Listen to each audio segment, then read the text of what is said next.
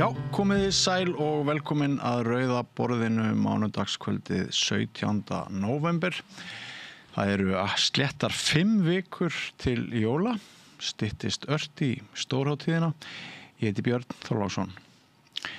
Við endum þáttinn í kvöld á því að Ásdís Thoroddsen, leikstjóri og Rósa Þorsteinsdóttir, rannsóknardósent á Árnastofnun, sem sér meðal annars þjóðfræði safnstofnunarinnar og skráningu þess í gagnagrunnin Ísmús, ræða við Gunnar Smára tímabilið þegar dúr og moll mætti til Íslands með sinn hljóðheim og nánast þurrkaði út eldri tónlistarheim sem nú lifir helst meðal sérvitra. Nú Þór Tulinius, leikari og leikstjóri, tekst á við nýja áskorun með fyrstu skáldsögu sinni Sálnahirðirinn. Hann skrifar mann, prest, sem á í stríði við eigin skugga. Og Þór kemur hingað og ræðir við mig bókina og annað stórt verkefni framundan. Nú María Lilja okkar ræðir miðbygg þáttarins í kvöld við Fjölni Sæmundsson, formann Landssamtaka lögreglumanna. Það hefur mikið gustað lögregluembættið undanfarið eins og væntanlega hefur ekki farið framhjá ykkur, hlustendur og áhorfendur góðir, vegna frétta af kaupum fráfarandi ríkislögreglustjóra og ráðgjöf í verktöku, brota lögreglumanna í starfi, framgöngu lögregluþjóna á mótmælum og fleira mætti nefna. Og þau Fjölnir ræða lausnir á auknu vantraust lausnir gegn auknu vantrausti, hræðslu áróður fjölmiðla, einföldun skipulags og þörfina fyrir lögregluna almennt.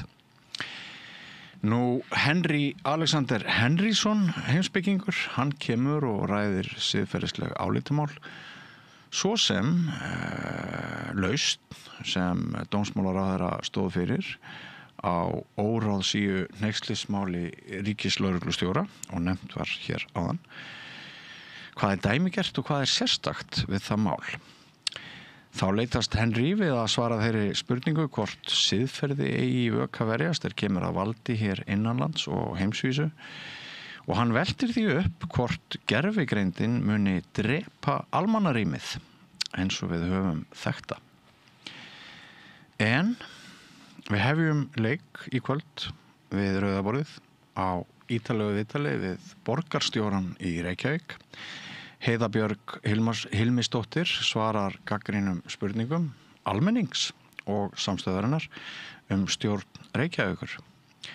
Mjög hár kostnaður við stjórnsýsluna í borginni, skipulagsmál, umferðarhnútar, leikskólamálin og margt fleira verður til umræðu. Og ég ræði hér við Heiðu eftir andartak og miðla þar á meðal nokkrum spurningum frá almenningi til hennar sem bárust okkur hér á samstöðinni. Mig langar að minna á að þið hafið allt framtíð samstöðarinnar að segja. Ef þið eru þegar styrktaraðilar eða áskrifendur þá þökkum við ykkur kærlega fyrir framlagið og vonumst eftir áframhaldandi stuðningi. Ef þið hafi notið þess jafnvel árabil að fylgjast með dagskrá samstöðarinnar án þess að borga 1 krónu fyrir, því þetta vissulega opið, en hafið velt í fyrir ykkur að kannski ættið þið nú bara að drífa í því að styrkja þennan miðil ef ykkur þykir vænt okkur og ykkar framtíð í okkar höndum, þá endilega farið inn á vefslóðana samstöðun.is og hakið þar, skrollið aðeins niður og hakið þið hnapp þar sem ástendur áskrift og gegn afar hóflegu mánaðarlegu gjaldi aðeins 2.750 krónur á mánuði hafið þið, eins og ég nefndi áðan, allt samstöðun að segja. Það munar litlu fyrir þig en munar miklu fyrir okkur. En hér eftir auglýsingar hefst dagskráin með borgarstjóra. Sjáumst þá eftir andartak. Alþýðufélagið frábær hugmynd. Félagsgjöld í Alþýðufélagið eru krónur 2.750 á mánuði og renna óskipt til dagskrár og útsendinga samstöðvarinnar. Samstöðin.is. Samstaða skilar árangri. BSRB, afl í þágu almennings. Kennarar eru þrefalt líklegri en ófaglærðir til að halda áfram í kennslu. Börnin okkar eiga skilið fagmennsku og stöðuleika. Fjárfestum í kennurum. Kennarasamband Íslands. Samlokubrauð, maltbrauð, tékkneskt-brauð, súrdeigsbrauð, brauð ársins, Bernhöfts bakari, íslenskt handverk síðan 1834. Húnavellir gistihús, gisting og tjaldstæði á góðu verði, morgunmatur og kvöldmatur, sundlaug, heitur pottur og íþróttasalur. Upplýsingar í símum 848 7012 og 861 2319. Tölvupóstur hunavellir@hunavellir.is. Ég heiti Kristinn Sigmundsson og styð Samstöðina. Samstöðin er óháð sjónvarpsstöð sem fjallar þjóðfélagsmál á vandaðan og yfirvegaðan hátt. Ég skora á ykkur að styðja hana með því að gerast áskrifendur. Samstöðin er ómissandi. Gerist áskrifendur á Samstöðinni og taki þátt í að byggja upp öfluga og róttæka samfélagsumræðu.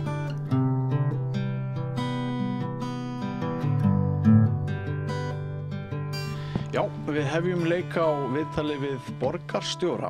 Heiða Björg Hilmisdóttir var sett í embætti 21. febrúar á þessu ári og það eru mörg mál sem á henni brenna eins og alla jafna fyrir þau sem sitja hennar stóli. Vertu velkomin til okkar. Takk fyrir. Ég ætla að byrja á kostnaði við stjórnsýslu Reykjavíkurborgar. Hann er mun hærri en gengur og gerist í öðrum sveitarfélögum. 10.000 krónum hærri á hvern íbúa en landsmeðaltalið og 26.000 krónum hærri en á Akureyri.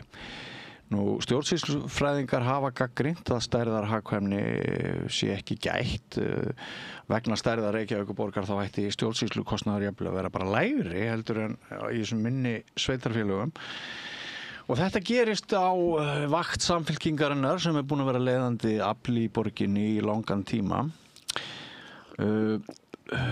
Var engin umræði það hjá ykkur við gerðum nýjustu fjárhagsáætlunar að svona hlýða Kristrúnu þínum formanni í flokknum og reyna að finna eitthvað fitulag í starfsmannafjöldanum og vinna á því.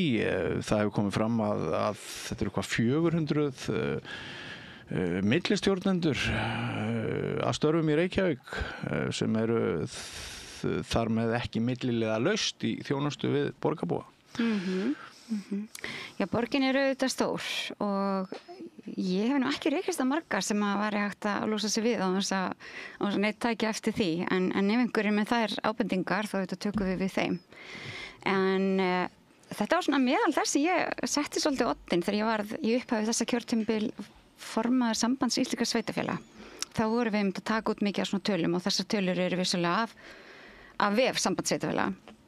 Og það sem við komumst fljótt að var að það er svo mismunandi hvernig sveitarfélögin telja fram eða gera hvernig reikningsskil mismunandi sveitarfélaga eru. Svo erfitt að bera þau saman. Þannig að það er akkurat það sem er í gangi núna á vettvangi sambandsins og með stuðningi ráðuneytisins að það er verið svona að passa eða svona koma með skýrari leiðbeiningar til sveitarfélaga hvernig eigi að skrá hluti þannig að þeir séu virkilega samanburðarhæfir. Og við setjum ýmislegt að miðlægan kostnað sem önnur sveitarfélög gera ekki. Til dæmis setjum þar fjármagn sem að fyrir í stafræna þróun, setjum þar fjármagn fyrir úrræðin sem við ætlum að opna á árinu. Svo svona ef viðkomandi úrræði opnar ekki þá fer það ekki inn á það svið sem myndi síðan reka það. Við erum auðvitað að gera ýmislegt sem önnur sveitarfélög eru ekki að gera. Og það eru auðvitað hluti af því sem að kannski vera að viðurkenna svolítið í þessari borgarstefnu að borgir, Akureyri og Reykjavík svona hafa aðeins annað hlutverk og kannski sérstaklega Reykjavík því við höfum svona í hinu opinbera ákveðin svona skildum að gegna til þess að leiðbeina hinu stjórnvaldinu stóra sem er ofta að setja alls konar reglugerðir og ýmislegt og þar er Reykjavík mun virkari svona aðili inni heldur en hinn sveitarfélögin og mörguleit er það eðlilegt af því við erum fleiri. Er það að segja ekkert sukk í Nei, það er ekki sukk, en við fórum vissulega í mikla breytingar og erum búin að vera í miklum breytingum. Ég fækka á minniskrifstofum 15 manns, cirka bát. Þau voru flutt út á sviðin, nær verkefnunum.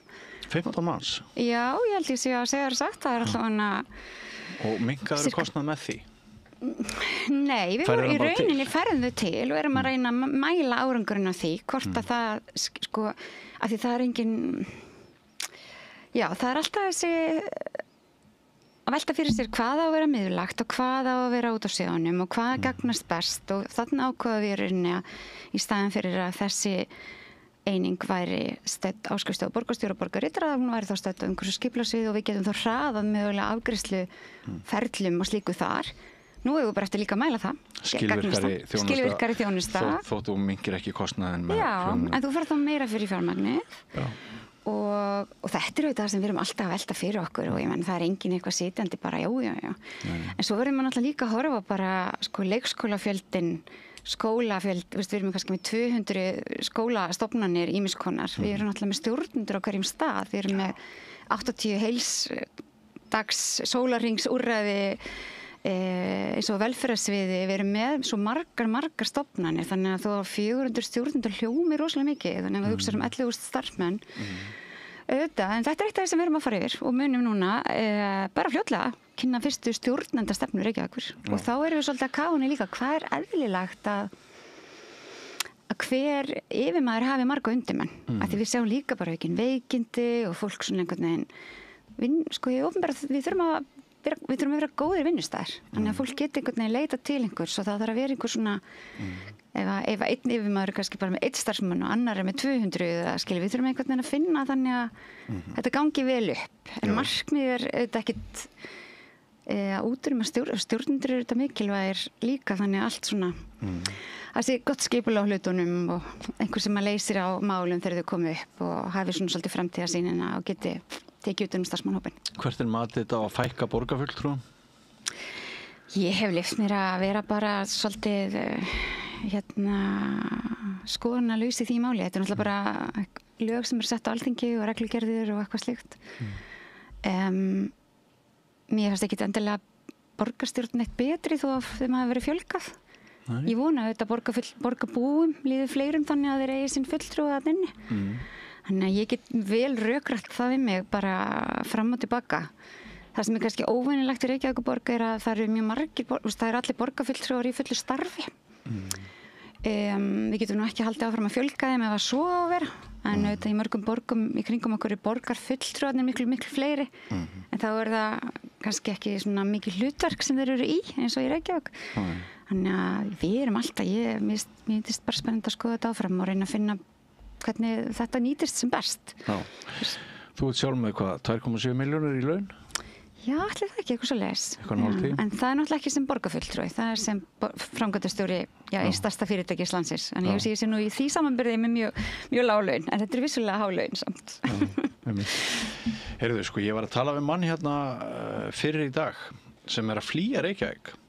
Hann er að flýja norður til Akureyrar og hann er bara hættur að nenna að vera fastur í 1,5 klukkutíma í umferðinni á leiðinni heim á daginn og honum finnst að vöxtur borgarinnar sé of hraður og umferðin sé orðin íþyngjandi mein því á sama tíma á bílum fjölgar einhver 100 í hverju mánuði þá hefur í rauninni umferð verið takmörku með þrengingum og fækkun akreina og svona og þetta er eitt af því sem að fólkið í heitapottinum ræðir mikið.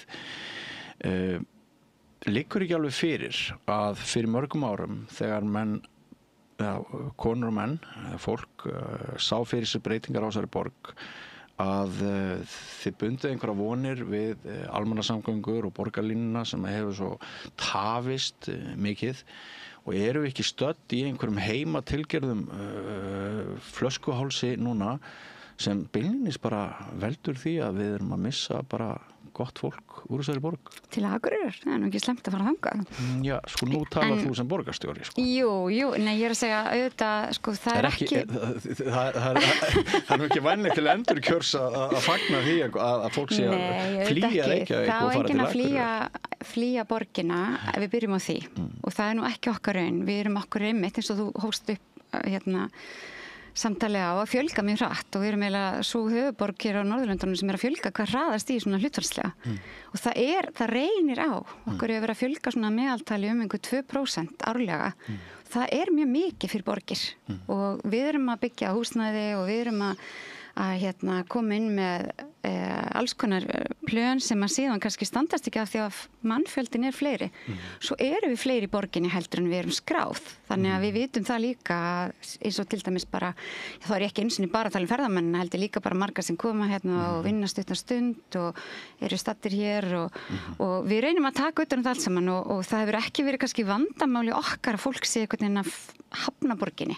En það vandamáli okkar með borgarbúum einhvern veginn að finna þessu öllu stað og það flókið. Við okkur hefur fjölgað 10.000 á 5 árum og auk þess hefur einhvern veginn bílunum fjölgað miklu meira því að bílaleigurnar eru alltaf að fjölga bílum og það það sem hafa verið þrengingar, það hefur fyrst og fremst verið gert til þess að auka öryggi í umferðinni. Ég veit það. Og það ekki til þess að það þetta hægir á en það ekki til þess að koma í veg fyrir að fólk sé á bíl, það bara koma í veg fyrir að sé keyrt á fólk. Já, en borg sem vex mjög hratt, bílum fjölgar brjálæðislega og hægir á umferð, það leiðir alltaf til einnar niðurstöðu. Já, en ef þú hægir á umferðinni í íbúðahverfi, þá vonandi keyrt á færra fólk og okkur hefur þó lukkast það að fækka því að fólk verði fyrir bíl og ég held að hljótum öll að vera sammála að það sé mikilvægara fyrir okkur sem erum að fara heim á vinnunni að fara aðeins hægar en að verði enginn fyrir slysi heldur en að komast rosalega hratt heim og það auðvitað breyting sem hefur átt sér stað en ég held að við sem nú flest svona nokkuð sáttu það inn í hverfunum okkar að við viljum að ég meina það freka kalla eftir fleiri ljósum og fleiri hraðanhindrunum og fleiri þrengingum fyrir mig sem borgarstjóra þegar ég fer borgina. Það verið að kalla eftir alls konar aðgerðum til þess að hægja umferð inn í hverfunum að því fólk rant börnin sín og gæludýrin sín og bara lífið og lætin líka meira þegar það eru frá umferðinni eða það keyrt hratt. Þannig að svona borgarbúar eru ekki almennt að kalla eftir því að við aukum hraðan í umferðinni en að við aukum greiðleikan og það hefur verið betra að borgarlínan hefur komið fyrr. Það hefur verið betra að við hefum geta gert þann samning fyrr en við erum með hann og við erum að skipuleggja og hún þó að koma. Heldur það muni raunverulega ganga að breyta hegðun borgarbúa úr því að núna menningin einhvern veginn þannig að við förum langt flest bara á okkar eigin bíl allra ferða og stundum sagt að þú bara getur ekkert stýrt okkur inn í strætónum með sama hætti og viðurkennt utan landsteinum. Já, ég held að það sé bara við mannfólk erum frekar einföld, Ef að það verður þægilegra fyrir okkur að taka borgarlínu, við getum mögulega komist hraður á milli staða með þeim hætti, það kannski hagkvæmar fyrir okkur, við getum mögulega sparað einhvern pening á því að hafa einn heimilisbíl í staðin fyrir 2 eins og margir eru með núna í fjölskyldum. Þá held ég að við séum bara til í að skoða það en ef það þýðir að við erum jafn föst í strætó og við erum í bílnum okkar þá erum við kannski ekki til í að skoða það. Ég held við séum bara við þurfum bara að gera góða kosti betri og þá alveg sama hvort við erum að tala að búa til hjólastíga þannig að fólk getur valið að hjóla eða tæki þannig að fólk getur verið að lyfta úti eða það gerir það ekki ef það ekki til tækið við þurfum að gera gott val auðvelt. Til að gæta sannmælis, þá eru flestir sammála að uppbygging hjóla og göngustíga hafa verið góð á undanförnum árum. En þetta náttúrulega ekki hægt að fólk sitji fast manneskja í síðustu viku að tók hana 90 mínútur að fara frá Skútuvogi í Bólholt. Það voru reyndar einhverjar framkvæmdir. En þetta algjörlega ólíðandi ástand í umferðin. Ertu ekki sammála því? Jú, auðvitað. Þess vegna erum við að fara í þessar aðgerðir. Þessar kostnaðar sem umferðar aðgerðir og setja stað þennan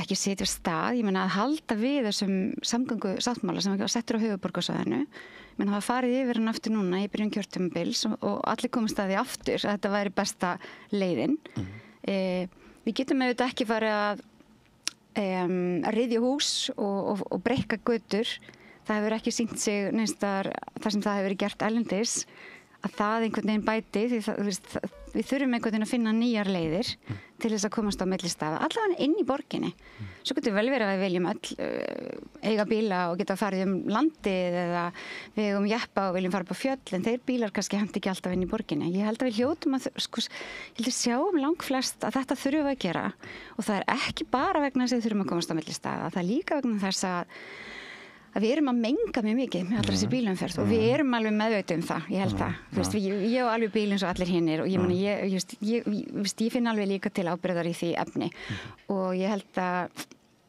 þú veist, það ekki sanngjarnt að við séum að láta leikskólabörn leika sér úti í miklu svifryki. Það er ekki, við erum ekki, við getum alveg gert þetta betur. Þétting byggðar annað sem oft heyrist og skrifaði fréttur að hafi gengið of langt. Við vitum á húsnæði sem selst illa vegna þess að það eru skuggar, það vantaði að gera ráð fyrir nægilegu sólarljósi, birtu. Við vitum hávaðamengun, hljóðheimur, hljóðvistinn vond og fleira og það sumpart tengist svolítið samgöngunum og því að koma sem flestu fólki fyrir á sem minnstum bletti. Sér fólk núna að það hafi verið gengið of langt í þéttingu byggðar? Er svona einhver konsensus það inn í borgarstjórn að of langt hafi verið gengið? Sko, samgöngunar eru auðvitað einn af þeim þáttum sem að styrkir það að það sé gott að þétta byggð. Það eru auðvitað styttra að fara, ef þú býrð nálagt vinnustaðnum eða þeim stað sem þú þarft að fara. En það líka það að þá skapast þéttara borgarumhverfi þar sem að þrífst meiri þjónusta og betri grundvöllur fyrir rekstri fyrir þá sem eru að reka þjónustuna og fólki líður almennt betur svona þeim sem kjósa það. Við viljum allan geta boðið upp á slíkt umhverfi á Íslandi. Ef við fáum sólarljós og já, vissulega. Þannig að ég held að sko, það sé enginn einhvern veginn, við erum mjög stolt af því að hafa náða þetta og ég er bara svo stolt af Reykvíkingum að hafa einhvern veginn farið í gegnum þetta. Þetta er svona, þú veist, eins og þegar þú kaupið íbúð og ert einhvern veginn stanslaust í framkvæmdum, þú veist, í mörg ár. Þetta tekur alveg á. Og maður finnur það alveg að Reykvíkingar alveg margir til í mikið af þessu. Þetta bara svona, þetta er pínu þreytandi og veist, það eðlilegt og ég er bara mjög stolt á okkur einhvern veginn að hafa farið í gegnum þetta. En við erum vissulega núna, svæðin sem við erum núna fyrst og fremst að horfa á, eru ekki inn í borginni og það er mikilvægt að horfa á þessi, að hafa skýra skilmála birtuskilyrði, bara þau gæði í húsnæði sem við viljum sjá. Og ég held að sé alveg íbúðir sem að hefðu mátt vera betri. Það er ekki endilega bara við borgina að sakast, þetta alltaf þetta samtal, skilmálunum þurfa að vera skýrir og þess vegna fórum við að gera þessa borgarhönnunarstefnu núna. Það nú eiga bara skilmálar borgarinnar að vera nokkuð skýrir varðandi það, varðandi grænusvæðin og varðandi birtuna og gluggana og annað. Og ég vona bara að við þróum áfram betri borg með þeim hætti. Allavega þeir sem eru að hanna húsnæði núna geta auðveldlega séð frá fyrstu skrefum hverjar skyldunar eru og hver sín borgarinnar og þá er auðveldara fyrir okkur að standa á því seinna meir. En svo eru auðvitað margt sem byggjast upp sem líka byggt á einhverju mjög gömlu skipulagi þannig það eins gott við sem líka að vanda okkur í dag því að það skipulag getur lifað lengi og einhver síðan farið af stað.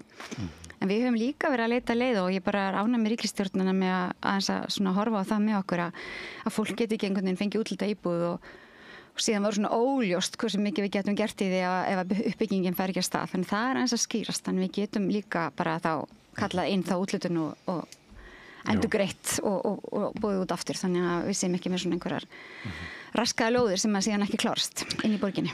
Eins og ég sagði áðan það efast enginn umhverfisvænan tilgang ákveðna breytinga sem hafa orðið í þessari borg. En svo svona spurning hvernig sá veruleiki rekst á við annan. Salan á bensínstöðvar reitunum kom út skýrsla þetta mál, ég myndi svona kalla hana gráa, hún ekki svört en hún ekki heldur hvít.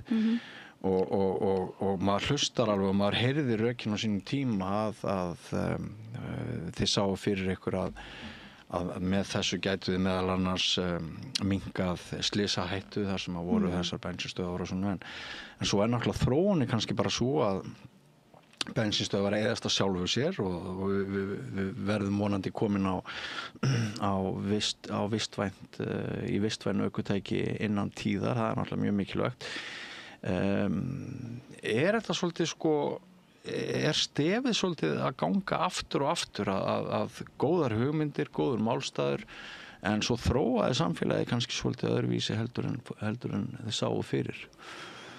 Já Við höfum ekki fundið fyrir því, allavega ekki ennþá að bensínstöðum sé að fækka og það virðist vera nokkuð góður rekstrar grundvelli fyrir þeim með að við svona þær undirtektir sem að borgin fékk þarna, það var farið fram með svona brött markmið og sem ekki gengu eftir. Fólk greinilega þá að sjá hagi því að vera með þannig rekstur á öllum þessum stöðum og við hefum sjálfsögur ekki fundið fyrir því að það sé einhver svona bilbugur á því. Finnst þér ekki líklegt að það sé handa við hornið? Ég vona það. Ég vona það, innilega, að við séum að fara þangað. En svo spurning hvaða orkugjafa verður þar ofan á og hvernig mun það þróast og ef þú ert með lóðarleigusamning og ert með rekstur þar, það er ekkert sem segir að þó það drægist saman í einu að þú megir ekki selja hitt, sko. Mikið á þessum bensínstöðum eru þetta líka orðna bara svona skyndibitastaðir og kannski ekkert endilega svona sem að flestir vilja sjá inn í hverfunum sínum. En ég meina sumstaðar, sannarlega, þetta var allavega eitthvað sem borgin ákvað að fara, hvort það var hægt að flýta þessu. Ég meina það var enginn að tala um þurrka út bensínstöður, við þurfum auðvitað að hafa þær. Undirtektina voru svona einhverjar, kannski minni en borgin hafði séð fyrir sér, ef ég svona les mig gegnum skýrsluna og já, þetta hefur ekki gengið, kannski alveg heldur eftir það sem var samið Þannig að en ég held að sé mikilvægt samt að borgin sé alltaf að horfa hvernig hún getur svona stutt við jákvæða þróun. Að því ég held að flestir og ég man eftir því á þeim tíma í pólitíkinni voru allir sammála því að það væri mikill kostur ef við getum fengið íbúðabyggð á mörgum af þessum góðu lóðum sem eru á góðum stöðum sem var útlitað kannski fyrir löngu síðan í þetta hlutverk inn í allt aðra borg. Kannski ekki svona inn í borg af því að margt sem að þóttu út í aðrinum eða svolítið svona frístandandi komið alveg inn í byggðu núna.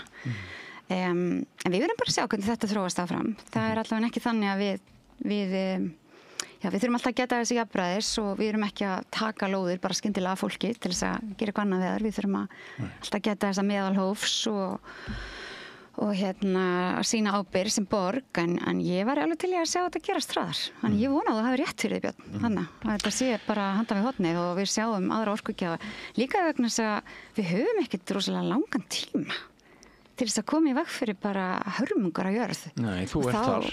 Já, ég er þá. Við erum þetta borg sem er búin að, við erum ein af 100 borgum í Evrópu sem er að taka þátt í svona, því metnaðarfulla verkefni að reyna að verða kolefnishlutlaus eftir 2030 sem er þetta bara mjög metnaðarfullt og samgöngunar eru þar auðvitað stór partur hjá okkur. Við búum vel, við erum með hitaveituna og forfeður okkar eru búin að gera ýmislegt fyrir okkur þannig við erum að losa minna heldur en margar aðra borgir en einhvað síður, þetta er stór áskorun fyrir okkur. Hver er lærdómurinn að græna gímaldinu? Ég held að það sé til dæmis borgarhönnunarstefnan sem hefði getað hjálpað okkur þar voru skilmálar ekki nógu skýrir. Þetta er auðvitað lóð sem eru útlutað í valdatíð Sjálfstæðisflokks og Framsóknar ákveðnum tíma, hún var reyndar saminuð seinna og en eftir því sem ég sé þá bara voru skilmálarnir ekki skýrari og leiðbeiningar borgarinnar ekki þannig að neitt hafi gert eitthvað rangt en lærdómurinn er að við erum ekki sátt í húsið þannig að skilmálarnir þurfa að vera skýrari. Þessu verður ekki breytt í þannig að? Já, ég er í samtölu við þessa aðila vegna þess að mér finnst það mikilvægt fyrir okkur alla einhvern veginn gera betur. Sérstaklega þessi hlið sem að snýra að íbúunum að við getum gert betur og ég held að það sé okkar allra hagur að gera það. Sorphirða og leikskólamál eru annað sem eru tvö önnur mál sem að svona fólkið í heita pottunum hefur á liðnum árum rætt mikið og ekki verið sátt við eðlilega. Sko sorphirðan er nú kannski komin í svona betri farveg heldur en var þegar allt hlóðst upp bara víða og en hvernig metur þú stöðu leikskólamálunum núna? Eigum við mikið inni þar? Já, við eigum það sannarlega. En mér langar líka bara að nýta tækifærið og nefnir sorpið að segja að það getur auðvitað allir ákveðu svolítið sjálfur fyrir sig hversu margar tunnur þau eru vilja. Þannig ef fólk er í algjörum vandræðum, ég segi þetta stundum við fólk og það áttar sig ekki á því að það hafi sjálft svolítið val. Þannig að ef þú ert að nota mjög mikinn pappír þá getur þú verið með auka pappírstunnu eða slíkt. Varðandi leikskólana, já, við erum, það eru þetta sko, vandinn þar auðvitað fyrst og fremst ég ætla ekki að segja stjórnunarvandi af því það eru gríðarlega flinkir og flotti stjórnendur á leikskólanum flott fólk sem að gera sitt besta en við hefum kannski ekki verið við erum í mikilli sjálfskoðun með það, höfum við verið að styðja nægilega vel við þá starfsemi þannig að þessi góður vinnustæðir, þannig að fólk vilji virkilega vinna þar og við getum mannað leikskólana. Fyrst og fremst mannavandi. Fyrst og fremst þetta það og það getur við náttúrulega ekki bara sett út og segja af hverju kemur fólki. Við þurfum alltaf þá að skoða inn til okkar og hugsa hvernig getum við gert þetta betur. Hvernig getum við verið betri vinnustæðir fyrir fólk, hvernig getum við einfaldað í rauninni leikskólastjórum. Þú getur hækka laun fólksins á götunni í leikskólanum að það myndi minnka stjórnarkostnað, fækka millstjórnendum. Já, við erum sannlega búin að hækka laun starfsfólks í leikskólum. Við erum að hækka laun kennara mjög mikið á þessu ári. Það ekki, ég held að það sé ekki stóra málið. Auðvitað þurfa þau að vera mannsamandi og samkeppnishæf og ég sjálf bara barðist fyrir því að við hækkuðum laun kennara samkvæmt í svona bráðbirgða virðismati sem var komið fram. Ég man eftir því. Já, en ég er ennþá alveg sannfærum að það var rétt ákvörðun. Auðvitað mættu þessar stéttir vera með hærri laun og kannski kemur þá endanum upp úr þessu virðismati sem við erum með hvað í rauninni mest virði í samfélaginu það fólk eins og ég sem sitt og að stjórna og eða þeir sem að passa börnin okkar. Hvernig staða biðlista? Hún mjög ólík eftir hverfum? Hún ólík eftir hverfum og það auðvitað það sem við höfum sett strik í reikningin mönnunin og það líka þessar viðgerðir, við fórum auðvitað rífumst í átak á viðgerðum, það var ekkert af því að okkur bara langaði til þess, það var líka bara því að ástand skólahúsnæðisins var ekki nógu gott og það hefur auðvitað líka sett okkur svolítið strik í reikningin. Þannig að já, það betra ástand í Austurborginni, það verra ástand í Vesturborginni hverfin sem eru svona endurnýjast núna bara hratt og vel, ég menna Laugardalurinn og Vesturbarinn, þar þrengri staða en við erum bara að vinna á því á fullu og við bara kvengum okkur ekki yfir því, ég menna þetta bara hlutverk borgarinnar, við þurfum að einhvern veginn að sjá þetta verða að veruleika að við náum að brúa þetta bil þannig að fólk ber ekki það á ábyrgð eitt heldur að hið opinbera gerir það og við erum ég líka hópa við forsætisráðuneytis hvað varðar þetta var hluti af því sem við sömdum í kjarasamningunum í svona með þessum hliðarsamningum að við myndum vinna því að brúa þetta bil og í rauninni taka utanum líf barna bara frá fæðingu til 18 ára aldurs af því það ekki bara þetta bil, það líka oft bilið eftir grunnskólan, þurfa fyrir framhaldsskólan og ef það lukkast ekki hvað þá með barnið, það hinnandinn sem við þurfum líka að taka virkilega fyrst mér betur utanum, að allir finnir sér stað þar líka. Aftur af umferðamálunum og teppunum í umferðinni Sundabrautin, mun hún breyta öllu á þínum mati? Já, ég held að hún muni breyta heil miklu, ég held það, en mér finnst enn mikilvægar að við fáum þá samgöngu sáttmálan okkar þannig að fólk geti valið fleiri ferðamáta en bílinn og ég held að það sé mjög mikilvægt, auðvitað verða fleiri leiðir inn og út, þetta auðvitað á milli borgar hluta, ég inn í Kjalarnesins og þá líklega Laugarnesins einhvern veginn, en ég hef ágjör af því að við séum ekki kannski nægilega og þá ég get endilega bara að tala að því það ekki eins og borgin sé að byggja Sundabraut, þetta auðvitað vegagerðin að ég reyna að halda því til haga, við þurfum að hlusta á íbúðuna og það auðvitað Reykjavík sem þarf að einhvern veginn vinna því að það sé hlustað á hvað íbúðar vilja og mér finnst bara mjög ábyrrandi allan það sem ég heyri að fólk hefur ágjör af því að þetta brú. Það hefur ágjör af því að það verði einhvern veginn bæði sjónlíti og meiri hávaðamengun og meiri mengun. Það það eitthvað, eftir því sem ég heyri þá finnst mér vegagerðin vera á hinum málinu. Þannig að við eftir að sjá hvað verður ákveðið og hvernig svo ákvörðun verður tekin og mér finnst bara skipta mjög miklu máli að hún verði tekin í svona samtali og samráði við íbúa. Þannig að ég veit að verða aldrei allir sammála en við þurfum einhvern veginn að tryggja það að við höfum eitthvað mynd að segja.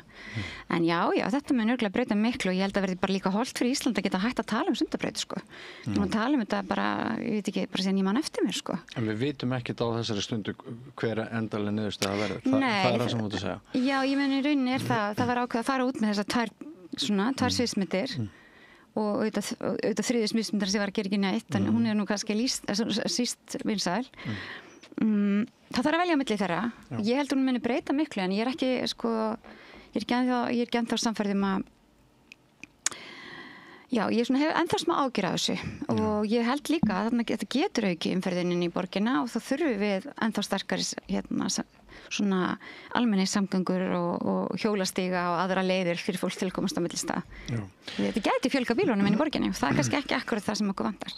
Ef Reykjavíkurflugvöllur væri ekki eins og að sprengja hefði fallið og tekið undir sig allt þetta svæði, þá væri nú hægt að leysa margt vandamáli sem við erum að ræða hér. En þú ert ekki í því liði að vilja segja persónulega skoðan á því hvort völlurinn eigi að fara eða ekki? Já, sko, ég hef alveg verið á báðum skoðum og get alveg vel rökrætt við mig. Hvað ertu stödd í dag? Í dag held ég að sé augljóst að hann muni fara. Þá er ég bara kannski aðeins að segja eins og þú með bensinstöðarnar. Ég held að sé augljóst að hann muni fara. Hann er ekki á góðum stað fyrir flugvöll og hann er ekki á góðum stað fyrir borgina, borgarlífið. En hins vegar fer hann ekkert fyrir hann að búið að finna honum betri stað. Og hvenær það er, það þori ég ekki maður að segja. Og á þeim tíma finnst mér bara mikilvægt að það sé tryggt, að það sé flugvöllur fyrir innanlandsflug og sjúkraflug. Við höfum hins vegar verið að ganga eftir við ríki að efna sitt okkar samninga við Reykjavíkurborg það að flytja kannski þetta þyrluflug og engaflug og kennsluflug aðeins úr miðborginni. Og þá er ég kannski fyrst og fremst að horfa á bara íbúar upplifa bara mikið ónæði af þessu og það er auðvitað ákveðin slysahætta. Og ég held að það myndi bara styrkja flugvöllin og svona einhvern veginn samtalið í kringum hann og sáttinu hann ef við minnkuðum aðeins þetta álag. Hvað er rætt stóra íbúabyggð ef þetta svæði er allt saman sett undir húsnæði? Ég er í sjálfu sér ekki mikið að velta því fyrir mér og við erum ekki með þetta inn í neinum áætlunum hjá okkur núna. Við lögum fram húsnæðisáætlun núna og þetta er auðvitað framtíðarsvæði og ég er nokkuð viss það að þetta verður framtíðarsvæði fyrir íbúabyggð en hvort að það verði á næstu 10 árum eða 10 árunum þar á eftir eða hvenær, ég þori ekki að segja það en ég held að fólk sem brennur fyrir flugvöllinum geta alveg andað rólega því það verður að finna betri stað. Heyrðu, nokkra spurningar að lokum frá almenningi og ég auglisti bara á minni persónulegu Facebook síðu fyrir í dag. Svona gott mengi, þú ert með svona fjölbreyttan vinahóp. Já, þekki nú fæsta af þeim sem eru vinir mínir sko. Já, en það er bara velkomið. Já, og ég ætla að byrja kona sem sendi mér í einkaskilabóðum þannig ég held að hún vilji nafnleynd. Hér er tillega spurningu til borgarstjóra. Hefur þú kannað eða býrðu yfir upplýsingum vilja kaupmanna til að reka minni matvöruverslanir inn í hverfum borgarinnar? Sannarlega er þeim víða til að dreifa en helftin af matvöru er keypt í stórverslunum í iðnaðarhverfum eða útjöðrum borgarinnar með tilheyrandi bílaumferð. Ertu með eitthvað plan í þessum efnum? Já, þetta er eitt af það sem við erum að skoða. Ég held fína fund daginn með uppbyggingaraðilum sem sögðu mér að þeir væri með mikið af svona tómi húsnæði og við erum bara hreinlega að skoða þetta. Hvers vegna og er ekki hugur fólks til þess að reka matvöruverslun. Ég held að það sé góður grundvöllur fyrir því. Sérstaklega borga sjálfur í bílastæði fyrir utan suma stórmarkaði. Já, þeir eru auðvitað ráða því en ég held að það sé betri og við höfum líka núna, við erum að skoða núna nýtt hverfi sem við ætlum að byggja upp með öðrum hætti og þetta er eitt af sem okkur hefur langað til að setja inn í þá skilmála. Við séum með matvöruverslun inn í hverfi því að þetta eru lífsgæði. Og þú ert positív gagnvart þessu? Já, ég er það sannarlega en ég veit líka reksturinn, ég heyri hvað aðilarnir segja en já, eins og þú segir, ef fólk er að fara að borga fyrir bílastæði og þetta fyrir að vera flóknara þá kannski verður þetta einfalda leiðin. Guðrún Þórhallsdóttir íbúi í Þingeyjarsveit, hún segir Reykjavík er höfuðborg Íslands. Hvað er það sem borgin gerir fyrir landsbyggðina, fyrir landið sitt? Er eitthvað hugsað út frá landinu öllu í borgarstjórn eða bara út frá sveitafélaginu Reykjavík? Já, til dæmis erum við með enn fína flugvöll sem það sem við nú heldur betur vilja hafa innanlandsflug og borgarstjórn hefur sameinast það á meðan ekki finnst betri staður fyrir það. Nú svo voru við, ég var helgina að bjóða alla landsmenn velkomna í jólaborgin okkar, höfuborgina. Við erum auðvitað stöndu fyrir mikilli menningarstarfsemi í borginni sem er öllum opinn og síðan sækir auðvitað fólk hingað þjónustu oft er það á því þarf að halda því er vel tekið. Ég er ekki svo sem að segja að allir megi koma hingað en Reykjavík sér miklu betur heimilislausa heldur en nágrann sveitafélag og rýmislegt. Já, og ég veit ekki hvernig ástæðan er því Þingeyjarsveit en þetta eru bara ólíkir aðilar en borgin þarf og mér finnst mikilvægt að fólk upplifi borgina fyrir okkur öll. Við eigum hann öll saman þó við Reykingar er kannski Við erum stolt af því að bjóða öllum landsmönnum í borgin okkar. Ingibjörg Ottesen skrifar hefur orðið ávinningur fyrir hinn almenna borgara af því að selja bílastæði borgarinnar og sérstaklega í kjallara Hörpunnar sem byggðar af fólki sem gerðu styrktar aðilar að byggingu tónlistarhús. Já, ávinningur, ég veit ekki, þetta var eitthvað flókið eignarhald, borgin átti ykkur á nokkur stæði og aðrir áttu hinn og ég held að það hafi kannski verið helsti ávinningurinn að svona þess að einfalda eignarhaldi þannig að fólk vissi ekki á hverjum það væri að leggja. En ég hef engar sérstaklega stefnu um það að selja bílastæði, það er ekki einhver, ég held að sé meira mín stefna kannski að reyna að einfalda þetta þannig að fólk geti einhvern veginn áttar sig á hjá hverjum það er að leggja. En færið ekki ansi mörg mál inn á þitt borð eða þið hjá borginni út á bílastæðamálum? Maður hugsa yfir því í sömu hverfum það virðist vera sem að Reykjavíkur borg geti bara breytt stæðum sem að íbúarnir höfðu áður og sagt, hey, nú er komin gjaldskylda. Er þetta ekki gerraði? Jú, það er nú samt yfirleitt þannig að þegar það er gert að þá er það vegna þess að íbúar upplifa að þeir fá ekki stæði. Af því þeir geta fengið kort, þannig að þeir fái stæði. Það er svona kannski það sem er næst miðborginni eða einhverju stöðum þar sem fólk er mikið að leggja og bara geyma bílana sinna yfir daginn og ég meina gott eða ekki gott, ég meina borgin er að þéttast, bílunum er að fjölga, plássið er að minnka þá fyrir hvern og einn bíl, svona hlutfallslega eða bílarnir eru fleiri og plássið jafn mikið, hvað þá ef við erum að minnka það eins og sumstaðar auðvitað þar sem er verið að ég vil byggja yfir á bílastæðin. Þannig að jú, við fáum fullt bílastæði en ég hef saman með þeim sem segja þetta sé svolítið flókið. Ég hef sjálf lagt einhvers staðar og borgað hjá bílastæðisjóð. Það er ekki bara flókið, þetta er líka bara beinlínis andstyggilegt á köflum og óprútnir aðilar sem ekki bara innan höfuðborgarsvæðins heldur líka utan þess sem eru bara mjólk okkur án nokkurra heimildar virðist vera, markam á Neytendasamtökin og fleiri. Já, ég meina þetta er svona, ég bara lagði ég bara daginn í rétt hjá okkur, á Grand Hotel og það var alveg bara mjög flókið að finna út hvernig maður átt að borga sko. En það eru auðvitað bílastæðir sem að hótelið á og sama í Hörpunni, bílastæðir sem hótelið á og síðan ertu stundum að leggja svona ógreinlegt, ég hef sjálf lent í því fyrir utan skrifstofuna ágæta félags Eflingar og þá lagði ég stæði sem ég borgaði bílastæðarsjóð og hélt ég var en þá var það í einkaeigu hússins og ég bara, þannig ég hef bara saman með þessu ég skil vel að þetta getur verið flókið og það mætti gjarnan einfalda þetta fyrir fólk. Ég er að fatta það núna að allir sem sendur til mig spurningar eru konur. Já. Kolbrún Þorkelsdóttir, er búið að finna pláss fyrir hjólhúsabyggð fyrir fólkið sem er enn í biðstöðu eftir varanlegu stæði? Ég vildi ekki sagt að það væri, en það er allavega komin einhver staðalvalsgreining og það er verið að fara þétt ofan í það núna.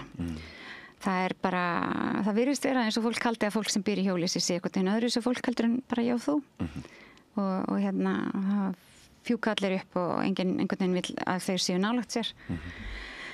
Ég er bara bestur í því að við finnum okkur pláss í borginni. Þannig að það er unnið að þessu. Verður í frambúði næst? Já, ég ætla mér að gera það. Möntu leiða listan? Ég mun bjóða fram til þess. Ef ég fæ tröst til þess, þá er ég bara Eru búin að ákveða hvaða leiðið við hafið? Það verður bara gert bara núna í þessari viku. Í þessari viku? Já, bara. Hver væri heppilegasta leiðin að þínu mati? Já, ég venjulega skipti mér ekki af því þegar ég er sjálf í frambúði en mér sýnist það sem er lagt til sé prófkjör og það bara tekið þátt í því og segja að það sé heppilegast. Opið prófkjör eða? Nei, almennt ekki en svona fólk getur þá gengið í samfélkingunni og komið til þessu okkur og búið sér fram eða leiðtogaprófkjör eða? Nei, það er ekki það sem er tillagan þarna. Þannig að það er líklegast? Það er líklegast. Það er tillagan sem að fulltrúar á samfélkingarnir er að leggja fram á fundi og mist svona líklegast að hún verði samþykkt en maður veit aldrei, kannski kemur einhver hann til að eitthvað annað verið samþykkt. Það er gaman að vera í stórum flokk þar sem maður eru margar skoðanir. Og hver er drauma samstarfsaðili ef þið fáið góð útkomu í kosningunum?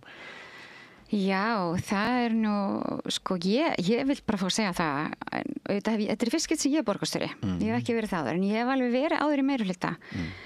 Þetta er frábæri meirihluti sem er núna, rosalega gott að vinna með þessum hóp. Nýtur hann ekki sannmælis borgarbúa vegna sem ég veist enginn verið að tala um það þessi frábær meirihluti? Nei, þetta er auðvitað erfiður tími. Það er erfitt fyrir okkur að koma inn þegar það er svona stutt eftir og við erum auðvitað að reyna að gera ótrúlega margt á stundum tíma. Og það hefði verið betra fyrir okkur að ná að vera í 4 ár, þannig við getum svona ná að já, þú veist, við megum ekki alveg ganga frá þessum stjórnmyndum hjá borginni hana, sem að vinna fyrir okkur. Nei, en allir gamli slepptu, sko, ég held að við sem líka búin að sýna, við getum við unni með nánast öllum. Núna af þeim flokkum sem í borgarstjórn hef ég verið meira hluta með öllum nema Sjálfstæðisflokknum og mér finnst það bara að geta sem ekki. Ljómandi, tími okkar á þrótum. Takk fyrir að koma. Hér Heiða Björg Hilmisdóttir. Gangi ykkur vel. Takk fyrir. Og gangi þið vel í prófkjörinu, ef það verður. Já, takk fyrir það. Og ekki fara langt, kæru hlustendur, áhorfendur. Við viljum að ræða spillingu hér næst eftir andartak við Henry Alexander Henrysson. Alþýðufélagið eigandi samstöðvarinnar. Markmið félagsins að auðga og bæta umræðu í samfélaginu. Allir geta gengið í Alþýðufélagið með því að skrá sig fyrir áskrift að samstöðinni. Samstöðin.is. Við lifum á tímum þegar þörfin fyrir opna og gagnrýna umræðu brýnni en nokkru sinni fyrr. Ég heiti Ólína Kjerúl Þorvarðardóttir og ég styð og vel samstöðina, sjálfstæðan og óháðan fjölmiðil.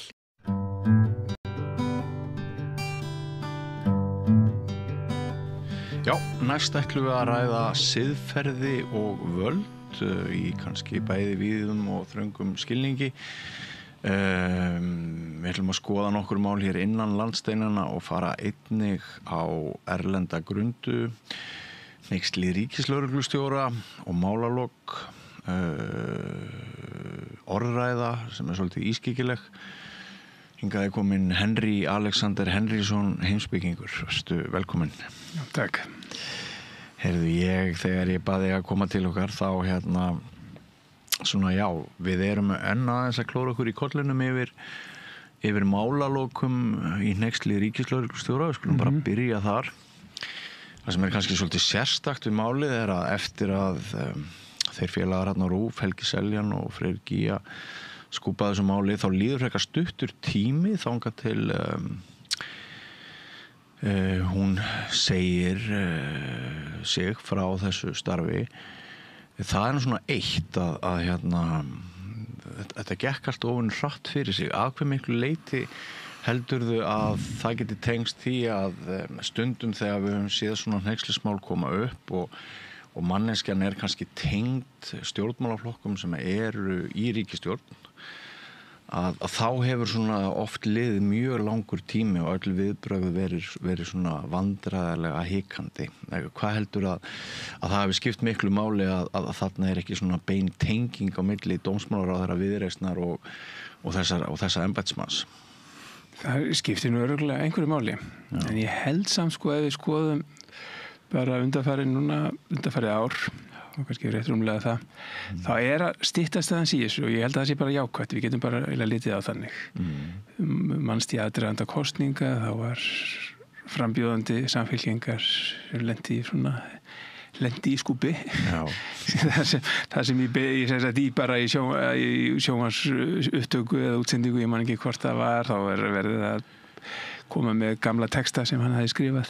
Í beinni hjá Stefáni Einari í beinni. Og það var dálítið mál sem hefði getað dregist lengi, en í stað þess að láta það dragast lengi var bara tekin tiltölulega fljótt ákvörðun að láta þetta ekki eyðileggja dragast á langinn í kosningabaráttunni og það var fundin bara lausn þarna sem ég held að hafi verið bara frekar farsæl á þeim tíma. Og mjög skjót. Mjög skjót, það var alveg áberandi að það var svona önnur hugsun hérna hjá þessum flokki heldur en kannski þeim sem var. Önnur hugsun hjá Kristrúnu? Já, hjá henni að sem sagt að það væri eftirsóknarvert að ljúka þessu sem fyrst og láta ekki dragast og láta ekki persónur skyggja á embætti eða stöður. Já, hún tekur trúverðuleika flokksins fram yfir þennan einstakling. Hún gerði það, ég held að þetta hafi verið alveg rétt og rétt brugðist við á þeim tíma. Við sjáum þetta aftur hjá barnamálaráðherra sem fólk náttúrulega kannski getur haft alls konar skoðanir á en grunnhugsunin var það að hún myndi stíga til hliðar sem fyrst og láta ekki sem sagt málið skyggja á embættið eða embættið væri, þetta er svona grunnhugsun embættið sé stærra, við sjáum þetta bara í löndunum í kringum okkur að þegar sko ráðherrar eru að segja af sér eða embættismenn þá er grunnhugsun alltaf þessi við höfum bara ekki efni sem samfélag eða þjóðfélag á embættismönnum eða kjörnum fulltrúum í þessum stærstu stöðum, eins og ráðherrastöðum, að sitja veik í stöðunum. Þannig að hugmyndin er þessi, þú fer til hliðar, nýr manneskja kemur inn og starfið getur haldið áfram og þetta vandamálin eru ekki, hneykslismálin eru ekki að skyggja á starfið. Og svo er þetta miklu betra bara einfallega fyrir þessi einstaklinga stíga sem fyrst til hliðar því fyrr sem þú stígur til hliðar því auðveldir áttu endurkomu. Sko. Því að annars ertu komið með allt og mikið það er það sem að þú hefur alltaf haldið fram. Ég hef alltaf sagt þetta fólk strax sko að þarna og stundum hefur verið gagnrýndur fyrir það að koma í fjölmiðla og hann er alltaf að segja fólki að segja af sér. En sko ég hef alltaf bara séð þetta þannig að fólk sem ætlar að sitja í skugga svona hneykslismála, það mun alltaf vera með hann að bagga á bakinu, þá er við með að koma málum í gegn, það er búið að fá greiðan frá fólki í sama flokki, frá samráðherrum, frá flokkum sem eru með í ríkisstjórn og svo framvegis, þú ert bara að koma með bagga á bakið. Já, og þú ert alveg harður á því að það eigi auðveldari endurkom. Ég held það. Já. Ég held að því lengur sem þú ert að velta upp úr skýtnum því er við að ná honum af og ég þekki þetta vel bara þegar maður fer með að labba út með hundin sinn sko að það verður að leyfa honum að fara í skýtin en ef hann ætlar að vera það lengi þá er alveg óbærlega leiðilegt að hrífa hann eftir þannig að þetta er bara svona einföld staðreynd. Ég fannst þetta ágætt, ég held þessi hárrétt sér ég held að skipti máli að þarna er manneskja sem er tengd öðrum kreðsum. Já, hún er það, ég held að það sé engin spurning hún er ekki skjólstæðingur þessar núverandi ríkisstjórnar þannig að það hjálpaði henni ekki en ég held að þetta sé nú bara hluti af þessu sama ferli það var sem sagt, það gengur ekki að hafa manneskju í þessu embætti með svona áru spillingar að hvað sem við kvöldum þetta fræntigli líka já, svona fræntigli og allt þetta að þetta er bara þannig embætti að hún yrði svo veik og guð minn almáttugur hvað þetta er mikilvægt embætti að það sé traust til viðkomandi og nú bara vona ég að það vinnistu vel að fá réttu manneskjunni í þetta til þess að auka aftur traust á embættinu og þannig hún er farið til hliðar færist þarna í starfi sem ég held að sé bara ágætt bæði þetta gerðist þarna fljótt ég las þarna að það var ágætt svona úttekt á Vísi held ég að verið það er svona brokkgengur ferill ég mann ekki hvað að kalla brokkgengur ferill hennar það sem svona hún var með ágætt mál sem hann hafði stutt og reyndi að koma á dagskrá henni voru mislaðar hendur í öðru hún átti í dálítið erfiðleikum lengi vel vegna mál sem ég held að hafa nú farið ekki nógu mér fannst það persónulega dálítið þakkað niður sem var málefni föður hennar og hans svona bæði byssukaupa og sölu og ýmislegt í kringu það var svona hafði á sér áhrif dálítið spillingar hvernig var unni í því máli þannig að það voru mörg svona mál þetta var uppsafnað að mörgu leyti en hún hafði gert líka marga jákvæðar hluti að setja hana í að vinna í jákvæðar hlutunum núna ég held að það sé hérna bara ágætt lausn Það er náttúrulega frekar lítill hvati fyrir undirmenn hennar að rannsaka mál þar sem að faðir hennar. Þetta var rosa, mér fannst þetta skaða embættið á sínum tíma gríðarlega mikið og hennar stöðu sko. En einhvern veginn mistu fjölmiðlar dálítið áhuga á þessu snemma sko, sem mér fannst vera. Ég hefði nú haldið að það hefði jafnvel bara á þeim tímapunkti. En það er kannski líka var menningin dálítið öðruvísi og við sjáum það alveg að þarna í tíð fyrir ríkisstjórnar og fyrir ríkisstjórna þá var lengri þráður. Já. Það var sem sagt, það var tekið seinna á málum ef það var gert yfir leitt sko. Við höfum svolítið átt því að venjast að hér hafi viðbrögð við hneykslismálum verið önnur en til dæmis á hinum Norðurlöndunum. Já, þetta hljómar dálítið sem svona klísja en þetta er bara staðreynd. Að það er sem sagt svona, það er ákveðin svona lýðræðisskilningur hérna að við þurfum bara að bíða fram á kosningum og sjáum til þá sko hvort að ef þeir gengur vel í prófkjöri og síðan í kosningum þá skiptir einhver máli hvað gerðir á kjörtíðanbylunu. Bjarni Ben veifaði þessu alveg stanslaust sem var alveg rétt hjá hann einhverju leyti engin með fleiri atkvæði á bakvið sem heldur en ég verið ekkert að tala það sem ég hef gert eða mína sögu. En þetta galin nálgun, ein skoðanakönnun á 4 ára fresti og svo getur bara allt gerst þar á milli. Já, og svo geta menni mitt setið mjög veiki lengi í embættum. Mér finnst til dæmis sem núna fráfarandi formaður Framsóknarflokksins hafi verið gríðarlega veikur lengi, sko. Hann einhvern veginn náði sér aldrei á strik eftir ákveðið mál sem kom hérna upp. þar sem hann viðhefði rasísku ummæli og sem voru kannski einhvers konar óhefni einhverju leyti fannst honum að ég misti þetta út mér, þetta á ekkert að vera stórmál en ég held að það sjáu allir að hans ráðherra tíð eftir það var veik og staða hans hefur verið mjög slöpp síðan og sem endar með því núna að flokkurinn alveg gríðarlega slemmu málum. Veitna til uppákomu á var ekki búnaðarþing. Jú. Og já.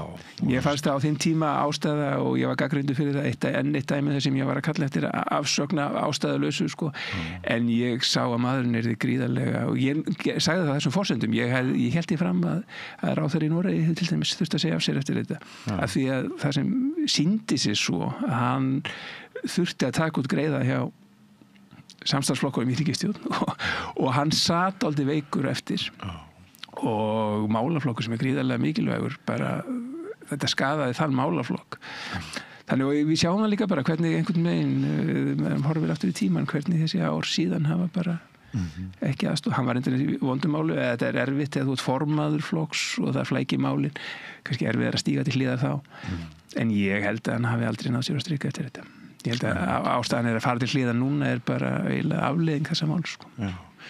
En svona í ljósi þess að þú nefnir þá kviknar hjá manni vonar glæta að við séum kannski að taka smá framfara skref í viðbröðum við neyslísmálum og séum kannski að færa okkur aðeins nær því sem við höfum vanist utan landstíma. Ég að vona að þetta sé ekki bara tilviljun, það sé ykkur hugsun á bak. Maður veit aldrei svo getur maður fengið eftir dæmi sem snýrus alveg á hvolf og maður fattar en ég held þetta sé svona ég vona að þetta sé að skána á þessi hugsun eins og ég kallaði þetta klísju áðan eins og á Norðurlöndunum og kannski til Noregs oft þá að sú hugsun sé að verða að svona koma sterkar inn og við höfum nú rætt þetta oft saman ég meina þegar svona persónuhyggli bland það er ekkert að leysa, það er ekkert að breiðast í spillingamálum þegar fólk gerir ekki kröfu til hvers annars eða sem sagt það er svona ekki gerð krafa til samstarfsfólks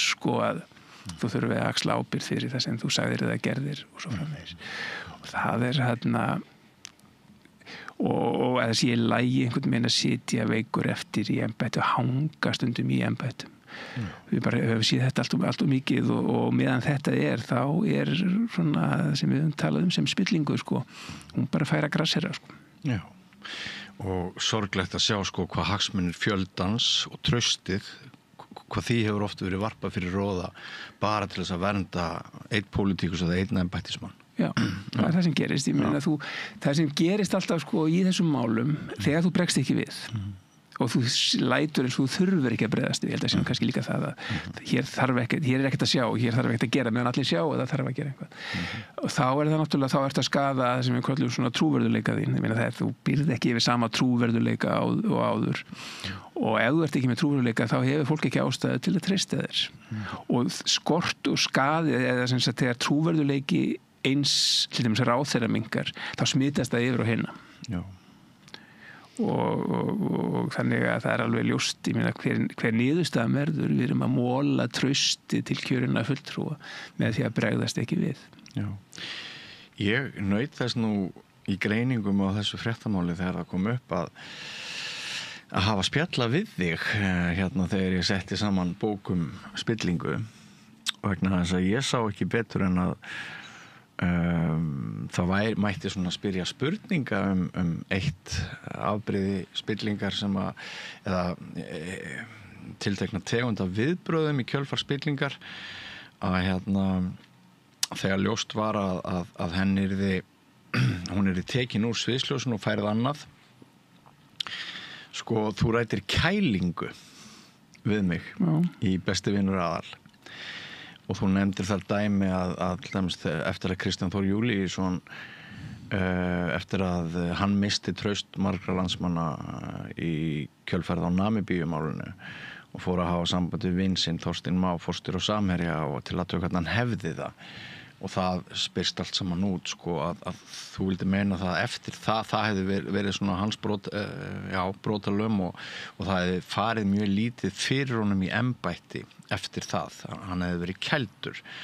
Þú talaði líka Illuga Gunnarsson eftir að kemur upp hneykslismál hjá honum þá svona þeir eru látnir feita út á meðan embættis tíminn líður frekar en að víkja þeim frá eða minnka ábyrgð þeirra og mér hefur dottið í hug sko hvort þetta eitt afbrigði líka af kælingu að svona til þess að halda áfram að færa hana til setja hana til hliðar gallinn við málalókin að mati margra sem maður hittir að hún skuli halda algjörlega fullum launum með miklu minni ábyrgð í starfi sem manneskja sérfræðingur í dómsmálaráðuneytinu sem á að skoða kynbundið ofbeldi. Hvað þetta að segja? Já, sko ég skil alveg gagnrýnisraddirnar sko. Þetta fyrst fólk geti einhverju liti ósangjant og bara óréttlátt og finnst þetta svona svíður í augun en persónulega myndi ég segja að þetta sé samt skárra heldur en hitt að hefði hún setið í hvað sem var eftir að ráðningatíma 2-3 ár eða hvað sem það var þá til að vera hægt fólk hefði sagt nei, það ekkert að bregðast við þessu neitt við þurfum að bíða og með laskaðan trúveruleika ríkislögreglustjóra það hefði verið alveg ótækt sko þannig að ég skil alveg þetta er praktísk hlið á þessu mála lyktum og þannig að ég skil alveg hugsunina og ég held að mér finnst það betra að það var brugðist hratt við heldur en að ég finnst ástæða til þess að vera gagnrýna hvaða niðurstaða var fengin vegna þess að það er augljóst að í nýju starfi þarf hún ekki sama trúverðuleika og hún getur setið undir radar hún fer undir radar og svo hún bara sérfræðingu þar ég veit ekki hvort að það þurfti ákvörða þennan sérfræðinga ákvörða á þessum tímapunkti en þannig að auðvitað svona ákveðin lykt af þessu þetta er kannski þetta er þægileg efnahagsleg málalóg fyrir þetta er bara praktísk lausn og maður verður bara einhvern veginn að horfa ekki fingur sig með það að finnst mér að sem sagt að niðurstaðan í stóra málinu, í stóra samhenginu hún var að minnsta kosti svo skásta sem var hægt að kalla eftir Ok, já þetta er mér finnst nefnilega að þetta mál mögulega vísa út fyrir sig með einhverjum hætti ef það reynist svona skilaboð til framtíðarinnar. Mér finnst þetta alltaf vera stærra en svo að það snúist bara þessi tilfellum. Kannski líka eitt það er ákveðin munur. Við þurfum líka þegar þú til dæmis ráðherra, þá finnst mér bara málið aðeins öðruvísi vaxið. Þarna ertu með embættismann með sínar bara kjör embættismann svo það getur flæktað eins málin. Mér finnst miklu alvarlegra ég skil alveg, það er ekki til dæmis þessi kæling sem var til dæmis með ráðherra sem bara sést ekki í 3 ár. Málaflokkurinn getur ekkert beðið í 2-3 ár. Og ráðherra sem kemur engu í gegn og ekki að leggja henni mál fram og veit að þau bara lenda á vegg. Þannig að það er miklu meiri þörf á að bregðast hratt við þar og þar er engin Jú, ég veit ekki, kannski ég myndi maður ekkert segja við því að það er þið fundin einhver lausn stíðu til hliðar að þú getur fengið þetta embætti eða eitthvað svo leysi en mér finnst miklu eðlilegra að þar sé bara hrein svona lausnin sé miklu hreinlegri þú bara stíðu til hliðar og það er ekkert annað í boði sko. Þannig að ég held að ná fleiri sem hafa meira vitað en ég verið eitthvað að fjalla það að hún er náttúrulega með þannig kjör og ráðningar sem sagt réttindi að þetta hefði kannski ekki orðið til flóki, þannig að ég skil vel að það þurfti að finna eitthvað svona sem við getum kannski kalla skapandi lausna á þessu máli sko, frekar en að láta það malla sko.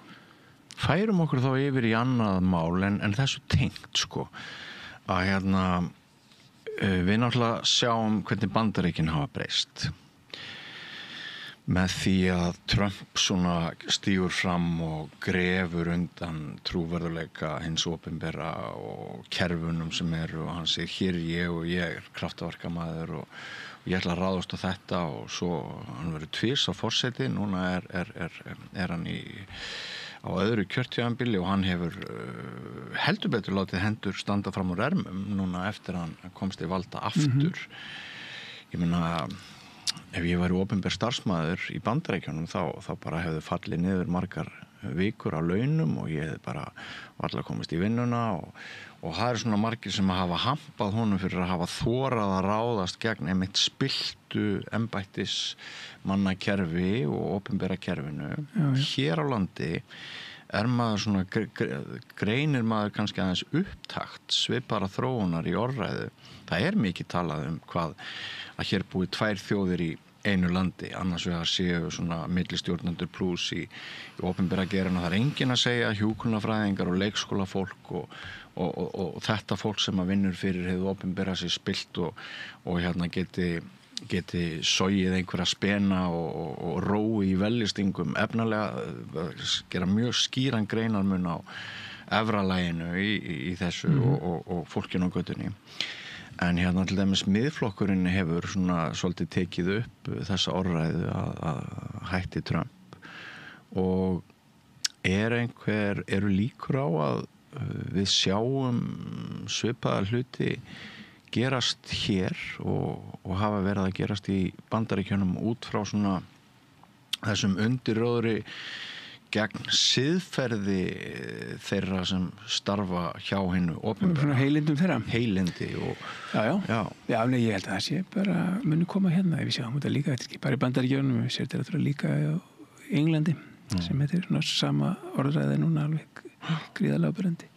Þetta mun koma hingað og sömu vitleysurnar sko, spáknið stærð þess hversu sterkt það þegar íslenskt embættismannakerfi bara sín allar rannsóknir frekar veikt og smátt og ofsmátt með kröfurnar sem eru gerða til þess. Þannig að þetta stangast á við alla staðreyndir. Hér engin fita í embættismannakerfina sem fólk eitthvað að sem sagt njóta þess að vera komið í þessar stöður og gerir ekki neitt og svo framvegis. Öll þessi orðræða náttúrulega bara, eins og ég segi, gengur gegn öllum staðreyndum og öllum rannsóknum á hvernig þegar fólk raun og veru miklu frekar bara að drukkna í vinnu sko. Þetta á smátt. Við erum svona mörkunum að ráða við þau verkefni sem við opinbera þarf að sinna við, til dæmis út alþjóðasamstarfi og fleira. Ég þekki það bara, ég unnið til dæmis held ég með næstum öllum ráðuneytum einhvers konar verkefnum. Fólk hefur meira en nóg að gera og vel rúmlega það.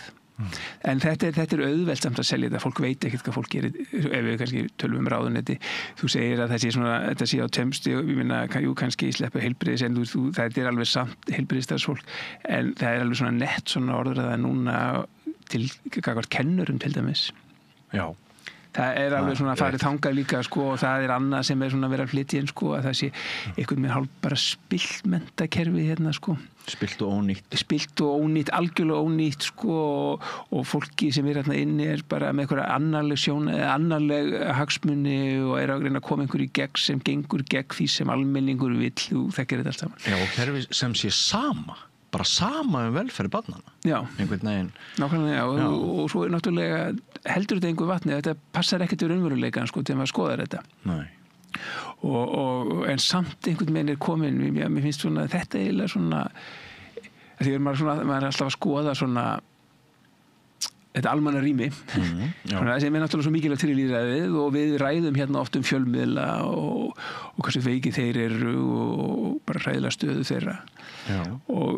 en það kannski stundum að gleymast líka gríðarlega mikilvægur þáttur almannarýminu raun og veru það sem skapa grundvöllin fyrir það sem menntakerfið og þetta náttúrulega skipulegar árásir til þess að veikja grundvöll þess að tala hvað þetta sé megum ekki taka mark á þessu og þetta svona held ég verði eitthvað sem heldur áfram núna maður sér þetta alveg hvernig ákveðnir flokkar ætla bara að gera þetta stóra málinu núna og þetta finnst mér ef það tekst að draga stórkostlega úr auðvitað menntakerfið með alls konar vandamál og áskoranir og guð minn almáttugur en ef það verið að reyna skipulega að draga sem sagt úr trúverðugleika þess þá getur það haft alveg stórkostlega alvarlegar afleiðingar og við sjáum þetta mest í Bandaríkjunum gegvart, berst allavega mest að fréttum verið að draga svona ráðast á sem sagt æðri menntastofnanir háskóla frelsi háskóla starfsfólks og jafnvel nemenda en við ekki gleyma því að við erum til dæmis og ég tók nú þátt í smá vinnu síðastliðnu ári akademískt frelsi á Norðurlöndunum fyrir Norðurlandaráð og það að molna úr því á Norðurlöndunum jafnvel þar sem við heldum við værum á góðum stað Já, er það? Já og þetta náttúrulega eins og gengur að oft eru stjórnmálamenn að reyna að bregðast við einhverju svona öfgafullir umræðu halda að það sé betra að reyna að bregðast við heldur en að bregðast ekki við því þá munu öfgaöflin bara ná sviðinu Af hverju að molna undan frelsi fræða fólks á Norðurlöndunum hinnum? Já, og hér það náttúrulega kannski fyrst og fremst með afskiptum stjórnmála að það fjárveitingar og annað það sem sagt þegar svona þessu orðræða fer að grafa sig sem sagt að það sé eitthvað lið þarna sem að gera eitthvað sem bara annað en almenningur vill að sé að vera að gera það þekkir þessu orðræðu Fínir menn í háskólanum sagði dómsmálaráðherra fyrir nokkrum dögum sendi eiginlega eitraða pillu til fræðasamfélagsins eitruð pilla sem maður búist við að kemur úr annarri á maður hefði nefnilega búist við því Já og þegar það svona verið bara svona, ég heyri þetta svo ofboðslega oft það sem fólk segist sem fólk sem veit ekkert hvað að gerast í háskólum segist við alveg vita hvað að gerast í háskólum og svo kemur eitthvað svona algjör vitleysa að og þetta getum alltaf fundið alls konar dæmi en það af því að háskólar eru svo ég minna þú kannski með 2000 manna vinnustæð af akademísku starfsfólki og svo eru náttúrulega það dálítið róttaka skoðanir inn á milli en þú getur ekki dæmt alla fyrir sem einhver 2 eða 3 sögðu einhver tíman það myndi ekki gera það annað vinnustæð en það svo auðvelt að halda fram að svo einhverju vitleysu haldið fram að í háskólanum og að það tekur enginn maður sér þetta til dæmis í þessu það svo mikið ég reyna að fylgjast með til þess að fylgjast með þessum svona þessi orðið á Íslandi að ég kallaði stundu það svona þráhyggjubloggið á MBL það eru svona þráhyggjubloggar þar sem við erum svona furðu skoðanir og ég reynir svona að fylgjast með hvað nýjast hjá þeim og það einmitt mjög algengt að halda einhverju svona furðulugu fram skólakerfið og það sé jafnvel bara stór hættulegt það sé svona almennt einhverjar jaðarskoðanir sem er verið að ýta fólki jafnvel verið að reyna Það jafnvel komið inn í íslenska umræði núna nýverið marxískar hneigðir kennara og eitthvað svoleiðis Já, þetta sem sagt að einhvern veginn svoleiðis og svo nota menn einhver uppnefni sem dettur í hug sem þeirra lesendur munu alveg skjálfa beinunum yfir en svo þetta ekkert rökstutt eða reynda að útskýra hvað Þetta er bara copy-paste af Trump Þetta er það náttúrulega eða og Trump náttúrulega fær þetta annars staða frá þetta er náttúrulega þetta er náttúrulega fært aldrei upp í hendunar á honum hvað hann á að segja Akkurat, og það náttúrulega hugveitur í Bandaríkjunum sem eru höfundar af þessu öllu saman þetta er miklu eldra og búið að vinna í þessu lengi þannig að þetta er náttúrulega alveg stórkostlega alvarlegt og svo er þetta einhvern veginn tekið úr öllu samhengi upp til dæmis á Norðurlöndunum til dæmis En hver er staða Íslands miðað við Norðurlöndi? Þú segir að þessu frelsi hafi farið rakandi?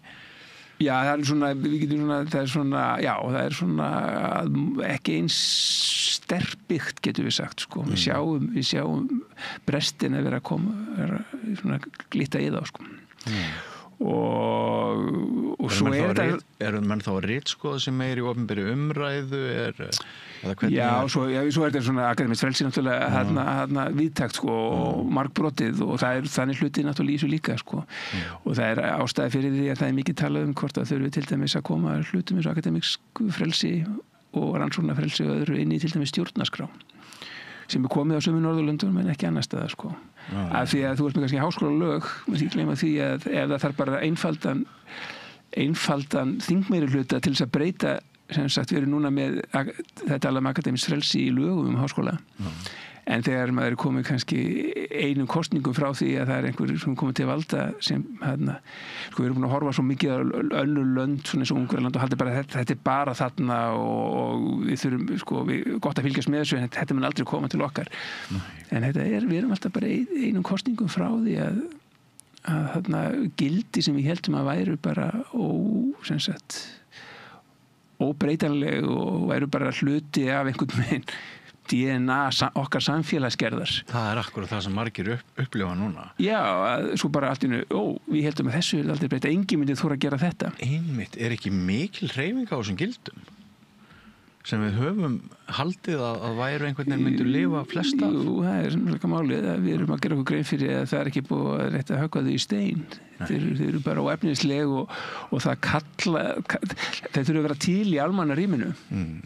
Og ef það er hægt að kippa þeim út einfaldlega, til dæmis með einfaldri lagasetningu og sem við höfum séð í löndum eða jafnvel með forsetatilskipunum eins og í öðrum löndum. Þannig að þetta maður er svona pínu áhyggjur af þessu. Þetta er eitt af þeim til dæmis að því að tala um þetta akademíska frelsi sem ég ætla kannski ekki alveg að festast í hérna en ég meina fólk getur haft ýmsar skoðanir til dæmis á því sem við kallum nýja stjórnarskráin. En þetta var atriði sem var rætt þar og reynt að koma þar inn sko. Vegna þess að fólk vissi alveg í hvað þetta sé alltaf síðan. Þetta er eitt af þessum atriði sem þurfti að fara að huga að. Og við sjáum þetta núna, ég man rétt, þá var það að minnst kosti Finnar konum með þetta inn í stjórnarskrá. Önnur Svíþjóð og Noreg eru að hugsa um það. Eða komið á mismunandi langt. Íslendingar og Danir eru svona, við erum með okkar stjórnarskrár og það mun líklega aldrei gerast sko. Það er svo erfitt að breyta stjórnarskrá. Þannig að og fyrir kannski almenningi er þetta ekki stórmál sko. En þetta er svona dæmi gildi sem við heldum að bara væri alveg á hreinu. En við sjáum þetta bara frá Bandaríkjunum, við sjáum þetta í sumstaðar í Evrópu, að þetta er ekki neitt, þetta er einum kosningum frá að allt í einu bara er bara nýgildi. Og svo er auðvitað að selja svona bíla fólki í menntakerfinu, bara einhverjir róttæklingar og villisingar. Auðvitað þarf vill almenningur koma böndum á þá. Já. Sko, hann Þórólfur Matthíasson, hagfræðingur, prófessor emeritus við HÍ, hann benti einmitt á það í samtali við mig hérna daginn að það er sko þessir meginstraums fjölmiðlar svo gulluðu, þeir eru alltaf að fá greiningar aðila frá bönkum til þess að tala um vexti og svona, og hann vildi meina réttilega mínum að þeir væru náttúrulega einhver leyti að ræða eiginhagsmuni, sérhagsmuni, þegar þeir stíga fram sem hlutlausir álitsgjafar. Það er ekkert verið að vara almenning við því að þarna sé fólk að ræða hag okkar allra og sem sagt hlutskipti sérstaklega þeirra sem eiga lítið eða skulda mikið að það er náttúrulega bara helvíti að vera skuldugur Íslandingur á leigumarkaði í þessu vaxta fári sem að hér hefur verið svona lengi. Og hann vildi bara sem sagt nota tækifæri og gera greinamun á því að ef kallaður væri til sérfræðingur frá háskólanum eins og hann orðaði það, þá gæti sá tala fyrir almennum hagsmunum á meðan hinn myndi tala fyrir sérhagsmunum. Það er ekki allir sem eru hrifnir af þessum málflutningi en þú ert algjörlega sammála Þórólfi. Já, algjörlega, og þetta hefur þetta aðeins breyst sko, ég held að flesti bankarnir séu hættir að reyna að selja þetta sem eitthvað svona hlutlaust sko. Ætti þá ekki bara fréttastofan að vara við? Ég svona, ef ég man þetta rétt, þá var ég öllum þremur stærstu bönkum að kosti, þá heitir bara, þá sem ég vil tala við, heitir bara yfirhagfræðingur Arion banka eitthvað svoleiði sko. Ég hefði haldið að það væri bara nú augljóst þá að það yrði bara útskýra sem sagt. það væri svona augljóst. Mér finnst það ekki alveg augljóst sko. Mér finnst að það ætti þá bara að vera hálf málskrein, stutt málskrein í fréttinni sjálfri sem varar við því. að þarna sé nú kannski ekki einhver svona Jú, en ég stundum svona, ég meina það eru aðrir, ég meina alþýðusambandið með hagfræðinga í vinnu og fleira sko, það eru aðrir talsmenn launafólk sem geta svarað sömu spurningunum sko. Það nefnilega málið. Það er alveg hvort sem það fara upp í háskóla eða við aðra hagsmunaaðila sko. Og mér finnst það stundum aldrei skrítið að það sé ekki gert meira af því sko.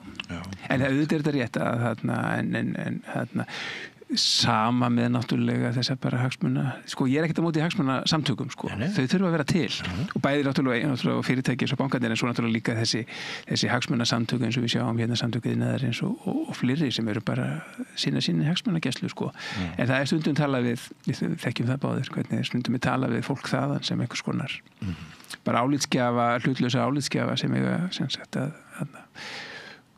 sem að tjá sig hvað sem að gera því í samfélaginu á þeim tíma sko. Og náttúrulega þú þekkir náttúrulega betur sem fjölmiðlamaður sko, vantarlega legið á ykkur með að reyna að koma þeim að í umræðinni sko. Ekki síst að maður vinnur á stóri fréttastofu sko. Já. En hérna þú ert búin að nefna orðið almannarýmin núna nokkru sinnum.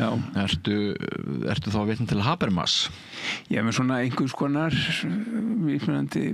mismunandi beint sko. En jú, ég meina svo lýðræði skilningur sem ég svona hef trú á kemur úr hans átt eða hann talar inn í það átt hver sem orsaka keðan nákvæmlega það er svo flókið að fara í það hérna en það eru sko, ég tók nú þátt í verkefni hérna og ritstýrði bók íslensk lýðræði fyrir nokkrum árum það sem við vorum svona dálítið að leika okkur með svona þrennskonar viðþorf til lýðræðis og það var í fyrsta lagi sem sagt þeir sem eru sem sagt svona kannski frjálslyndir og líta bara svona kosningamiðan skilning á lýðræði og láta þessu lýðræði komið með ekkert við nema 4 ára fresti sko. Og þetta er mjög ríkt viðþorf að fólk stundum greinir ekkert á milli hugtakana lýðræðis og kosninga sko. Það er bara alveg að sama fyrir þeim og svo eru hinnir sem eru líka kosningamiðaðir sem eru kannski vilja sem sagt hafa ekki trú á þessu fulltrúalýðræði og vilja sko að því að í fyrsta skilningnum er náttúrulega bara fulltrúalýðræði sem skiptir máli og fulltrúar kan bara höndla með málin svo tekka maður á því hvað gerður síðastlega 4 ár.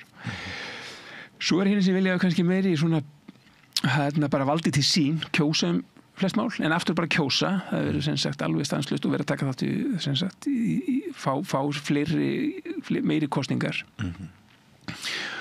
og þetta eru svona tvenskuna kosninga með skilningur og lýðræði en meðan ég er og fleiri náttúrulega erum kannski á þeirri skoðun að erum að tala lýðræði þá erum við að tala sem sagt samræðu samfélagsins bara stöðuga samræðu samfélagsins bara á hverju einustu mínútu alla daga sem þarf að vera óheft og þegar við talum almannarými þá erum við að tala svona þennan vettvang sem þarf að vera það er ekki eitthvað eitt torg heldur þetta er ekki fysiskt almannarými heldur þetta bara allir þær stofnanir sem þurfa að vera til ég er búin að nefna við erum að tala um fjölmiðla við erum að tala um menntakerfi það eru svona stofnanir sem þurfa að vera í lagi til þess að undirbyggja gera þessa sem sagt stöðugu samræðu samfélagsins mögulega alla daga og svo koma náttúrulega samfélagsmiðlar inn í þetta og það er svona kannski við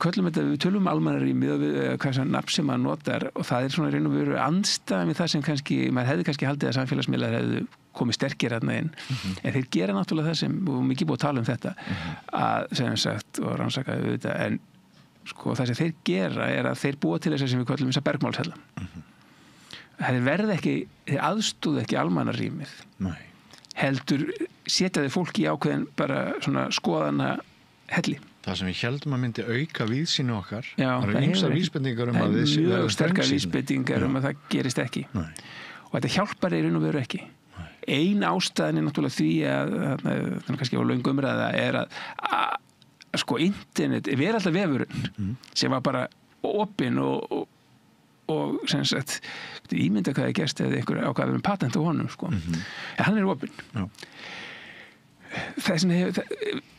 þetta hjálpaði til við þetta var hjálpaði almannarýminu það sem samfélagsmiðlar gerðu þetta urðu enga fyrirtæki sem eru til ákveðnis og þeirra hagsmunir hafa alltaf gengið gegn almannarýminu. Já. Og það sem hefði verið skapað sem sagt samfélagsmiðillinn, bara eins og veraldavefurinn, það sem hefði bara verið opinn og mismunandi, sem sagt, öll forritin hefði getað að tala saman. Aðeins búið að breytast núna, það er auðvitað að fara á milli og eitthvað svona. En ennþá erum við föst á ákveðnum samfélagsmiðlum sem við erum alltaf búin að læra betur á að er náttúrulega stýrt af algjörlega gölnu fólki, sko. Já. Þetta er bara alltaf að koma betur og betur í ljós. Ég meina að fólki loksins farið að skrifa sem var í hringiðinu, farið að skrifa bækur og farið í viðtölu og svona. Þetta er glæpa líður sem hefur stjórnað þessu enga til. Já. Og svo erum við að fara í næstu byltingu sem er náttúrulega gervigreindin og aftur er þetta sama fólkið eiginlega, sko, á bak við þau fyrirtæki. Og það eru áhyggjur, ég meina, þegar við erum að tala um þetta almannarými, ég held að samfélagsmiðlar sýndu sig að þeir hjálpuðu ekki til að skapa þetta. Gervigreindin mun og jafnvel vera það sem lokar almannarýminu. Já. Ja, því að það er náttúrulega grundvallar atriði í þessu stöðu og samræðu samfélagsins að fólk sé að tjá sig á eigin forsendum og eftir eigin ígrundun og svo framvegis. Þegar þú getur bara fengið þína skoðanir upp, sagt, hvernig þú ætlar að orða það er bara gefið einhvern megin. Þá heldurðu að þú sért að tala? Já, þú heldur, en þú veist ekki. En það í raun kannski ekki. Nei, þú ert mjög sterkum áhrifum. Við erum ennþá kannski að sleppa við þetta en við erum bara örfáum, kannski 2 árum frá því að þú ert með tölvuna þegar núna búa til inngangin hérna. Hvað þú ætlar að segja í upphæfi og þú reynir að skrifa og það er þinn texti ennþá. Eftir 2 ár veistu ekki hvað þú skrifaði sjálfur og hvað tölvan er ritvinnsluforritið. Nú er ennþá fólk, sko, við erum að tala um gervigreind núna vegna þess að við erum að tala um fórstu inn á chat eða fórstu ekki inn á chat. En þetta er svona ákveðin ákvörðun og býðu hversu, nei, ég fór ekki inn á chat út af þessu, eitthvað svo leiðis. Fólk getur sagt svona núna. Eftir 2 ár, það var alltaf bara komið inn, þú opnað tölvuna eða hvað búna sem er og þetta bara, þú veist ekki nákvæmlega hvenær þú ert að hugsa og hvenær eitthvað annað er að hugsa. Og þetta blandast allt saman í því sem þú ert að gera.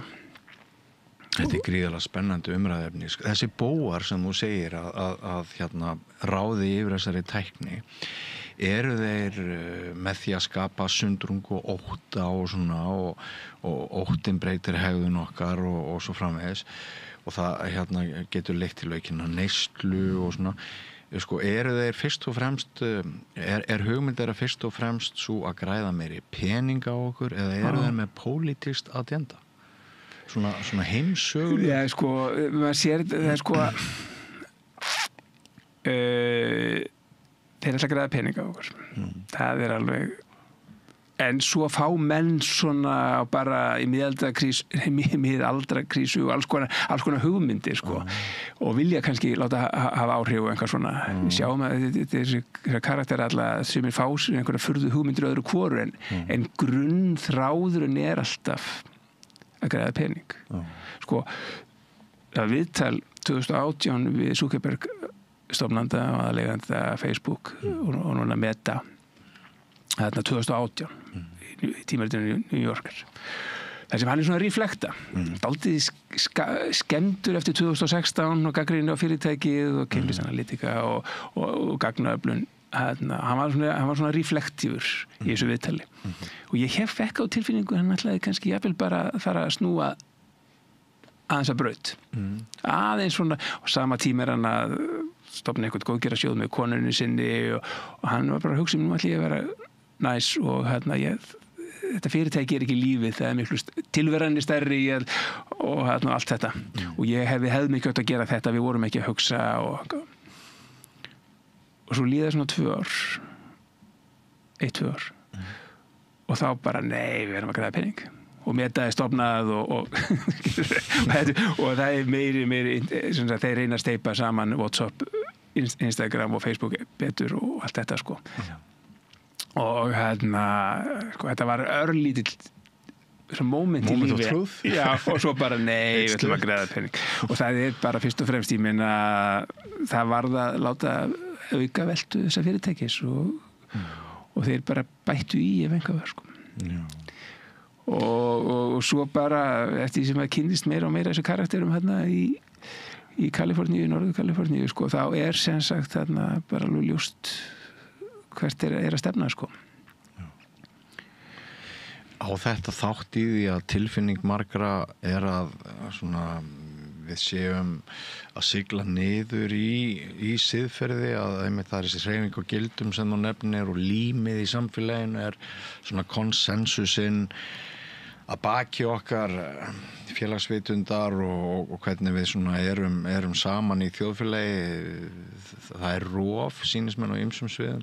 Myndirðu segja að tæknin eigi mikinn þátt í því ef rétt er að svona gott siðferði og sameiginlegir sáttmálar sem binda okkur saman og bæta heiminn, gæti kannski einhver sagt, sé aðeins að láta undan? Það er það sem ég er að segja. Það er, sko, nú vil ég samt ekki tala, sko, maður alltaf passa sig á því að það er ekki þannig að það var ekki siðferðileg gullöld til að einhver tíman áður eða eitthvað svoleiðis. Ég meina, hagsmuna öflafa alla tíð fundi leiðir til þess að skaða almannarými eins og þau gátu, sko. En kom ekki blómaskeið ákveðið eftir seinna stríð? Eða er þetta bara einhver mýt? Jú, en ég meina við sjáum það samt, ég meina við sjáum þetta í gegnum alls konar réttindabaráttu og ýmis gildi sem hafa náð þrátt fyrir alltaf fljóta ofan á. En við finnum það líka núna, við erum að kynnast í alveg rosalega sterkt núna að þessi gildi eru óefnisleg, það er ekki búið að mitla þau í stein. Ég vil bara einföld hluti svona ýmis mannréttinda mál sem við heldum að væri komin í höfn eru allt í einu bara í bullandi bakslagi.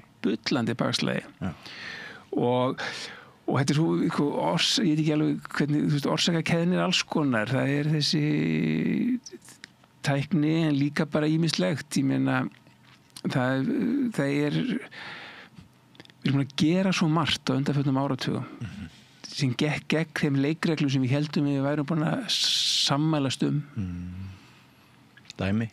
Já, við sjáum bara að kannski bakslagi byrjaði upp úr aldamótum þegar þetta voru terror hjá Bandaríkjamönnum. Sko, nú er ekki svo Bandaríkjamenn hafi ekki verið algjörlega siðlausir á alþjóðasviði lengi, sko. En þetta algjörlega siðlausa sem sagt, siðlausa nálgun þeirra á svona gagnvart alþjóðastofnunum byrjar þarna alveg, sko. Nær nýjum hæðum. Og býr til, ég meina, það er bara sko, ég meina, við bara kveðjum sannleikan þarna. Upp úr 2000, eftir 2001 sko. Já. Sannleikurinn er ekki lengur gildi sem skiptir máli. Nei. Og þannig að þegar að vera gagnrýna núna Trump, sko, ég meina hverjir byggu í hæginn fyrir þennan sko, þennan veruleika í Bandaríkjunum, svo náttúrulega eins og alltaf að Bandaríkin og hvað gerist í Bandaríkjunum hefur gríðarlega áhrif á allan heiminn, sko. En ég held að nú er það því að hann lést nú fyrir nokkrum dögum síðan fyrirvændi varaforsti Bandaríkjanna sko. Mikið látið eins og hann hefði verið svona hetja því að hann náttúrulega var að móti Trump þegar fólk er í fylkingum sko, þá var hann alltaf í orðin góður af því að að því að hann og hans fjölskylda töluðu sem republikanar töluðu gegn Trump sko. En við erum ekki að gleyma því að hann mörguleiti og hans ákvarðanir og hans gerðir byggu í hæginn fyrir einhvern eins og Trump. Algjörlega. Ekki feldi ég harmatár. Nei, sko, allir mér fannst umræðan að skrítin á tímabilið hérna, eins og þetta væri einhver svona, það væri einhver stórmenni í raun og veru fallið frá, sko. En ég minna hugmyndið eins og árið, ég minna hvernig undirbúningurinn fyrir innrásin í Írak til dæmis. Við erum ekki gleyma því hvernig þetta gerði, sko. Og hvernig enda sér maður það alveg að menn eins og Tony Blair eru bara orðnir hansi að verða öflugir aftur alþjóðasviðinu sko.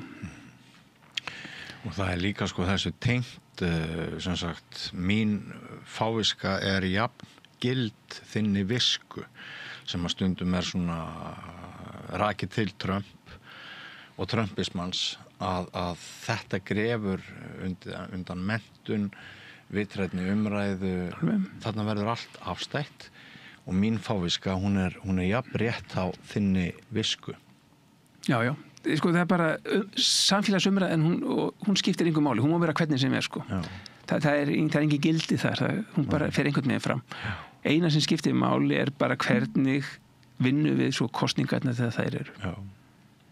Og það er náttúrulega nýjasti átakaflöturinn sko, við sér það í Bandaríkjunum, menn fann að hafa að gera því að það verði að finna alltaf leiði til þess að vera að hafa rangt við í raun og veru í kosningunum sko. Það er ekki bara það sem ég búið eiginlega almannarýmið, það er líka sko, ekki einu svona tryggja frjálsar og sanngjarnar kosningar sko. Kannski örstutt í lokin, því miður þá höfum við ekki meiri tíma í bili en þú átt eftir að koma hingað oftar til mín að við þekki mig rétt alltaf að hamast í góðu fólki og fá það til að koma hér að Rauðaborðinu. En er sko er eitthvað samband á milli þess að svona vinstrið í íslenskri pólitík virðist bara sem ég segja að það sé bara búið að þurrka það næstu því út það þurrkaðist náttúrulega út í kosningunum sko. Það er náttúrulega bara svona út frá ekki beint fylgi heldur bara einhvern veginn svona eins og ég skildi þetta, ég meina ef þú mældir svona skoðanir þingmanna sko, þá voru 10 þingmenn sem voru lengst til hægri komust inn á þing í frambjóðendu sko og 10 lengst til vinstri enginn þeirra komst inn. Og það var líka náttúrulega út af dauðum atkvæðum og alls konar sko, ég meina En eru einhver tengsl á milli þessa veruleika sem við lifum í núna og þess sem við höfum verið að ræða? Já, ég meina það held ég að sé alveg augljóst að hvað sem við köllum að þeir sem eru lengra til hægri þrífast betur í þessum veruleika. Ég held að það sé alveg örugglega orðað þannig. Að það svona almennt þeir hafa gripið þessi tækifæri betur. Ég held að það sé og þrífast betur í þessu. Og mótstaðan er bara og veik sko. Hún er bara, við erum sem sagt, það er það sem er í raun og veru gallin við almannarýmið. Að almannarýmið er ekki með lögreglu. Þó að margir haldi því fram að það sé einhver hugsunarlögregla og það sé réttrúnaður og vók og ég veit ekki hvað og hvað sem einhvers konar löggæsla í almannarýminu. Það er það bara ekki satt. Og almannarýmið gengur út á það að það er jafn aðgangur sko. Það er engin lögregla þarna og það er engin skipuleg viðspyrna. Og sem gerir það verkum að þarna þeir sem vilja hafa rangt við þeir mun alveg farnast ljómandi vel þar og raun og veru þá er raun og veru skemma grundvöllin sko. Það er engin sérstök gildi sko, ef þú hefur ekki sérstök gildi og vilt ekki varða þetta eitthvað þá getur þau bara vaðið áfram sko eins og fíll í postulínsbúði eða hvað er líkingamál sem maður nota sko. Sem getur það á svona kaos. Já, menn það er eitt sem við erum búin að læra að sumir og minnstakosti hafa svona hægri flokkar náð árangri því að það er hægt að þrífast vel í kaosi. Minnstakosti til að byrja með. Já, akkurat. Við vitum alveg að kaos er ekki sjálfbært sko. Nei. En til þess að ná árangri í einhvern smá tíma þá getur það bara verið mjög sniðug sko, svona bara hernaðarlið sko. Setja allt upp í loft og þrífast vel í því og vera viðbúin undir það sko. Og reyna að rifja upp hugtökin þegar ég lærið heimspeki. Kosmos er andstæða kaos, eða hvað? Já, ég meina það er hinn skipulegi heimur. Það er skipulegi heimur. Og það er sem minna, og svo er hann hugtöku eins og logos sem eru svona eitthvað svona rökskipun á bakvið þetta allt saman. Og ég meina lýðræði sprettur út, það tengist þessari logos hugsun að það sé einhver rökræna í veruleikanum og það sé verkefni okkar allra að svona færa okkur í átt að þessari rökrænu veruleikans. Og ég trúi á hana en eins og ég segi, maður gerir það ekki með einhverju lögregluvaldi. Kannski ræðum við logos næst. Það væri eitthvað. Í 50 mínútur. Það væri alveg tilefni til þess. En kæra þakki fyrir komuna Henry Alexander Henrysson, alltaf mjög skemmtilegt spjalla við og áhugavert. Takk. Já, takk fyrir mig. Ekki fara langt, kæru hlustendur og áhorfendur, við höldum áfram eftir andartak. Samlokubrauð, maltbrauð, tékkneskt-brauð, súrdeigsbrauð, brauð ársins, Bernhöfts Bakari, íslenskt handverk síðan 1834.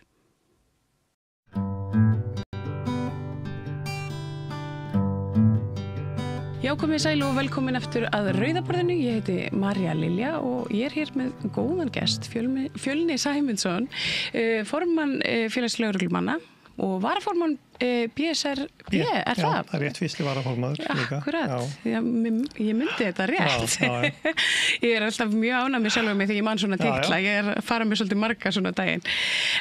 Já, þú ert nú svona hingað komin svona aðalega til þess að bara svona, já, sitja fyrir svörum og svona velta fyrir okkur einhvern veginn sem svona stöðu lögreglunar, sérstaklega kjölfarið á máli Sigríðar Bjarkar sem nú er farin frá sem ríkislögreglustjóri. Þetta var auðvitað heilmikið mál og kom ans illa við ykkur lögreglumenn, ekki satt? Jú, það er alveg rétt. Þetta var auðvitað heilmikið mál og það er alltaf slæmt ef einhver hjá lögreglunni gerir eitthvað, eiginlega sami hvað stöðan er, þá kasta það rýrð á alla lögreglumenn. Ég hef til dæmis alltaf sagt að bara við verðum að taka mjög hart á brotum lögreglumanna að því að við viljum ekki hafa það orð á okkur ef við brjótum á okkur. Og auðvitað þegar ríkislögreglustjóri gerir eitthvað fór nú fram með fjárhagnum, einhverjar milljónir og svo náttúrulega þetta með þennan ráðgjafa, þá kastaði það rýrið alla lögregluna og það voru bara lögreglumenn, bara á götu sem segði mér að fólk eru bara grínast með þetta, það er endurlega sér brandarar og búið að semja heilu vísnabálkana þetta mál og þá gerir lögreglan bara hlægilega og kasta svona rýrið á hann og þá fer að tala spilling út allt og allir séu spiltir og þar fram til göttunum. Þannig að þetta gerir líka svo litið lítið kannski úr þeirri kröfu ykkar lögreglumanna að það vanti fjármagn í málflokkinu og það vanti hærri laun og svona meira starfsöryggi fyrir það sem eru fyrir í stofnuninni. Þetta kom mjög illa út því að bara stutt og áður hafði embættist ríkislögreglustjóra sagt þannig að þeir ætti ekki peningi til að halda sérsveitarnámskeið. Þannig að Alþingi kom auka fjárveitingu upp á 80 milljónir til þess að vera hægt að þjálfa sérsveitarmenn. Og svo kemur þetta mál upp og það lítur auðvitað mjög einkennilega út og bara mjög einkennilegt að lögregluembættið eða bara ríkisstofnun geti haft verktaka í vinnu árum saman. Það bara passar ekki við lög og reglur finnst manni. Nei, ég held að það séu flestir sammála það. Þetta var þetta stort og mikið mál en maður velti svona fyrir sér og ég hef svolítið verið að velta hérna fyrir mér svona undanfarið hvort að það þurfi ekki bara að taka lögregluna til gagngera skoðunar. Það eru kærið þarna á sama tíma 2 brot gefin út ákæra á hendur 2 lögreglumönnum vegna einhvers konar afglapa í starfi og það er einhvern veginn svona það er eins og lögreglan eða lögregluembættið hafi kannski ekki haldið í við einhvern veginn svona þróun samfélagsins. Já, einmitt. Það var nú að því þú nefnir þetta þá voru gefnum út ákæra 2 lögreglumenn. Þá ýtti það mjög mikið á þetta mál með ríkislögreglustjóra því að þá séu lögreglumenn býtu að vera kæra 2 lögreglumenn fyrir að gera mistök í starfi en á ríkislögreglustjóri bara að sleppa þannig að þetta tala svona saman.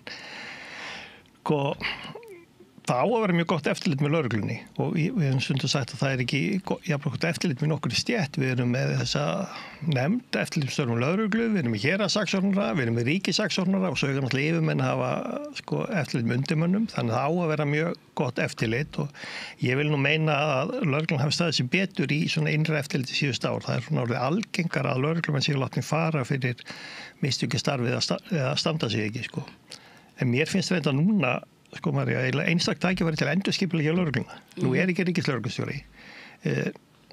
Dómsmálaráðuneytið segir, þið fóru hér langt fram úr fjárheimildum og þá blasir við að nýr ríkislögreglustjóri þarf að segja upp fjölda manns og þá er bara tími núna til að skoða eigum að færa til verkefni hvernig eigum að skipuleggja lögregluna.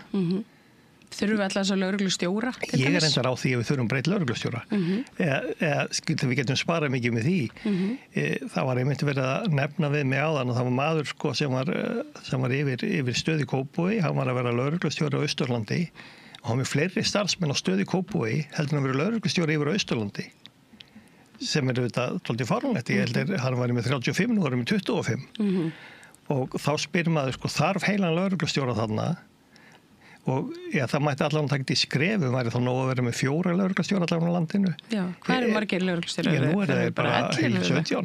Já, þeir eru 17? Nei, 11, þeir eru 11 með héraðssaksóknara, það er rétt. Með sérstakann lögreglustjóri í Vestmannaeyjum þannig að það mætti allan að byrja á svona sameiginlegt Norðurland og Vestmannaeyjar og Suðurland og svo held ég reyndar, og það er margir sammála með það, sko, við erum komið svo mikið umhverfi að þetta ætti bara að gera aftur lögreglan Keflavíkurflugvelli, bara sérstak og efla þá bara þessa lögreglu og taka allir þess að dildi frá ríkislögreglustjóra, ég heldur nú engin dild stærri en þessi hof, þessi heimferðardild sko, sem ætti kannski bara heyrundir landamæra lögregluna. Við erum með 4 embætti sem að rannsaka skipulagða glæpastarfsemi. Af hverju þetta ekki allt saman? Eða því það alls konar sko möguleikar núna og ég held að það ætti að nýta þá og ég hef nú reyndar sagt þetta við ráðherrann að mér finnst svona að stefna einu lögreglustjóra en þar inni koma reyndar sko, þá kemur inn hérna landsbyggðarpólitíkin sko, sveitarstjórnarmennirnir sem vilja ekki missa störf úr héraði og það er svona alls konar sjónarmið þetta sem En það er auðvitað hægt að, ég meina það er hægt að ráða 2 almenna lögregluþjóna á einum forstjóraulaunum. Já, og fyrir utan það fjarskiptamiðstöð ríkislögreglustjóra sem eru bara talstöðar, það getur verið sko Akureyri. Það skiptir einhver máli hvar á landinu það er. Ríkislögreglustjóri? Já, ríkislögreglustjóri. Það getur verið fyrir austan. Ríkislögreglustjóri var nú uppalega bara lítil skrifstofinn í dómsmálaráðuneytinu og margir segja að þetta átti aldrei að vera svona stór lögreglustofnun. Heldur átti þetta bara svona stjórnsýslu eining og þannig og sko ég skrifaði nú hann að síðasta blaði okkur lögreglumennir sko, að lögreglumennir eru nú döðþreyttir á þessum átökum milli lögreglustjóra, sko lögreglustjóra sjálfur þreyttir á þessari pólitík og þessu rifrilda milli lögreglustjórum pening og verkefni og hvar á sérsveitin að vera og hver á að fá þetta verkefni og þess vegna held ég séu til þessum 4 lögreglustjórar rannsaka skipulagða brotastarfsemi því þetta er bara pening sko. Hver fær peningin sko. En hvernig er það já svona í þessum svona innri deilum lögregluembættisins og hérna það auðvitað skilar sér kannski í lakari þjónustu út á við? Já, maður veit það ekki sko en auðvitað er það ef það er alltaf sko, þú veist, það er erfitt að tala núna fjársvelta lögreglu en þannig að... Já, það er nefnilega, ég held að sé einmitt ekki mikil meðvirkni með því. Nei, en auðvitað er það þannig að auðvitað kostar bara pening fyrir lögreglun á Vesturlandi að láta lögreglubíl keyra Snæfellsnesi, sko. Þú veist, það kostar pening og ef það er lítill peningur þá gerist það sjaldnar og það er alls konar svona og sko, hluti af löggæslu er bara fólk sjá lögregluna.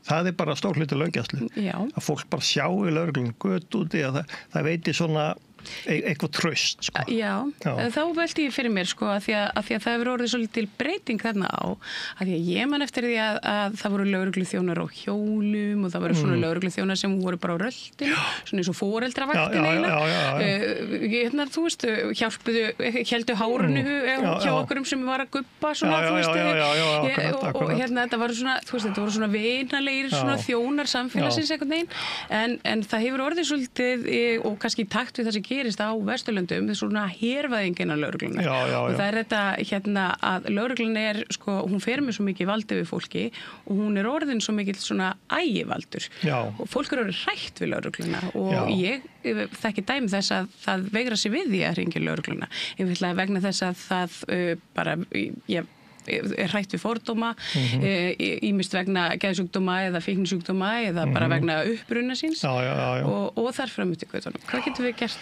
í þessu? Sko, það sem gerist þarna eftir hrunið er að öll samfélagslöggæsla skorið niður og lögreglunni þá breytir dálítið takt að vera að spara og þannig að forvarnandildir og allt saman þessu bara hent út og nú er verið að reyna einhvern veginn að vinna sér tilbaka og sko ég segi nú alltaf við þarna þegar nýtt fólk byrjar í lögreglunni sko það mikilvægast sem hún gerir er að tala við börn þú veist, vinkaðu öllum börnum og tala við lítið börna því að lögreglan byggir bara á þessu trausti og vera hluta af samfélaginu og lappum á 17. júní og vera bara meðal fólksins sko.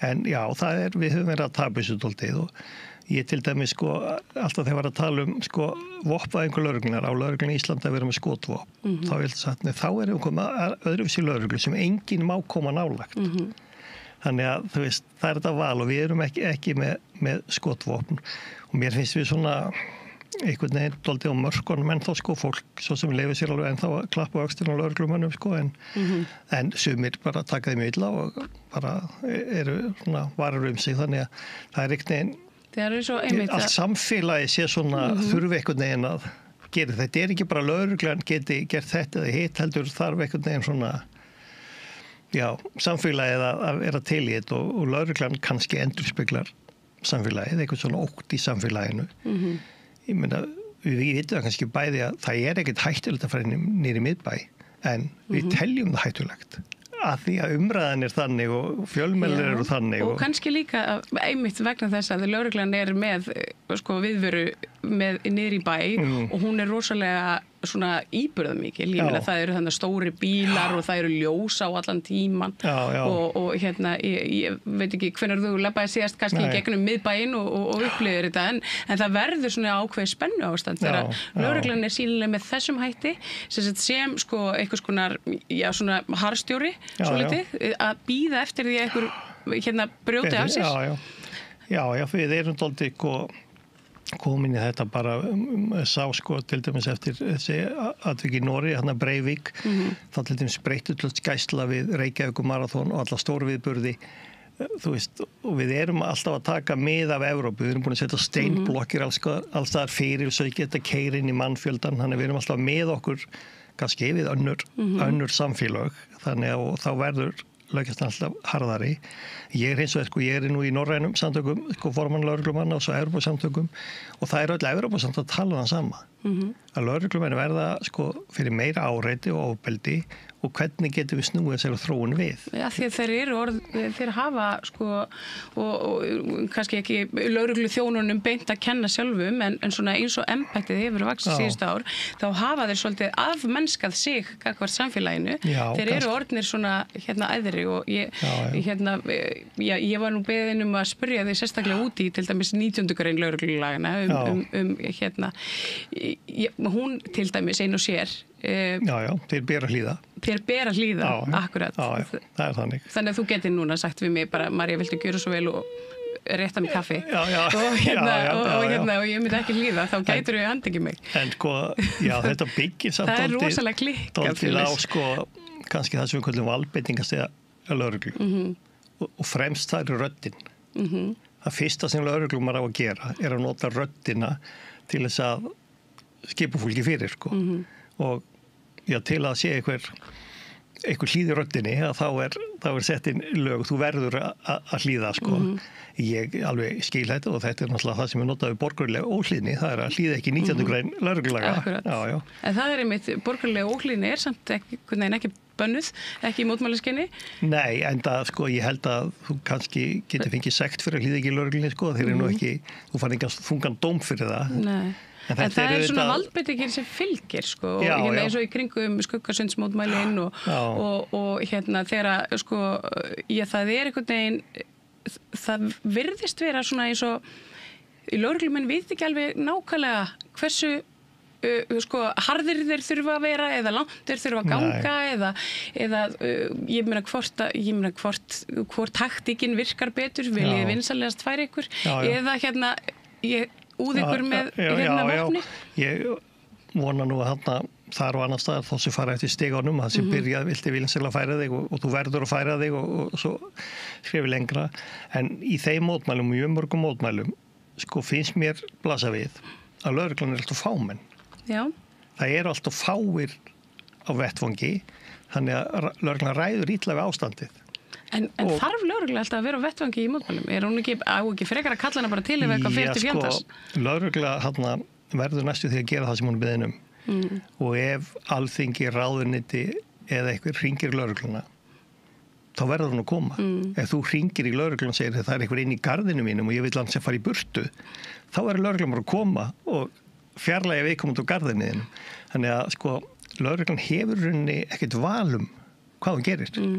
Þú veist, við bara þegar við útskrifum til lögreglaskólann, hann skrifum undir eið á stjórnarskráni og við eigum bara að verja hann og fylginu, við eigum að verja allar eignir, opinberar eignir, við eigum að halda upp í allsherjarfrið og við eigum til að halda líka upp í því að fólk geti haft mannréttindi, við eigum að verja mannréttindi í landinu.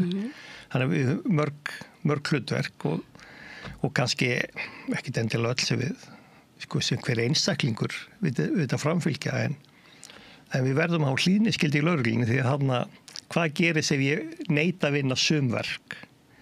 Þú veist, ég verð ekkert að koma mér undan þeim svona með lúmskum hætti. Ég get ekki bara sagt, nei, ég neita að vinna þetta.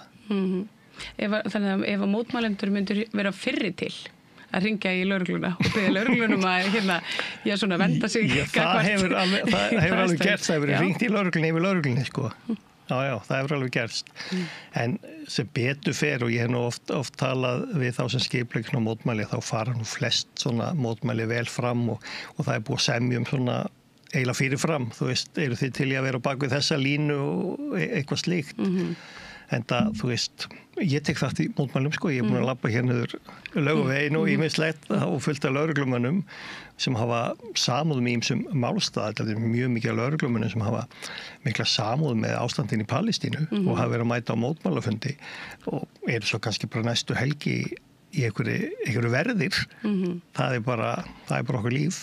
Já, þetta er skrítið líf. Já, þetta er skrítið líf, ég fekk nú spurningu frá lögreglumanni einhvern daginn sem sagði þegar þú varst, mann ekki á ykkur útástöð, varstu þá að tala sem Fjölnir Sæmundsson rannsóknarlögreglumaður eða formaður Landssambands lögreglumanna.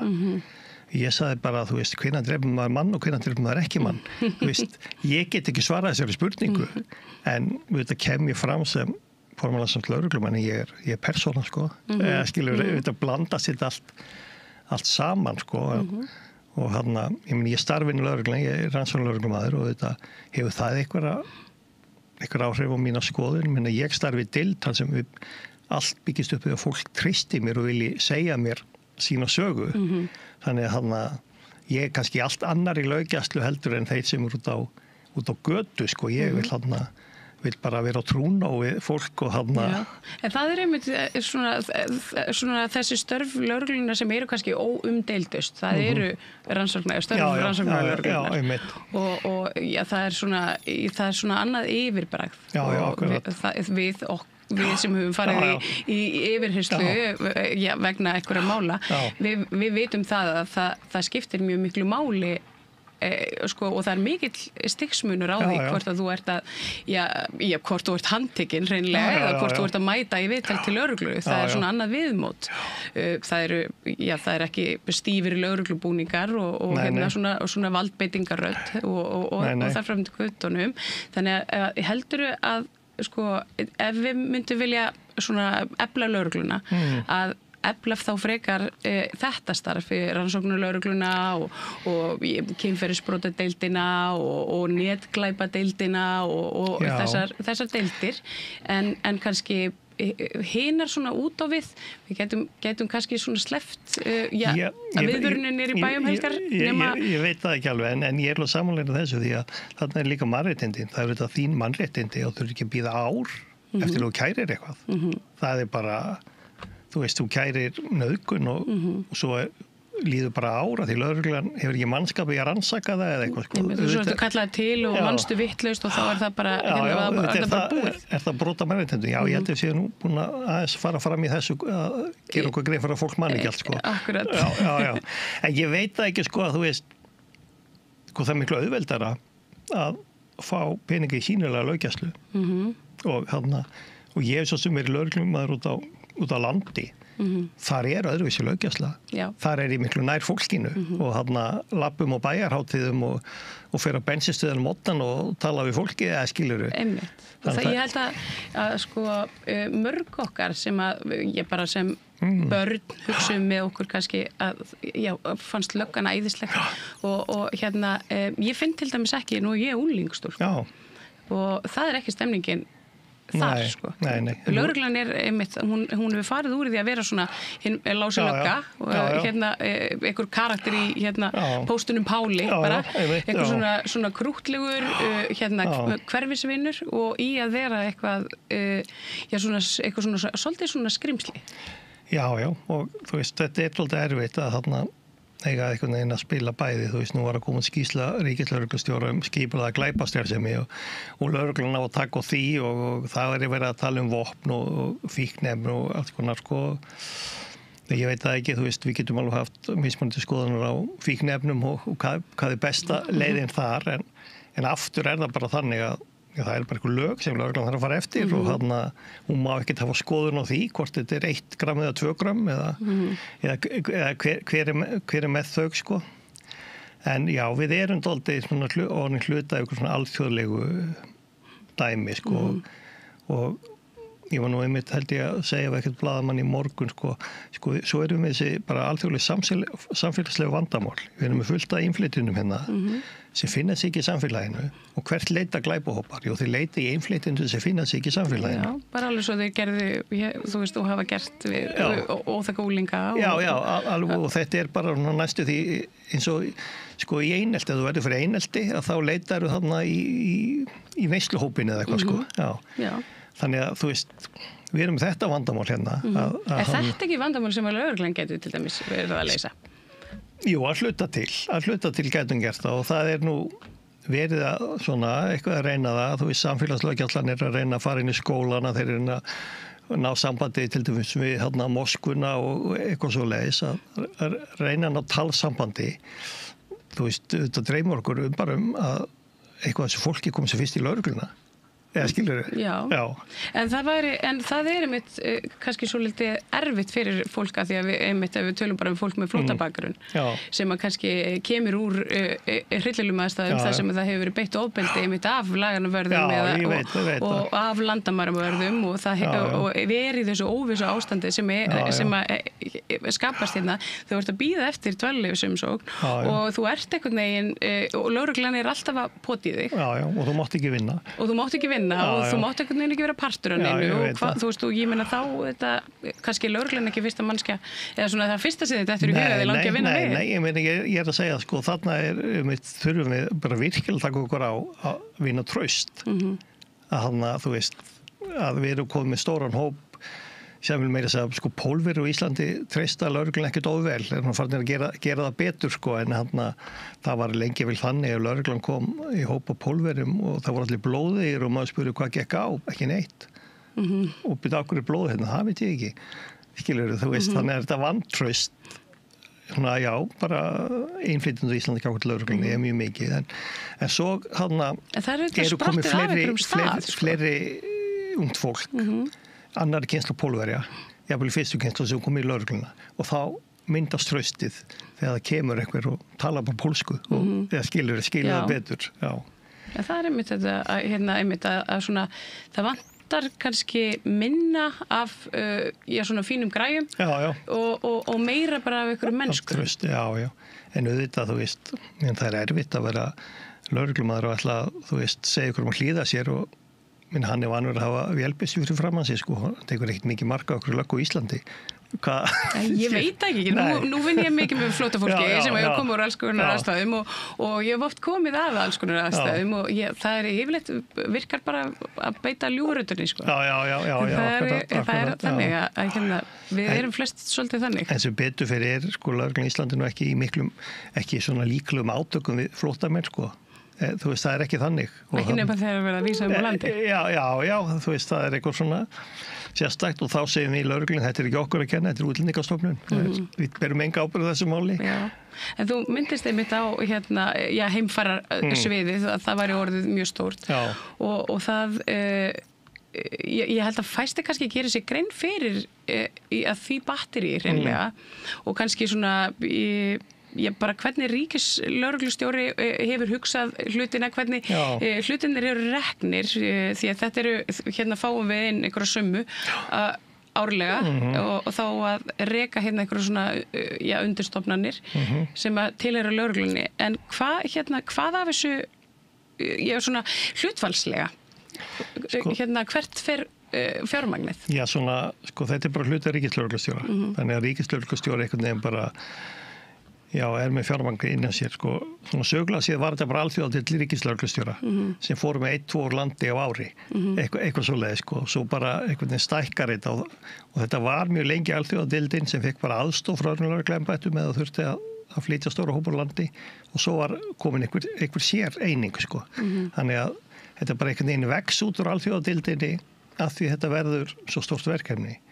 Reyndar hefur þetta verkefni minnkað mjög mikið á síðustu árum og þarna bara mjög mikið. En nú fóru að byggja fangelsi undir þennan hóp sem að lendir á milli og það þetta, ég meina það eru þá væntanlega lögreglumenn sem að koma að því máli. Já, væntanlega eru það hluti af einhvern veginn lögreglun Keflavíkurflugvelli eða ég sá nú ekki fanga verið að vinna þarna. Það er búið að breyta orðalæginu í frumvarpinu en það stóð fyrst. En ég líka sé það, þú kemur Keflavíkurflugvöll, þá alls konar einhverjir öryggisverðir og landamæraverðir og eitthvað svona, einhverja nýjar stéttir, Já, ég átta mikið á hvernig þetta virkar, en það er stundum verið sagt, fólki er engin greiði gerður með því að láta það taka leigubílinn í Domus Medica eða á aldrei að fá að komast inn í landi, Og það er náttúrulega þetta virkar þannig núna að ég kem til Keflavíkur og segir ég ætla að sækja hæli þá segir herri taktu leigubílinn Egilsgötu og þar skaltu biðja hæli þannig að kannski bara kerfið eitthvað skrítið að þú getur bara ekki klárað þína hælisumsókn á staðnum. Bara á staðnum? Já. Það væri svona eðlilegast. Það væri einhvern veginn eðlilegast. En það er auðvitað bara ekkert mál, þú getur gert það bara á netinu. Já, en staðin fyrir fólkatinu Egilsgötu það er nokkur herbyggi sem getur verið í vandræðum, annars bara fer út á götu á Íslandi og ég bara týnist og þá erum við búin að stofna sérstaklega deild til að finna þig aftur. Einmitt, já. En ég mun aldrei vera sammála því að það þurfi að taka eða handsama fólk á landamærunum fyrir það að sækja hælis og ég held að það sé mjög mikilvægt að fólk fái að halda, ég menn það megi allir koma til Íslands. Nei, hvort þeir eru að sækja þú þarf að sækja vegabréfsáritun ekki frekar allir með að koma til Bali eða það megi allir koma til Íslands og sækja og þannig að það er í rauninni það er bara ekkert í lögurum sem að einhvern veginn leyfir það að maður svona taki suma. Nei, en það er samt staðrættir svo það er stundu fullt af fólki sem bara fast inn á Keflavíkurflugvelli í einhverju transit og er bara sofandi þar á einhverjum bekkjum og kemst ekki í verslun eða neitt Þannig ég hef nú séð þetta, skulum allan að búa til eitthvað aðstöðu fyrir fólki sem á að stoppa á flugvellinum. Hvort sem það kalla fangelsi eða bara einhver herbyggi eða kaffistöð Geta ekki nota vinnuskúrin hann þess að umdelta? Nei, við megum ekki fara út úr transit, Já. En ég með það var auðvitað eðlilegt ef að það væri bara, það þarf væntanlega ekki heilt fangelsi og fjöldamarga einstaklinga til þess að taka á móti, en það væri til dæmis hægt að tala bara við hjálparsamtök sem að getur verið bara þannig á vellinum með viðveru og eitt stöðugildi sem að aðstofar fólk á skrifstofutíma. Já, þetta er náttúrulega eitthvað svona þurfti að vera skrifstofuhald þegar fólk er að sækja og það mætti líka alveg hugsa sér að fólk var öðru úr svo landi, það væri alveg að semja við einhver samtökum að fylgja fólk úr landi staðin fyrir að senda 2 lögreglumenn með hverjum þú veist, það má endur þetta allt saman myndi ég halda en auðvitað er það líka þannig það fer fullt af fólk úr landi sjálfviljugt. Ég held að það gerir það flest Flestir, en það er þetta svona málum blandi hvað kallast sjálfviljugt Já, eða þú veist, þér er jafnvel út á landi eða þú veist, þú segir, þú ferð heim þá ferðu hennar pening til að sjá fyrir þér Nei, þetta, þú veist, sjálfviljugt það allavega vill ekki láta handtaka sig og flytja sig á landi En svo er þetta er að þetta er ekki margir einstaklingar, þetta eru örfáhræðir þetta eru hópur sem augljóslega er komin hingað vegna þess að það vill ekki vera í heimalandinu sínu eða því upprunalandinu sem það kom til ef ég bara vísað sér í Dyflinnarreglugerðina en að ofti þetta fólk sem hefur einsett sér að koma hingað, stoppar í einhverju Evrópulandi og langar bara að taka þátt í samfélaginu. Jú, en svo erum við líka með annan hóp sem ætlaði aldrei að stoppa hérna, hann var leiðin til Bandaríkjanna eða Kanada. Það dálítið stór hópur hérna. En mér finnst allavega allan að blasa við þurfum að finna einhverju lausn því að eins og þú þekkir þá þetta í samfélagsumræðinni, við erum að tala mjög fá einstaklinga en þetta fyrir óbúslega hátt í samfélagsumræðinni og þú veist þetta eins og þetta séu hér þúsundir manns að koma inn og þeir séu hérna allir í reiðileysi að fara með glæpi. Já, þú veist, en eins og ég segja það, þetta það þannig með viðkvæma hópa, ekki bara viðkvæmir hópar, það auðvelt að fá þá í glæpi, það bara þannig og þú ert atvinnulaus og þér búin peningur að þá ertu til í að gera eitthvað þannig að Ef þú verður ríkislögreglustjóri, hvernig myndir þú gera þetta? Ég veit ef ég var ríkislögreglustjóri þá myndi ég nú eins og ég sagði að byrja aðeins að fara yfir málin og samvinna nokkur embætt og deildir en það er dálítið erfitt að vera lögreglumaður og þurfa bara að fara í þeim lögum sem skrifuð þeim breytt annars þar en hjá lögreglunni þannig En hvernig, þú veist, hafa lögreglumenn ekki bara geta sendt, þú veist, við erum með beina línu inn í bara þing og geta þar, eða bara inn í dómsmálaráðuneytið og sendt svona ábendingar, þetta eru ömurleg lög, það er glatað að fara eftir þessu. Jú, en það er alltaf, ég veit ekki hvað búið að breyta útlendingalögum oft bara síðustu árum að því að þau hafa verið erfið, og nú verðist lausnin vera svo að hleypa bara sem fæstum inn, þá var það sem minnst vandamál. Ertu sammála því? Ég veit að ég kannski nú það er spurning hvort ég tali sem Fjölnir formann Landssambands lögreglumanna Þú mátt ráða. Þú mátt gefa 3 svör. Já, ég auðvitað, þú veist, kannski veit það fólk að ég nú frekar svona opinn, svona alþjóðlega sinnaður, þannig, en ég ger máli grein fyrir því að þetta er að búið til vandamál á Íslandi og árekstra, þannig að þú veist, það þarf að finna einhverja lausnir og ég hef stundum sagt leifum fólki allan að vinna og sjá fyrir sér þú veist, við getum allan að breytt þeim reglum að því ég veit til dæmis ef við tökum bara Volt það er bara fullt af fólki að vinna kannski 5 manns og 1 kennitölu og þá erum við að búa til í rauninni glæpastarfsemi af því að fólk þarf að lifa. Fólk þarf að lifa og þetta eru heimilisfeði með börn og eitthvað eða vilja senda pening heim til sína. Þannig við erum að búa til alls konar óþarfa vandamál finnst mér. Þú veist, ég held það. En allir kannski getum við ekki hleypt öllum til Íslands. Mér finnst það reyndar. Mér finnst bara ef það vilja fleiri koma, bara stækka við samfélagið. Og það verður bara betra. Og ég veit þannig svo sem varaformaður BSRB að atvinnu þáttaka útlendingar meira en Íslendinga á Íslandi. Þannig að þeir rauninni skila skattekjum, atvinnu þáttaka hjá Venezuela búum hæðst af öllum. Já, þannig en þetta býr til fordóma og þetta býr líka til fordóma hjá lögreglumönnum sjálfum. Eða þeir hafa það tilfinningun þessi alltaf handtaka fólk frá Palestínu af þessir ættið hinni ættinni.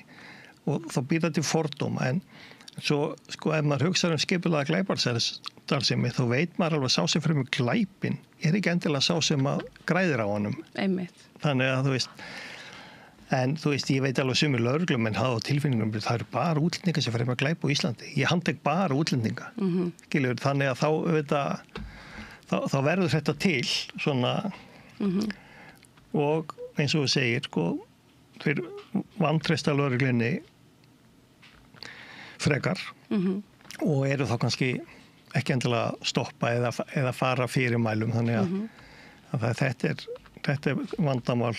En að því minnist á fordóma innan lögreglunar finnurðu fyrir auknum að því að við finnum öll fyrir auknum fordómum í garð fólks bara múslima og í garð bara svartara og brúnna nýra Íslendinga og svona aukna fordóma eitthvað neginn bara í öllu samfélaginu en finnurðu það svona innan raða lögreglumanna? Það er þannig hann í lögreglunni að ef þú sýnir eitthvað fordóma og segir eitthvað upp á þá tekið mér hart að því þannig að það kannski þora mjög fáir eitthvað neginn að En það er ekkert langt síðan að var samt lögreglum að láta fara, það var endar fyrir fordóma gagnvart samkynhneigðum, hann bara gerði þannig hluti að það bara, þú getur ekki tilheyrt lögreglunni.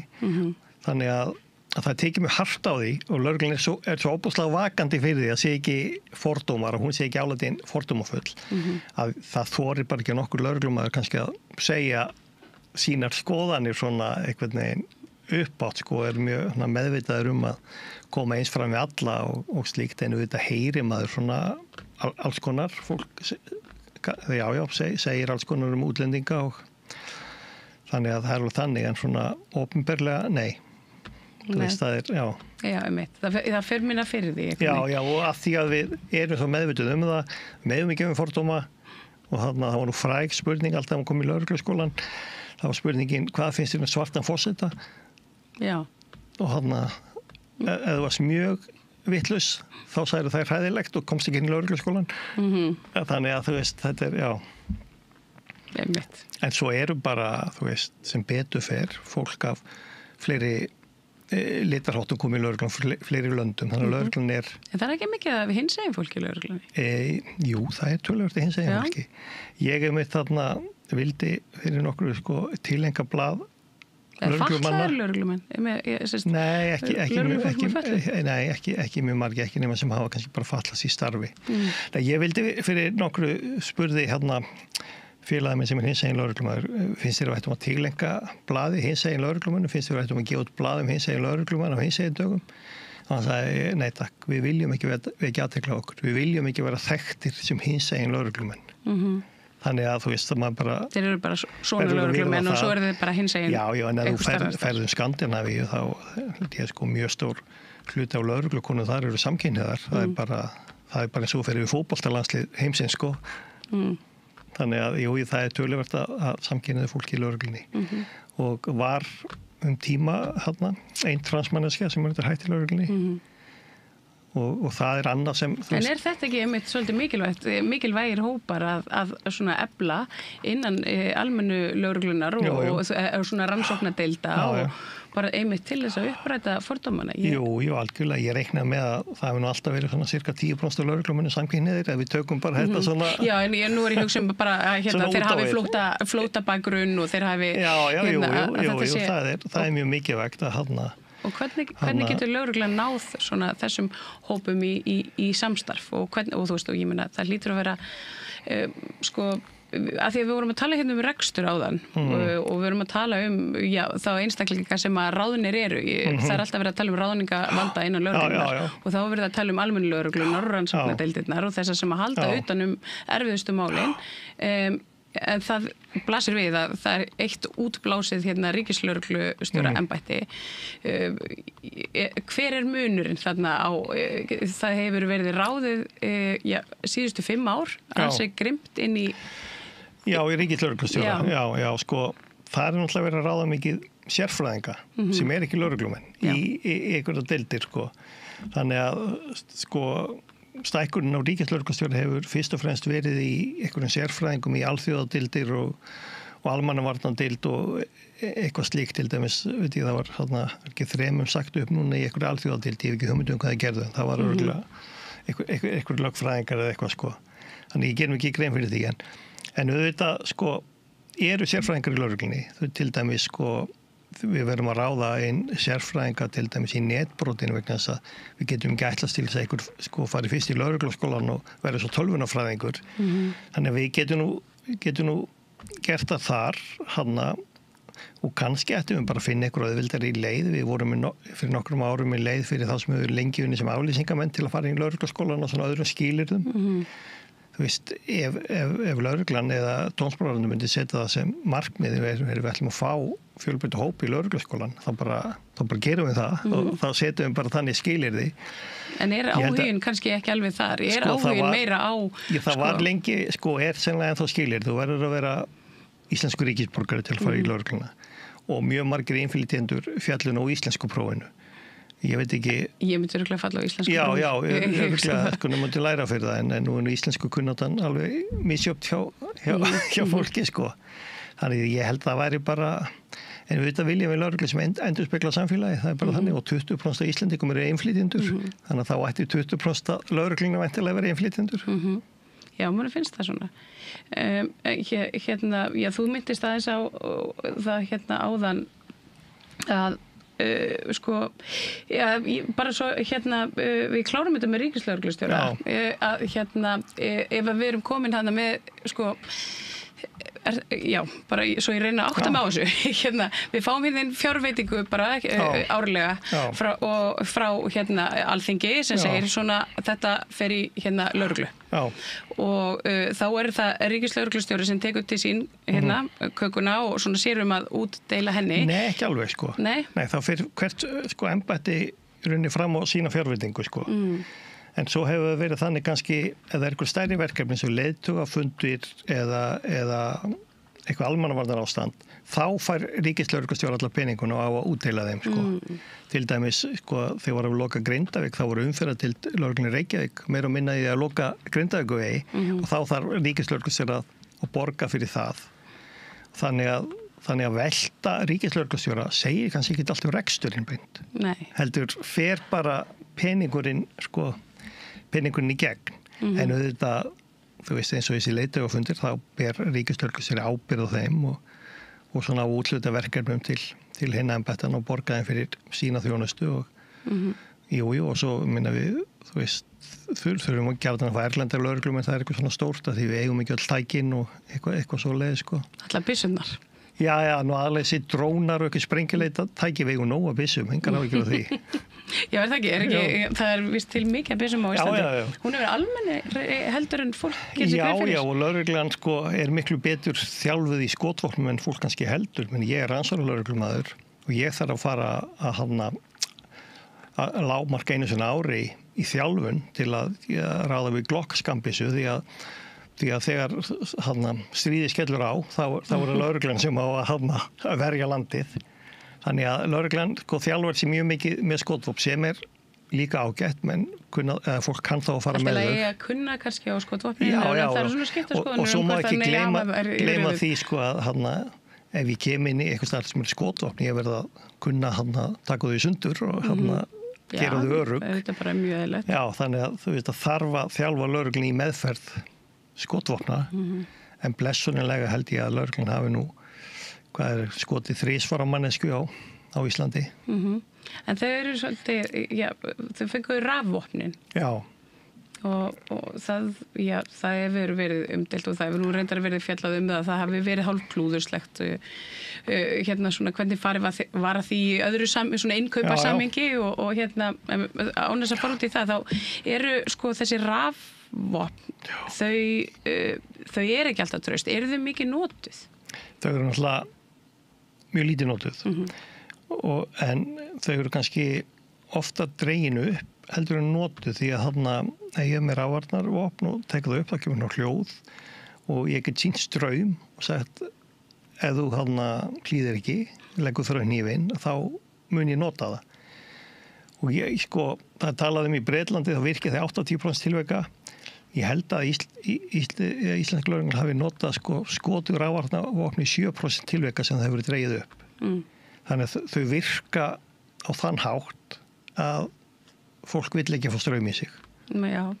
En svo er þetta að deila það hvort það sé endilega rétt aðferðin. Já, en þú veist rafvarnarvopn í þjálfun þau hafa alveg verið notað á lögreglumenn þannig að það vita mjög margir lögreglumenn hvernig þetta er og þetta er víst ekki mjög hár straumur en það lamar vöðvanna. Ýmislegt sem getur spilað inn í ég sökti mér einhvern tímann í heim rafvopnana þegar rafbissunar bara ég segi það ekki þegar þær voru innleitar og það eru svona mjög óljóst hvað það er alls konar umhverfisþættir til dæmis, ég meina að þú ert berfætt þá hefur straumurinn öðruvísi áhrif á þig ef það er rigning og ef þú ert bara mjög sveittur og það er alls konar svona er tekið eitthvað sérstakt tillit til þess í þjálfun? Mesta hættan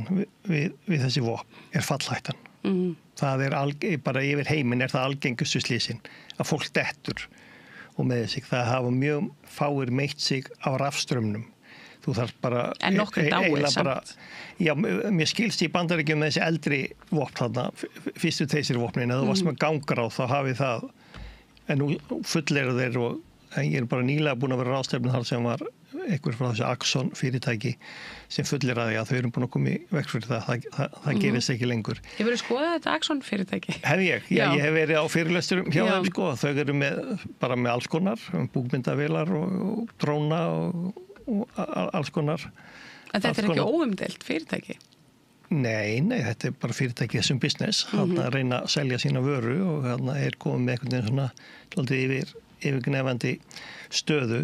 En hins vegar manni bara til fréttu rafvarnarvopn á Íslandi, sko, í rauninni hendaðu ekki sérstaklega vel á Íslandi eða Noregi, vegna þess að það allir svo mikið klæddir. Að þau virka ekkert endilega alltaf. Nei, og svo virka þau heldur ekki undir 4 gráðum, við 4 gráða frost, þá getur þau staðað á sér. Já, það getur verið, ég þekki það ekki, sko.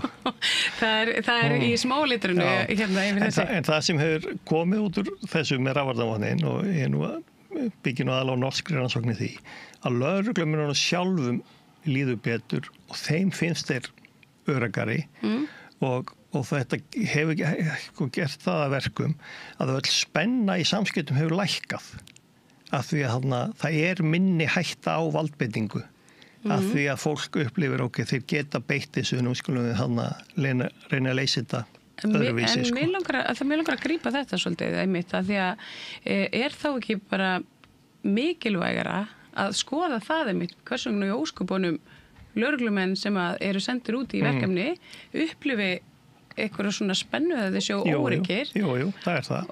Og hvernig við getum undirbúið á eða gert þá bara nógu sjálfsörugga til þess að takast á við mjög erfiðar aðstæður. Já, nú erum við alltaf komin að 19. greininni, sko, þú átt bara að hlýða. Já. Jú, það það og kannski hluta af þessi að lögreglumenn gefur sér ekki nóg mikið tíma eða sé að flýta sér á mikið og við höfum líka kvartað yfir því að við séum bara ofta fast við heilbrigðisvandamál sem við séum ekkert endilega þjálfuð í að takast á við og fangaverðinir hafa aðeins verið að tala þetta einmitt líka. Já, og kvartað yfir því og ég hef stundum sagt á lögreglan á Íslandi á að gera allt sem hinir gera ekki. Akkurat. Það einhvern veginn, þannig að það bara sópað í okkur og mínir félagsmenn hafa mér kvartað yfir því að það var að kalla það við geðdeild og sagt, hver réttastaða mín eða kemur ykkur fyrir hún geðdeild ekki að halda einhverjum. Þannig að en við höfum alltaf kvartað yfir þessu og það þetta öðruvísi að tala við eitthvað sem mjög veikur eða undir áhrifum mikilla vímuefna. Stundum getur bara ekkert tala við þannig fólk og svo kemur næsta útkall og þú bara, ég verð að klára þetta. Það best að játnan bara setja henni í klefa og halda áfram. Þannig við höfum kannski ekki tíma, það bara þannig. Í bestu lausnina sem tæki kannski 30 mínútur eða eitthvað, sko. En það einmitt, en ég held að það sé kannski bara vandamáli. Það bara þjóðfélagslegt vandamál, já, þess vegna segja alltaf að það betra að það komi 4 lögreglumenn og vettvangvaldur 2. Því að þeir koma 4, það verða minni vandræði og það hægt að leysa málin með betri hætti, sko. Þannig að þess vegna erum við líka alltaf að tala við þurfum fleiri lögreglumenn því þá þurfum við ekki vopnast. Þá þurfum við ekki allir þessi tæki. Ef við erum bara nógu mörg á mótmælum þá fer enginn út á götuna af því við erum bara með vegga lögreglumennum. En það má alveg fara út á götuna. Já, við erum kannski ekki sammála það, sko. En það má náttúrulega alveg gera ýmislegt. Ég meina, friðsamleg mótmæli teljast til dæmis að leggjast í götuna. Já. Og þú veist, auðvitað alveg hægt að komast fram hjá einhver, sko, auðvitað getur ráðherrabíllinn kannski bara keyrt í aðra átt, sko. Eða bara beðið. Og eitthvað slag þannig. Ég hafði nú mest gaman að það voru mótmæli við utanríkisráðuneytið á Rauðarastíg, sem gengur allan daginn og lögreglan gerði ekki neitt, en það var að þau utanríkisráðuneytið var flutt, sko. Já, var það bara núna nýlega? Já, ég skil. Það, En þú veist, lögreglan kæmur ekki inn í ráðuneyti nema að vera hringt. Og það þannig, þannig að lögreglan tekur það ekki upp með sjálfur sér að mæta á mótmæli? Nei, alls ekki, sko. Þú veist, hún kemur ekkert neinstað nema sem bara beðið það. Og eins og með mótmæli, þá beðið leyfi, vanalega. Þannig að lögreglan veit að daginn áður og þá reynt að týna eitthvað fólk skilur hver getur farið í mótmælin og oft eru bara einhverjir rannsóknarlögreglumenn þarna komnir í árabúning í mótmælanum og meðan bíða rannsóknindar. Skilur að því að það er bara ekki mannskapur í þetta allt saman. Og hvernig getum við lagað þetta? Við bara... Þurfum við lögregluna? Þurfum við. Já, ég heldur þurfum nú lögregluna. Þurfum ekki bara eitthvað svona sérfræðinga? En ég get alveg samþýtt það, ég hef farið á Þorrablót upp í Sveit, sko, þannig að það gekk vel, sko, það var engin lögregla. Skilur þú? Þannig að við eigum bara að vera að beita lögregluna á eitthvað svona öfgatilvik eða eitthvað slíkt, sko. Það er fólk sem brýtur mjög illa öðru fólki og þá þurfum við lögreglan til að grípa inn í.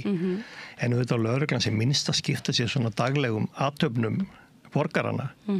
Minni mörg ár gastu bara að fara á þing, palla og setja þar og það var engin eitt að spá í það meira. Þannig að við höfum einhvern veginn búið til meiri vantraust og spennu í samfélaginu. Já.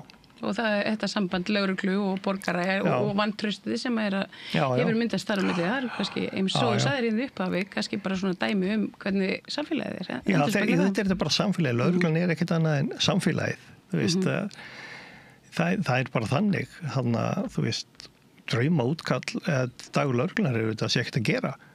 Það er bara frábært og hann að þú veist, og það er minna að gera í hraðakstur ef við keyri þjóðveginn fram og tilbaka allan daginn. Það sjá allir löggun og keyra hægar. En það þarf ekki að taka neitt, sko. Þú veist, þetta er þessar raunir forvarnir. Og þetta er lögregluna inn í skólunum og hann að beðja krakkana bara koma til tala við sig, þannig fáum fullt af málum.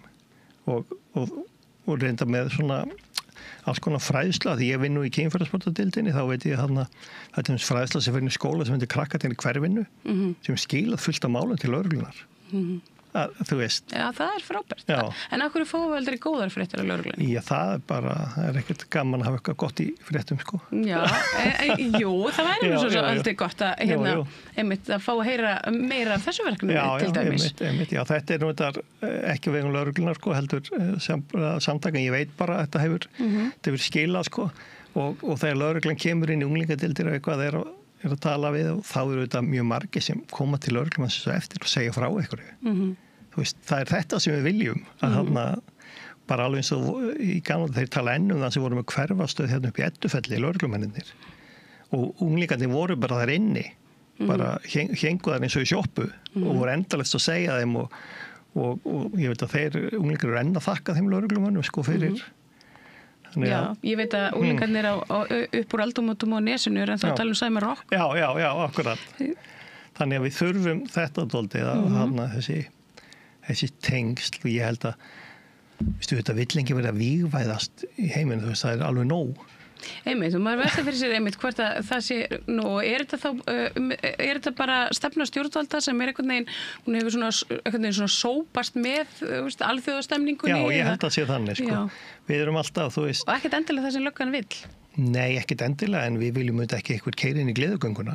Nei. Og ef það er búið sannfæra okkur það að sé hægt á því. En þið komið ekki vekk fyrir það, þú veist, ykkur ætlar að gera það og gera það? Já, við getum allavega að loka svona helstu götum með einhverjum steinblokkum eða eitthvað sko og haft lögreglumenn á fleiri stöðum sko. Þannig að þú veist, þetta er alþjóðlega stemmingin sem er að skila sér til Íslands. Þetta er óttinn, minna nú eiga að vera einhverju 20 skipulagi glæpahópar á Íslandi. Einhverjir þeirra frá Svíþjóð, einhverjir frá Albaníu. Einhverjir held að Solaris sé skipulagi glæpahópur, en það er annars allt það. Það getur vel verið að það sé í skýrslunni, sko. Þannig að þú veist að, ég meina, og hvað er skipulagi glæpahópur? Er það bara eitthvað, ég meina, það flestir sem að fremja einhverju stóra glæpi, þeir gera það yfirlögu ráði og væntanlega einhverju skipulagi. Jú. Ég með skipulagi glæpahópur gæti til dæmis verið þeir sem er að gera hér út konur í vændi. Hér koma konur á ferðamann að passa reglulega, stundan vændi eru fardan aftur. Við erum alveg sannfærir það að þessar konur er ekki skipulagita sjálfar, en þær mun aldrei viðurkenna það. Það er einhver sem flytja til landsins og við veitum það alveg að þú veist það er einhver hópur í Ítalíu sem er að flytja konur til Íslands og svo tilbaka og einhver er að flytja fíknefni, að selja falsar vörur getur verið skipulegur glæpur, sko. En auðvitað er þetta væntanlega mest í kringum fíkniefnin. En mjög mikið ég myndi segja þarna að þessi asísku veitingastæðir skipulegur glæpahópur. Kringu naglastóðin skipulegur glæpahópur. Þetta fólk sem að misnota annað fólk. Þannig, og skipulegu það og færða ég held að fólk sko þegar að tala skipulega glæpahópa þá sjáu fólk fyrir sér hérna svona guðföðurinn og hérna Hells Angels og hérna Hells Angels vilja reyndar meina það á Íslanda þeir séu ekki skipulega glæpahópur. Nei, ég veit það ekki en það er nú fyrst nóg mikið með þeim sko en ég held þú veist til dæmis mannsal í heiminum það er vantilega stæðst í byggingariðnaði. Þú veist, það er verið að misnóta hér á Íslandi fólk í byggingariðnaði. Sko. Já, við hérna, við þekkjum menn vitum þetta. Já, en við kannski föttum ekki að þetta er skipulagur glæpahópar sem gerir þetta. Þetta er ekki bara einhver verktæki upp í Mosó sem tekur þetta upp hjá sjálfum sér, sko. Heldur færa þetta fólk eitthvað stað frá og slíkt og sumir segja það sé rauninni ekkert sérstaklega mikið græðandi og fíknefnur lengur heldur sé þetta komið í annað sko.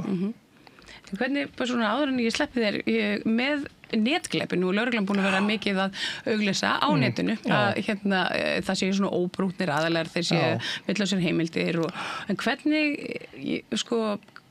hvernig er netglæpadeild lögreglunar? Af því að ég man eftir fyrir nokkrum árum síðan, þá var hún bara varla til. Já, hún er til, og ég hef nú starfað í hún er innan fjármannabrotadeildar, en þetta svo ofboðslega erfiðir glæpir að upplýsa vegna þess að það gerast á nokkur klukkutímum.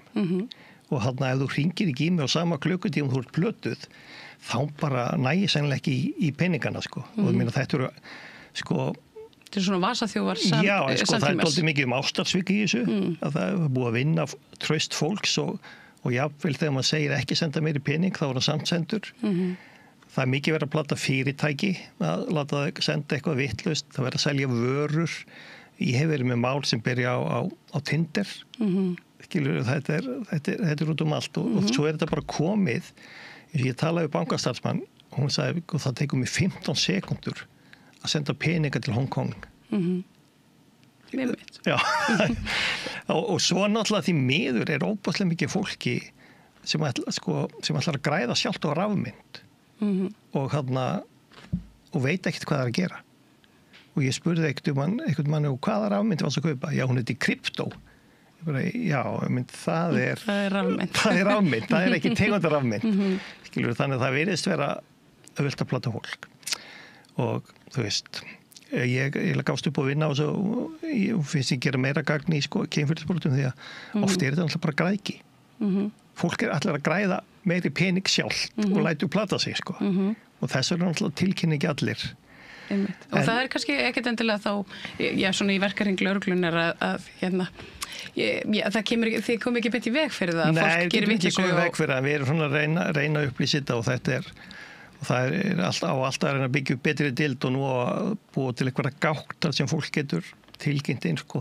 Einu sem lögreglun getur gert er að kannski kortleggja þetta og skipta þessu upplýsingu af önnur lönd, þú veist. En hvernig svona eftirlitshlutverk lögreglunar gagnvart ríkinu? Já. Hvernig virkar það?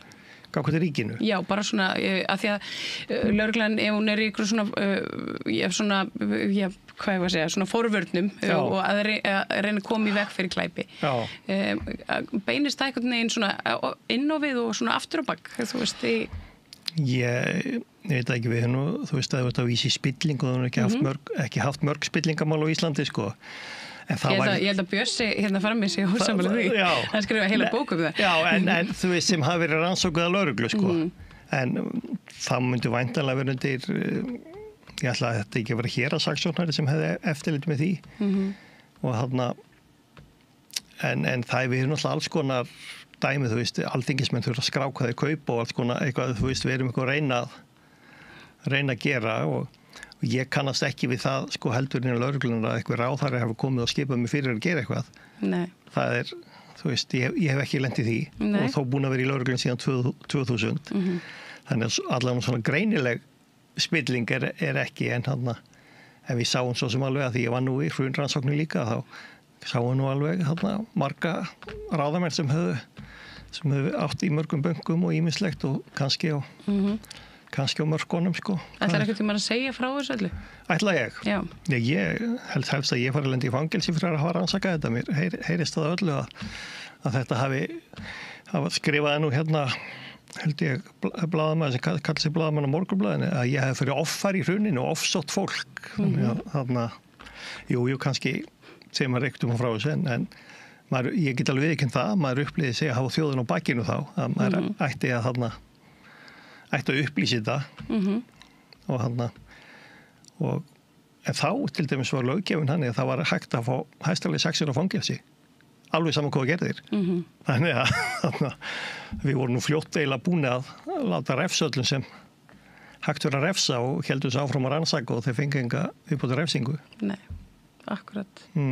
Félagin Sæmundsson, þakka kærlega fyrir að koma hérna og ræða málefni lögreglunar. Það var mjög gaman að spjalla við þig. Ég velti lögreglunni mikið fyrir mér. Takk. Og tók ég við það meira hér handa við auglýsingar. Með því að ganga í leigjendasamtökin styður þú baráttu leigjenda. Leigjendasamtökin eru fyrir öll þau sem vilja vinna að réttlæti og öryggi á húsnæðismarkaði. Leigjendasamtökin.is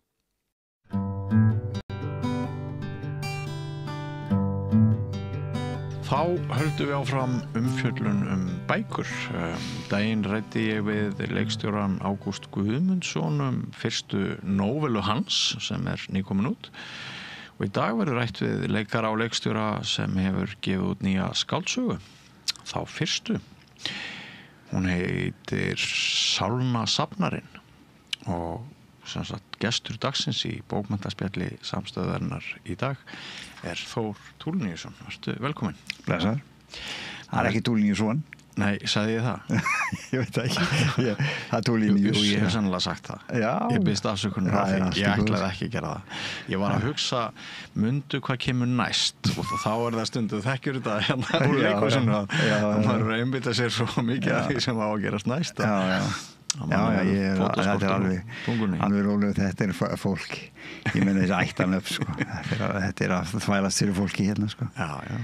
Þó þetta sé svona gamal gróið sko, en hérna það til dæmis sett skilur tú, en þetta í rauninni skrifa bara Tulinius skilur já. Ég var svo heppinn að ég held hún hafi heitið Berglind Tulinius, bekkjarsystir mín frá Akureyri sko, þannig að ég lærði snemma að skrifa þetta ættarnafn. Já, einmitt. Og það náttúrulega, þetta sko, það leggur þarna á Akureyri, að vættinni, þetta í rauninni kaupmaður, ungur Dani sem kemur svona miðja 19. öld, austur á Firði. Byrjar að vinna á Eskifirði hjá kaupmanninum og síðan bara sest hann að og giftist og íslenskri og bara eignast fullt af bönnum og sem að síðan bara og síðan kom ég þannig að þetta svolítið alveg talsvert löng saga þannig. En af því ég myndist á Ágúst áðan sko, það svona liggur við að maður spyrir hvort það liggi eitthvað í loftinu, hvort listamenn sé að flakka óvinnu mikið á milli sviða og listgreina núna og hvað kunni þá að skýra þessa tjáningaþörf sem færi svona til? Já, sko þetta náttúrulega, þetta tengist allt sko. Leikhúsið og kvikmyndin náttúrulega þetta svo víðfemt og við erum í samskiptum við svo marga listamenn og Ágúst náttúrulega hefur alltaf skrifað handrit og það sama hérna sko, í rauninni að sem leikstjóri þá maður að gera leikgerðir og þá þarf maður að skrifa og þetta einhvern veginn maður þvælist yfir í milli þessara listgreina svolítið sko. Já. Og þá dettur mér í hug sko hvort þið finnist auðveldara að skrifa samtöl með liti til reynsluðinnar sem handritahöfundar í leikhúsi þegar þú setur sama bók eins og þessa heldur en kannski hitt? Já, ég veit það nú ekki sko. Kannski á ég ekkert erfitt með að skrifa samtöl en hérna það náttúrulega talsvert samtöl í þessu en þetta samt ekki leikrit. Nei, þetta ekki leikrit. Ég búin að kíkja á þessa bók, Sálnasafnarinn, skáldsaga, og mér líst vel á það sem ég búin að lesa, ég get alveg sagt það bara með mjög góðri samvisku. Stundum nú ágætt bara fyrir lesendur að kíkja aðeins í hérna textan á bakkinu. Hinn ungi séra Ebenezer fljótur að vinna hug og hjörtu samstarfsfólks og safnaðar í kirkjunni. Hann verðist búið yfir töfurum með nærveru sinni, einni saman leysir hann langvinnar deilur milli manna, frelsar fólk frá sálar angist og stöðvar ofbeldismenn í vígaham. En hvað býr á bakvið rólegt og hreinlynt viðmótið? Þetta saga mann sem á í stríði við sinn eigin skugga. Varstu lengi að berja saman þennan baksíðutexta? Nei, þetta svo var kasta svolítið á milli svona útgefanda á mín, en þetta tók nú ekki langan tíma, nei. En það var svona kannski að hugsa að svona kýtla fólk. En samtíma svo segi ekki of mikið. Skuggi pressins. Já, skuggi pressins, já. Já, það eru skuggarliðar á þeim líka, sko. Jú. Ég, í blábyrjun, ég get talað það, ég vil nú ekki vera að skemma fyrir lesendum upplifunina, þannig að við verum að passa okkur á því að segja ekki allt. En hérna í blábyrjun þá svona varparuð fram þeim aðstæðum að það eru hjón sem eru að spája skilja og þau ræða með opinskáum hætti, með vandamál og svona getum við byrja á því að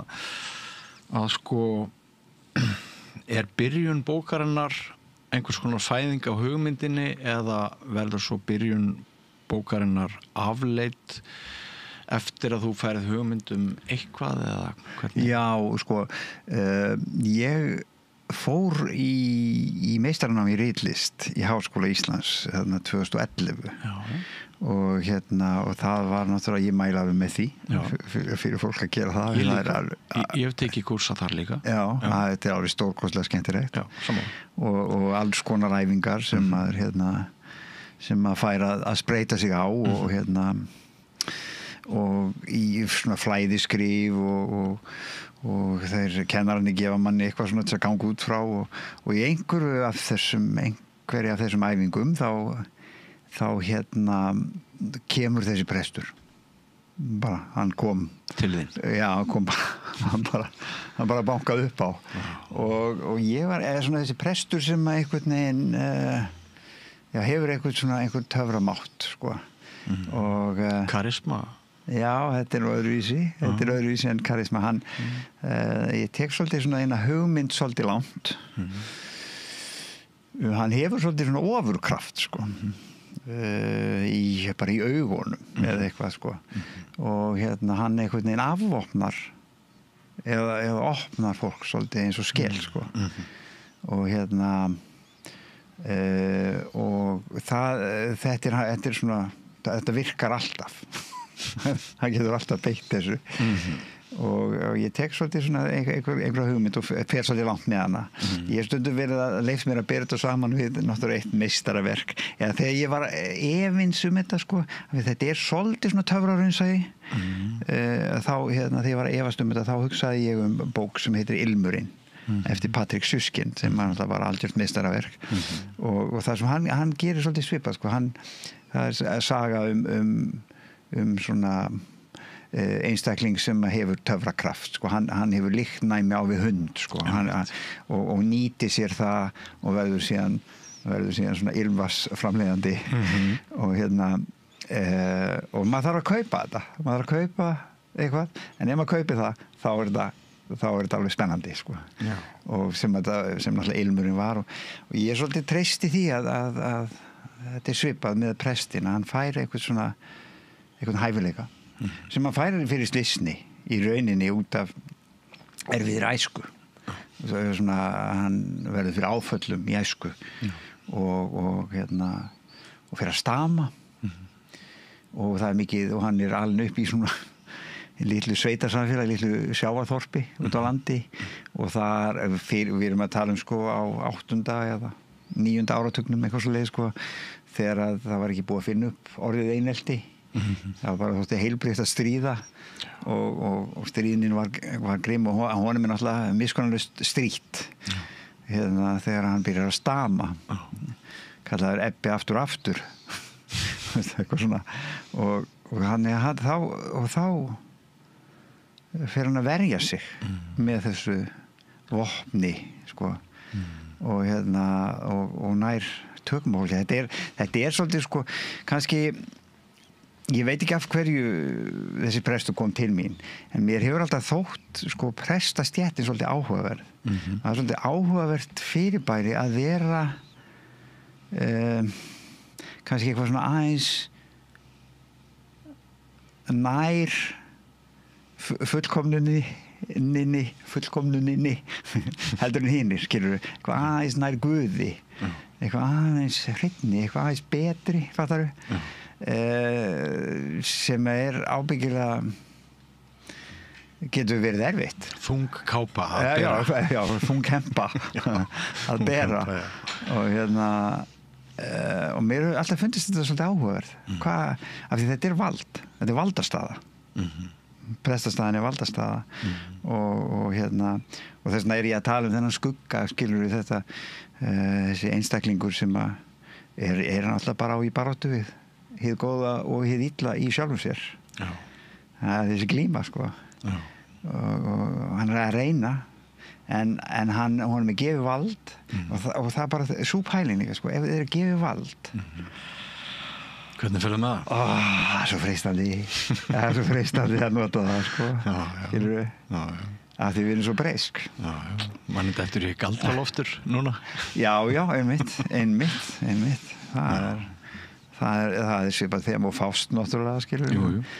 En þeir náttúrulega gera þarna Fást gerir náttúrulega samning sko og það er stóra fórnin hans sko þessi í rauninni hann gerir ekkert samning sko, hann er bara með einhverja náðagáfu og sko svo freistast þegar notar þetta meir þangað til þú brennir þig sko, þangað til þú bara flýgur inn í logan sem hann lendir í líka og þá allar hann ekki að gera þetta aftur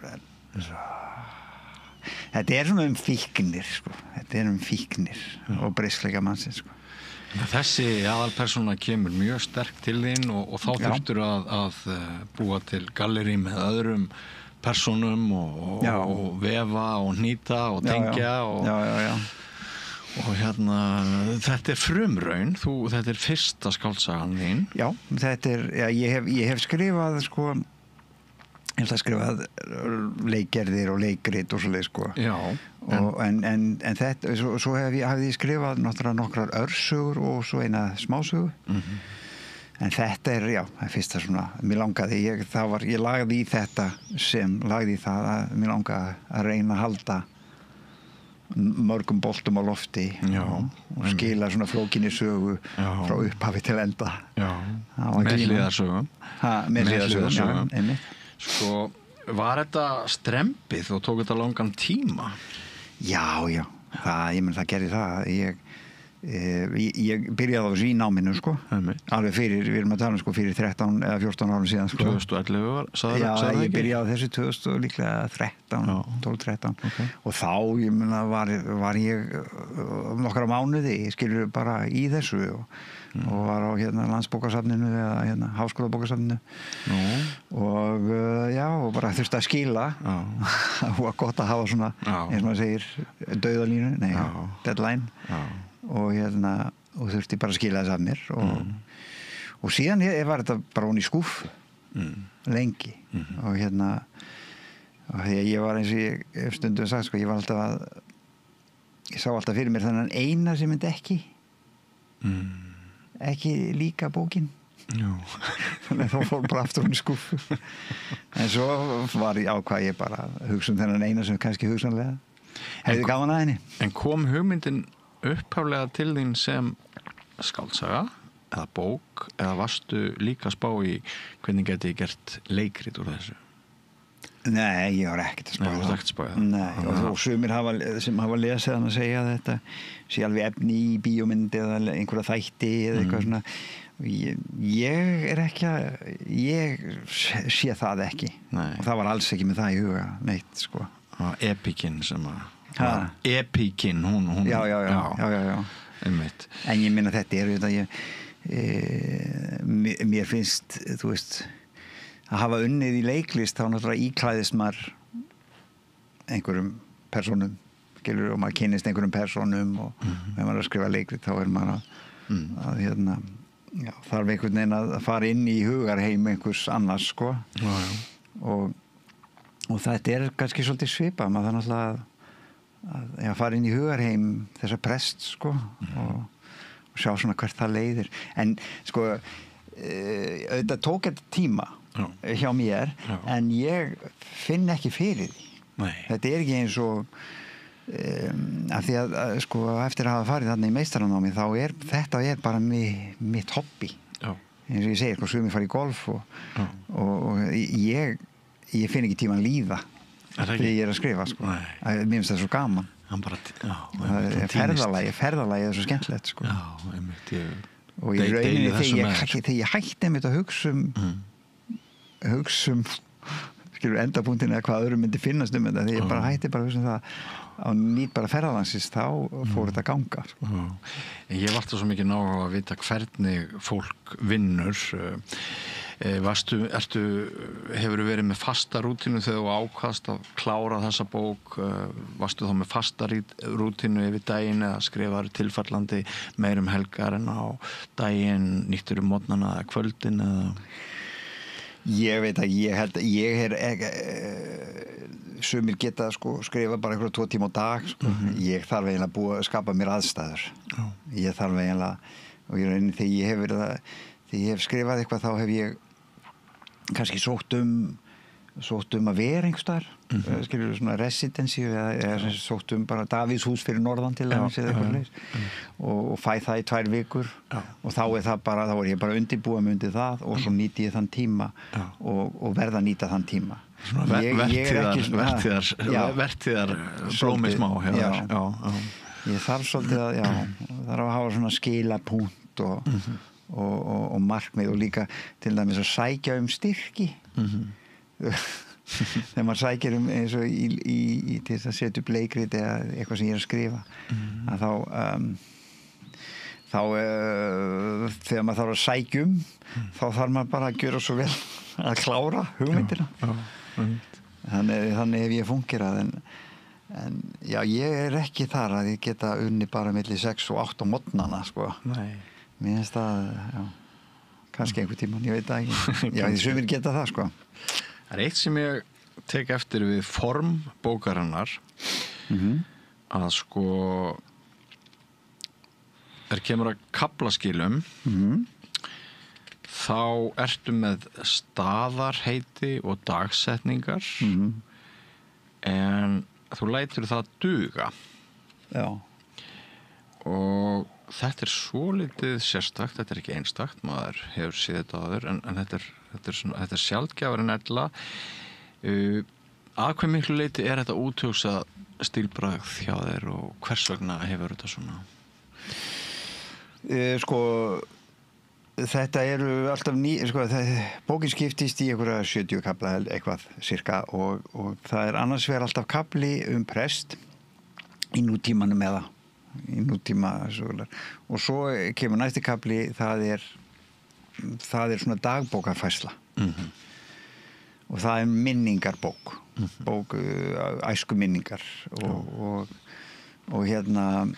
það er sá sem er að skrifa það er greinilega á ferðalagi Evrópu eða hann byrjar á Íslandi og svo fer hann eitthvað að þvælast Evrópu og það skýrir sig bara þetta er einstaklingur sem er að er að vinna í sér sem er að skrifa þessa dagbók maður er aldrei í huga að það er kannski fyrsti hluti, annar hluti, þriði hluti og svo að kalla kaflana einhverjum heitum undirkafla og annað Nei, fór aldrei þangað Mér langaði svolítið að vera með og það hafa aðrir gert þetta sko, að vera til skiptis einhvern veginn svona með 2 sögur en sem að kallast á og skilja alltaf við þessa sögu og svo þetta fara að lesa þessa og þannig skilja við hana þannig að fólk hlakki til að fara í næsta kafla þar sko. En þetta er náttúrulega sami einstaklingur en maður fljótur að komast að því sko, en 2 ólíkir tímar alltaf. 2 ólíkir tímar, já. Hvað þú segir að hann hafi komið til þín, þessi prestur. Já. Mér finnst þið kannski ekki alveg hafa fengið út úr þér sko, hvað knúði þig áfram? Þú ert búin að setja rosalega mikla vinnu í þetta verk. Já. Hvað er það sem keyrir mann áfram allt til enda? Ég þurfti að útskrifast úr meistaranámi. Já, þú þurftir ekki það. Þannig lauk ég ferlinu sko. En af hverju þessi hugmyndin ekki einhver önnur? Er þetta eitthvað? Eins og ég segi, það er bara eitthvað, ég veit ekki alveg sko, ég held að það búi sögur í öllum. Það búi einhverja svona, ég veit ekki af hverju þessi saga, þessi prestur kom til mín. Ég meina,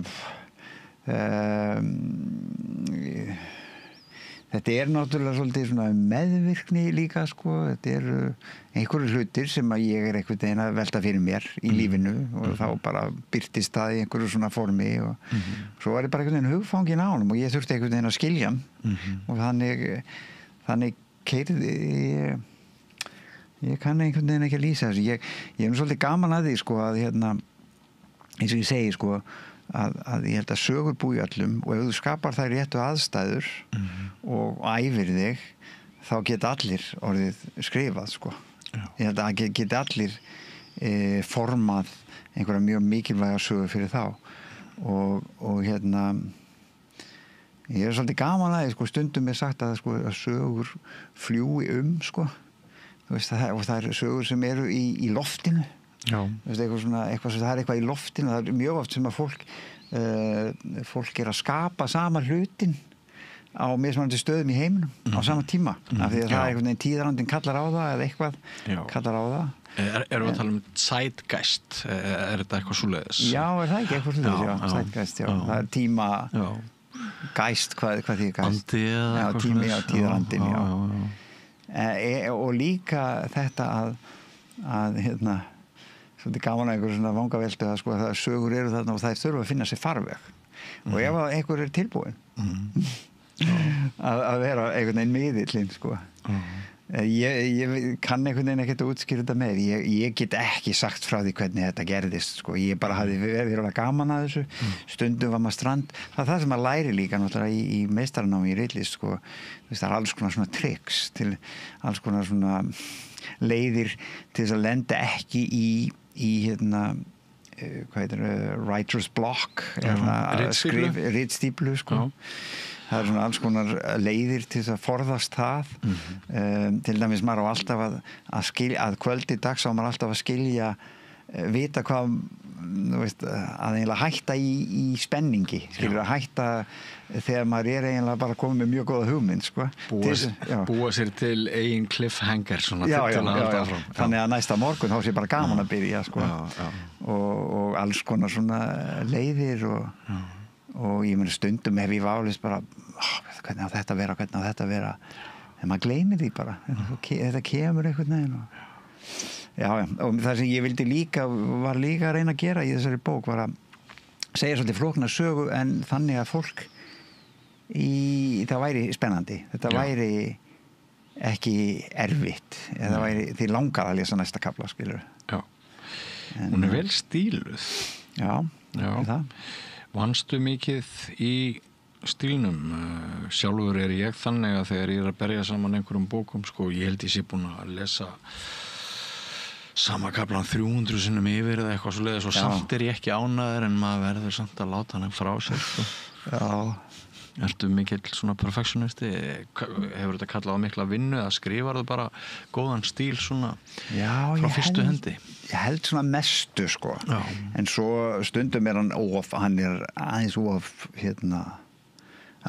ég hef tilneigingu að verða og fara í of mikil stílbrigði stundum sko og þá þarf bara þess að snirta að hreinsa skilur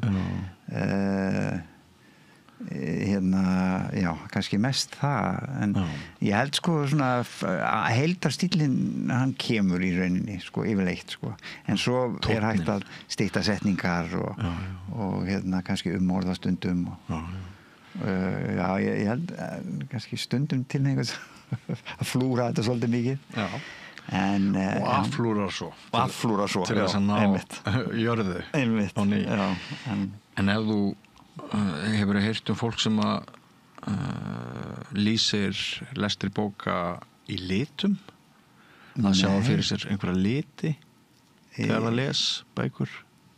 Nei, ekki beint sko. Og þá getur þú ekki sagt mér í hvaða lit þessi bók endilega væri fyrir fólk sem að sér liti þegar það les bækur?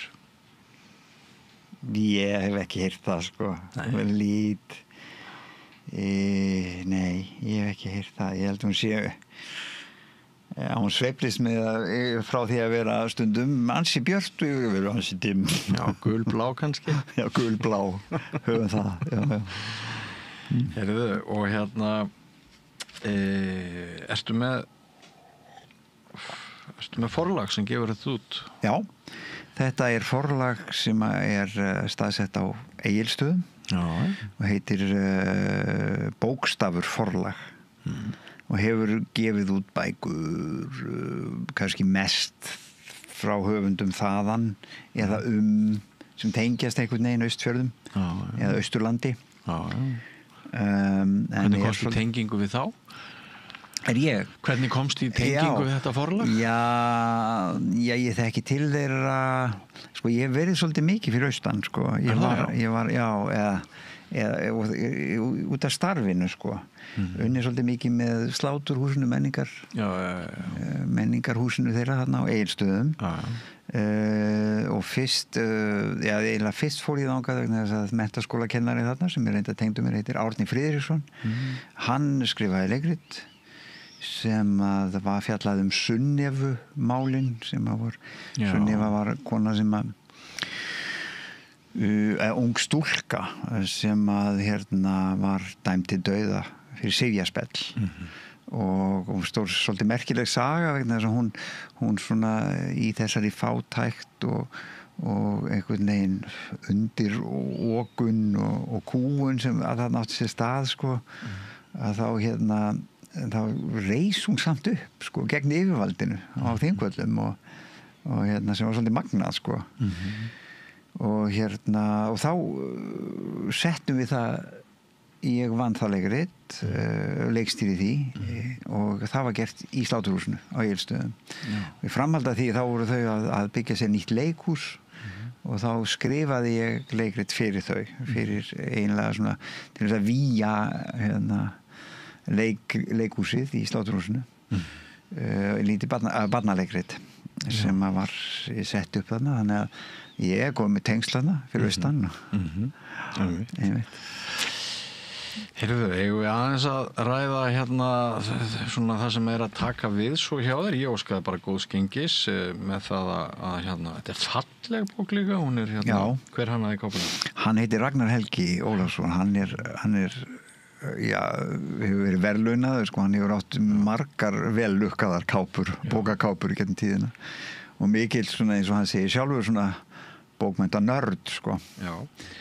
Og það þægilegt að taka bókina í sér í hönd hún hún tekur vel á móti manni það skiptir máli sko. Það gott en þú ert ekkert að þú situr ekki við höndun það eitthvað í bíker hjá þér svo tengt leikhúsinu eða leikritun ég að æfa leikrit núna í dag sem að verður frumsýnt í Tjarnarbíó 8. janúar og sem ég skrifaði líka og sótti einmitt sóttum styrk þannig ég var að klára leikritið og við hlutum styrk fyrir það leikhópur sem heitir Svipir og og það við erum að setja það upp núna og byrjuð að æfa og ég semst að leiki því og þannig að þetta svona af því að maður að flytja norður þá er þetta svona svolítið svona svanasöngur minn á sviði í Reykjavík En Svanasöngur á reykvísku sviði. 8. janúar. Já, segja það. Mér langaði að bregða aðeins á leik áður en maður færi norður. Og hvað er þetta fjallum? Þetta heitir Bústaðurinn. Og hjón svona, sem á mínu reki, eitthvað 60, í kringum 60 aldri, hún eitthvað nokkuð yngri en hann, sem með sumarbústað sem þau eru álega stolt af. Og svona þeirra himnaríki og námu þarna land. Og þetta eru miklir svona Íslendingar, eða hann aðalega, Íslendingur. Og þetta eiginlega leikrit það hvernig á ekki bregðast við fjölbreytileikanum sem í gangi á Íslandi í dag. Í samfélagi sem hefur breyst mjög hratt. Það er alltaf búið að breyta það gífurlega hratt. Ég held að hafi verið 2000 hafi verið svona 6-7% innflytjendur og núna erum við hvað í 19%. Þannig að búið að gerast alveg gífurlega hratt. Og eiginlega svona má segja að ég man eftir því einhvern tíma var ég á N1 sjoppunni á Kirkjubæjarklaustri við Þjóðveginn og var þar sjálfur eitthvað að dúlla og þá kemur einhver svona kall, svona svipum aldrei ég eitthvað 60 segjum og stoppaði þarna bara til að fá sér pilsu og kók skilur eða kaffi eða eitthvað og ég man bara, og þetta við erum að tala þetta svona 2006 eða eitthvað leys, 2007 og ég man bara hvað honum brá þegar hann uppgötvaði það að það var enginn í afgreiðslunni sem talaði íslensku. Hann bara eiginlega hálf misti, hann var bara svo miður sín. Hann bara og frussaði svolítið bara, af hverju Hans persónulegi paradísar missir. Já, þetta var bara svo erfitt fyrir hann og þannig að hann ég meina kannski kunna hann ekki ensku sjálfur og þetta hefur gerst mjög hratt. Ég meina þetta að á veitingastöðum þetta bara 2005-06 sem allt í einu bara þjóðnin talaði ekki íslensku skilur við eitthvað svo leið skilur við og nú þetta bara orðið daglegt brauð og þetta náttúrulega bara breytt veröld og manni má finnast ýmislegt það en þetta mann sem ekki að handla þetta og þetta svona gráklettið þetta við kallum þetta íslenskan fáránleik þetta íslenskur fáránleikur og svolítið svona bara svo maður sé heiðarlegur og ærilegur þá þetta alveg innblásið af absúrt leikusinu bæði þessum fyndnari eins og ég kannski Daríó Fó hann svona aðeins þar og svo Pinter og alveg tvímælalaust eiginlega viðurkenni það fúslega. Hefur við getað sótt þér einhvern innblástur í þetta verk í Miðflokknum?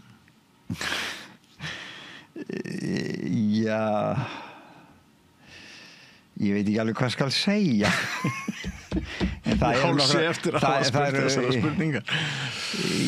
Ég held að okkar maður gæti nú verið svona saldið hvað maður að segja sammála þeim á köflum í það minnsta þegar maðurinn í leikritinu þetta erfitt fyrir hann og svo þetta líka náttúrulega bara allt bara að get ekki sætt við breytingar þeir eru líka alveg bara hann í baráttu heilar í baráttu við lúpínuna sem að vaða inn á lóðina birki blettin hans og svo það lúsmíð og moskítóið og þetta alveg bara gamla góða Ísland hvað ertu Heldur þú náður að skrifa moskítófluguna inn í þetta? Já, eitthvað aðeins eitthvað pínu? Já. Þannig að textin á hreyfingu alveg fram hann á hreyfingu, þetta alveg fullmótað en það ekkert mál að bæta inn en eins og ég segi þetta svona segja spegill kannski aðeins yfir í spé en ekki bara spé spil. Og hitt líka alveg bara mjög gild pæling, það það sem ég svona leiðum mér að kalla paradísarmissi á það, að sko þetta ekkert grín fyrir aldrað fólk sem ekki talar annað tungumál en íslensku. Ég tók einu sinni viðtal við Roskin hjón sem hafði ekið hringinn í kringu landið og hafði alltaf gert það og hafði vanist því að gista á hótelum og hitta Íslendinga og þau voru bara algjörlega búin að týna Íslandi vegna þess að það var búið að fylla öll hótelin af erlendu starfsfólki og þau voru bara týnd. Þetta snúið og það þess vegna náttúrulega dagur íslenskrar tungu var í gær og hérna það þarf bara svo miklu meira, við erum svo lélegir í aðhaldinu hérna fyrir það voru við lög, sko, þetta var tiltölulega skýrt að þú þarft að flytja hérna og vinna hérna, þú þarft að læra íslensku og það alveg skýrt þetta fara á nátt, en svo bara svo mikið að gera og hjóla atvinnulífsins, það bara mig ekkert verið að því að býða til því að þau fara eitthvað að læra íslensku En þú nefndir að þú værir að flytja norður til Akureyrar. Hvers vegna? Já, sko konan mín að norðan, sko. Hún úr Eyjafjarðarsveitinni bæ sem heitir Brekka í Öngulsstaða hreppi sveit, þetta heitir Eyjafjarðarsveit í dag. Nefnum nú konuna Já, hún heitir Elisabeth Katrín Friðriksdóttir og hún mikill bóndi í sér og alltaf mjög tengd áthugum sínum og jörðinni þarna og búskapnum og Sveita Rómans. Já, þetta bara stór hluti af henni. Hún elskar sveitina og elskar sauðféð og að vinna í þessu, í búskapnum og hún fer alltaf í sauðburð og í göngur og svo framins hennar hjarta þarna svolítið. Það nú ein ástæðan og svo hitt að maður eiginlega bara svolítið þreyttur eða sem þetta Reykjavík ég nú bara eins og kallinn í leikritinu ég kann ekki við þessar miklu breytingar sem eiga þessi stað, sko. Mér finnst Reykjavík ekki vera mín Reykjavík lengur hellingur útlandu fólki ég meina maður bara fyrir 20 ára fór maður niður í bæ og maður var alltaf að heilsa fólki sem maður þekkti Nú þekkir engan Nei, nú þekki engan niður í bæ, sko. Og þetta náttúrulega bær túrismans, sko. Ferðaþjónustunar og ég ætla að hitta fólki ég hitti fólkið, sko, í ræktinni og svo náttúrulega líka hefur hún bara þú veist, aftur þarna erum við eins og allir vita, ég menna við erum bara alltaf sein að bregðast við þessu þetta svo óskipulagt alltaf, hjólatvinnulífsins þau bara fara alltaf fram úr okkur í rauninni og þessi borg náttúrulega búin að byggjast fólksfjölgunin hefur orðið svo hröð og innviðinir eru bara ekki tilbúnir fyrir þetta og þess vegna maður 1,5 tíma í umferðinni á leiðinni heim til sín og þetta náttúrulega stöðandi Þú nennir þessu ekki lengur að vera 1,5 klukkutíma í umferðinni og svo var bara einn daginn, sko. Þannig að var ég þarna fyrir norðan og ég var allir svo rólegir og Akureyri var allir svo rólegir og ég var að fara með barnabarni í sund og ég var ábyggilega í Reykjavíkur stressinu ennþá, með það ennþá í mér, sko, að þeir bara hleyptu mér allir fram úr í afgreiðslunum það bara, ég svo vel, sko það fundi bara hraðan í mér, sko og þannig að ég bara, það er notalegt að vera þarna fyrir norðan Ég bjó þarna í 25 ár Ég held að það sé ennþá, það bara 4 ár sinni flutt í söður, þannig að það kemur mjög óvart að það er breyst en það er eitt, sko, ef maður festir sig í snjóskafli þá bara kemur einhverja fyrra bragði mjög oft og þá er það kannski einhverji gæjar og einhverjar konur sem á stærri bílum og betur búnum bílum bjóðast að fyrra bragði til þess að hjálpa þær upp úr skaflinum eða tvastur í skafli þetta er svona einn af kostunum það er margir kostir, sko og ég skildi ekki alveg þetta og fannst þetta svolítið pirrandi þarna þegar Akureyringar voru alltaf að tala að borg óttans en svona ég Komin hálfa leið. Já, við skulum ekki segja það. En Reykjavík er að vaxa svo hratt. Það svolítið þannig, sko. Skipulagið ekki alveg að höndla vöxtinn, sko. Já. Finnst mér og það, ég held að það sé bara alveg tilfellið að vita það allir og sjá það allir.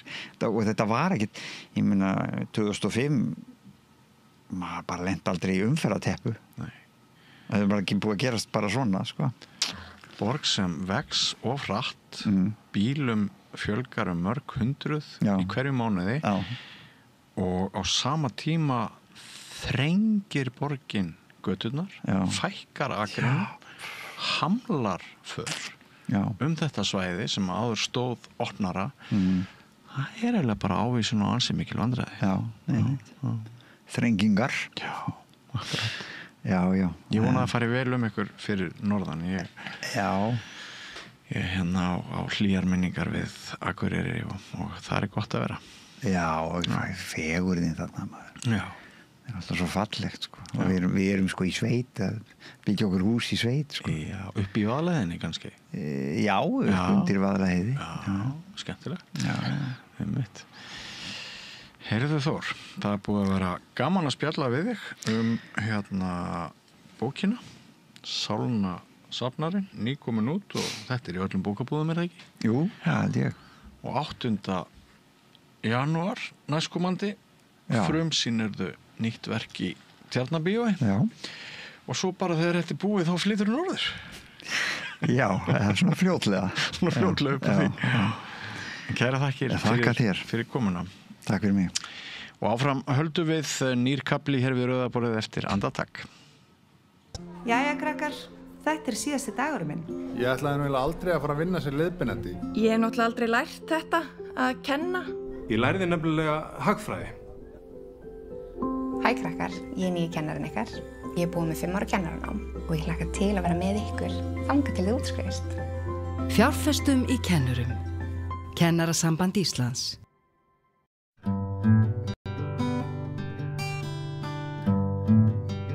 Já, það verið að sýna í Bíóparadís heimildamynd sem heitir Frá ómi til hljóms og eftir Ásdísi Thoroddsen sem hingað komin. Sæll. Hún með marga viðmælendur í þeirri mynd og meðal annars Rósu Þorsteinsdóttur sem hvað sérfræðingur á Þjóðminjasafni.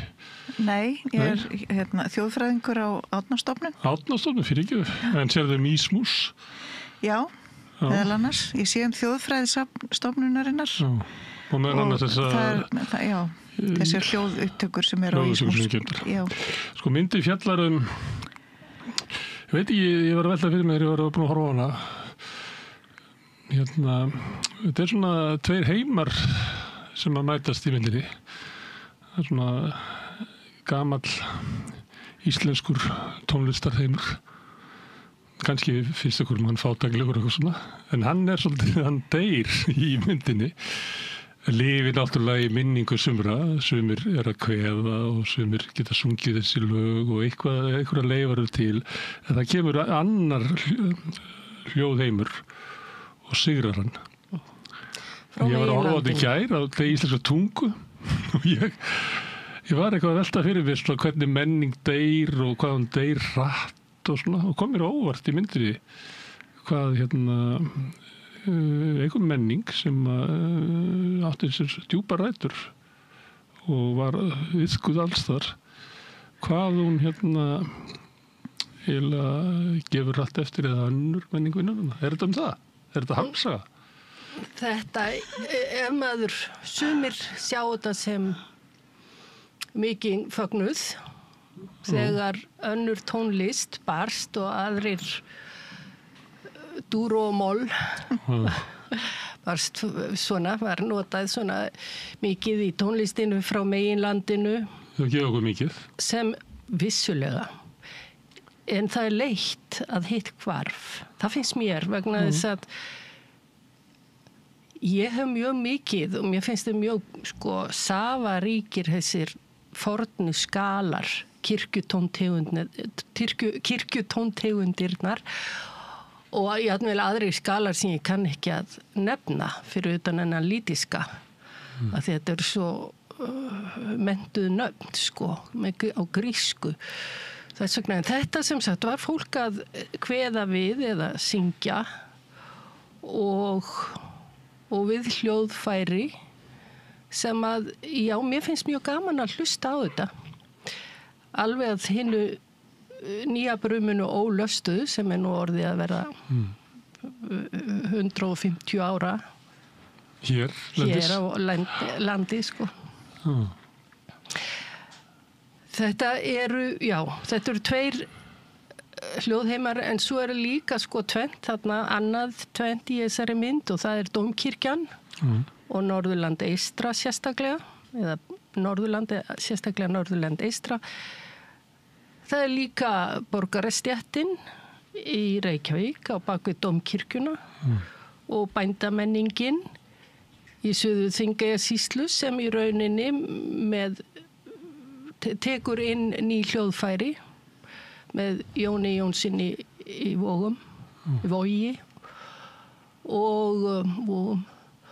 og sem sagt að það svona þessi mynd ruggar dálítið milli þessara svæða og þessara heima en svo tengir þetta eru dagbókafærslur Sveins Þórarinssonar sem var amtsskrifari hjá Pétri Hafstein sem var faðir Hannesar sem átti við vanda að glíma, geðsveiflur miklar og lenti mikið á amtsskrifarunum en ég var nú ekki að leita þeim færslum þótt ég lesið þetta allt saman heldur þeim sem að lauta tónlist og þá sér maður hvernig hann fer frá því að spila á gjörsamlega útdautt hljóðfæri sem íslenska fiðlan og núna þar til að Sigurður Rúnar Jónsson fann það út hvernig ætti að spila á þetta Diddi fiðla og svo hins vegar reynir hann að læra danska slagara Hergöngumars sem var mikið í tísku mikið tónlist þetta mynd tónlist og þessa breytingu sem var og mikið tónlist það sem í kringum hann og þarna á Norðurlandi mjög mikil og það mjög fallegt sko, og hann færir þetta inn en hann var greinilega listfengur eins og fólki þarna frá Víkingavatni. En kannski þetta á dramatískt hjá mér, ég kannski var í eitthvað dramatísku skap í gerð, að maður horfa á, kemur nýjung sem að tekið fagnandi. Já, sannarlega. Miklu skemmtilegri. Já, en það einmitt viðhorfið sem við höfum kannski alist upp við, að þetta hafa allt verið svo leiðinlegt áður. En ég hef alveg horfið frá því uppeldi mínu og held að þetta hafi nefnilega ekki verið leiðinlegt. Þetta var bara öðruvísi. Já, ég var nú vel bara meira þegar nýjungin kemur, annar hljóðheimur, og þá þykir það bara meira spennandi. Já. Og hann yfirtekur og hitt hverfur. Já, það gerir það og fólk skammast sín kannski dálítið fyrir þetta gamla.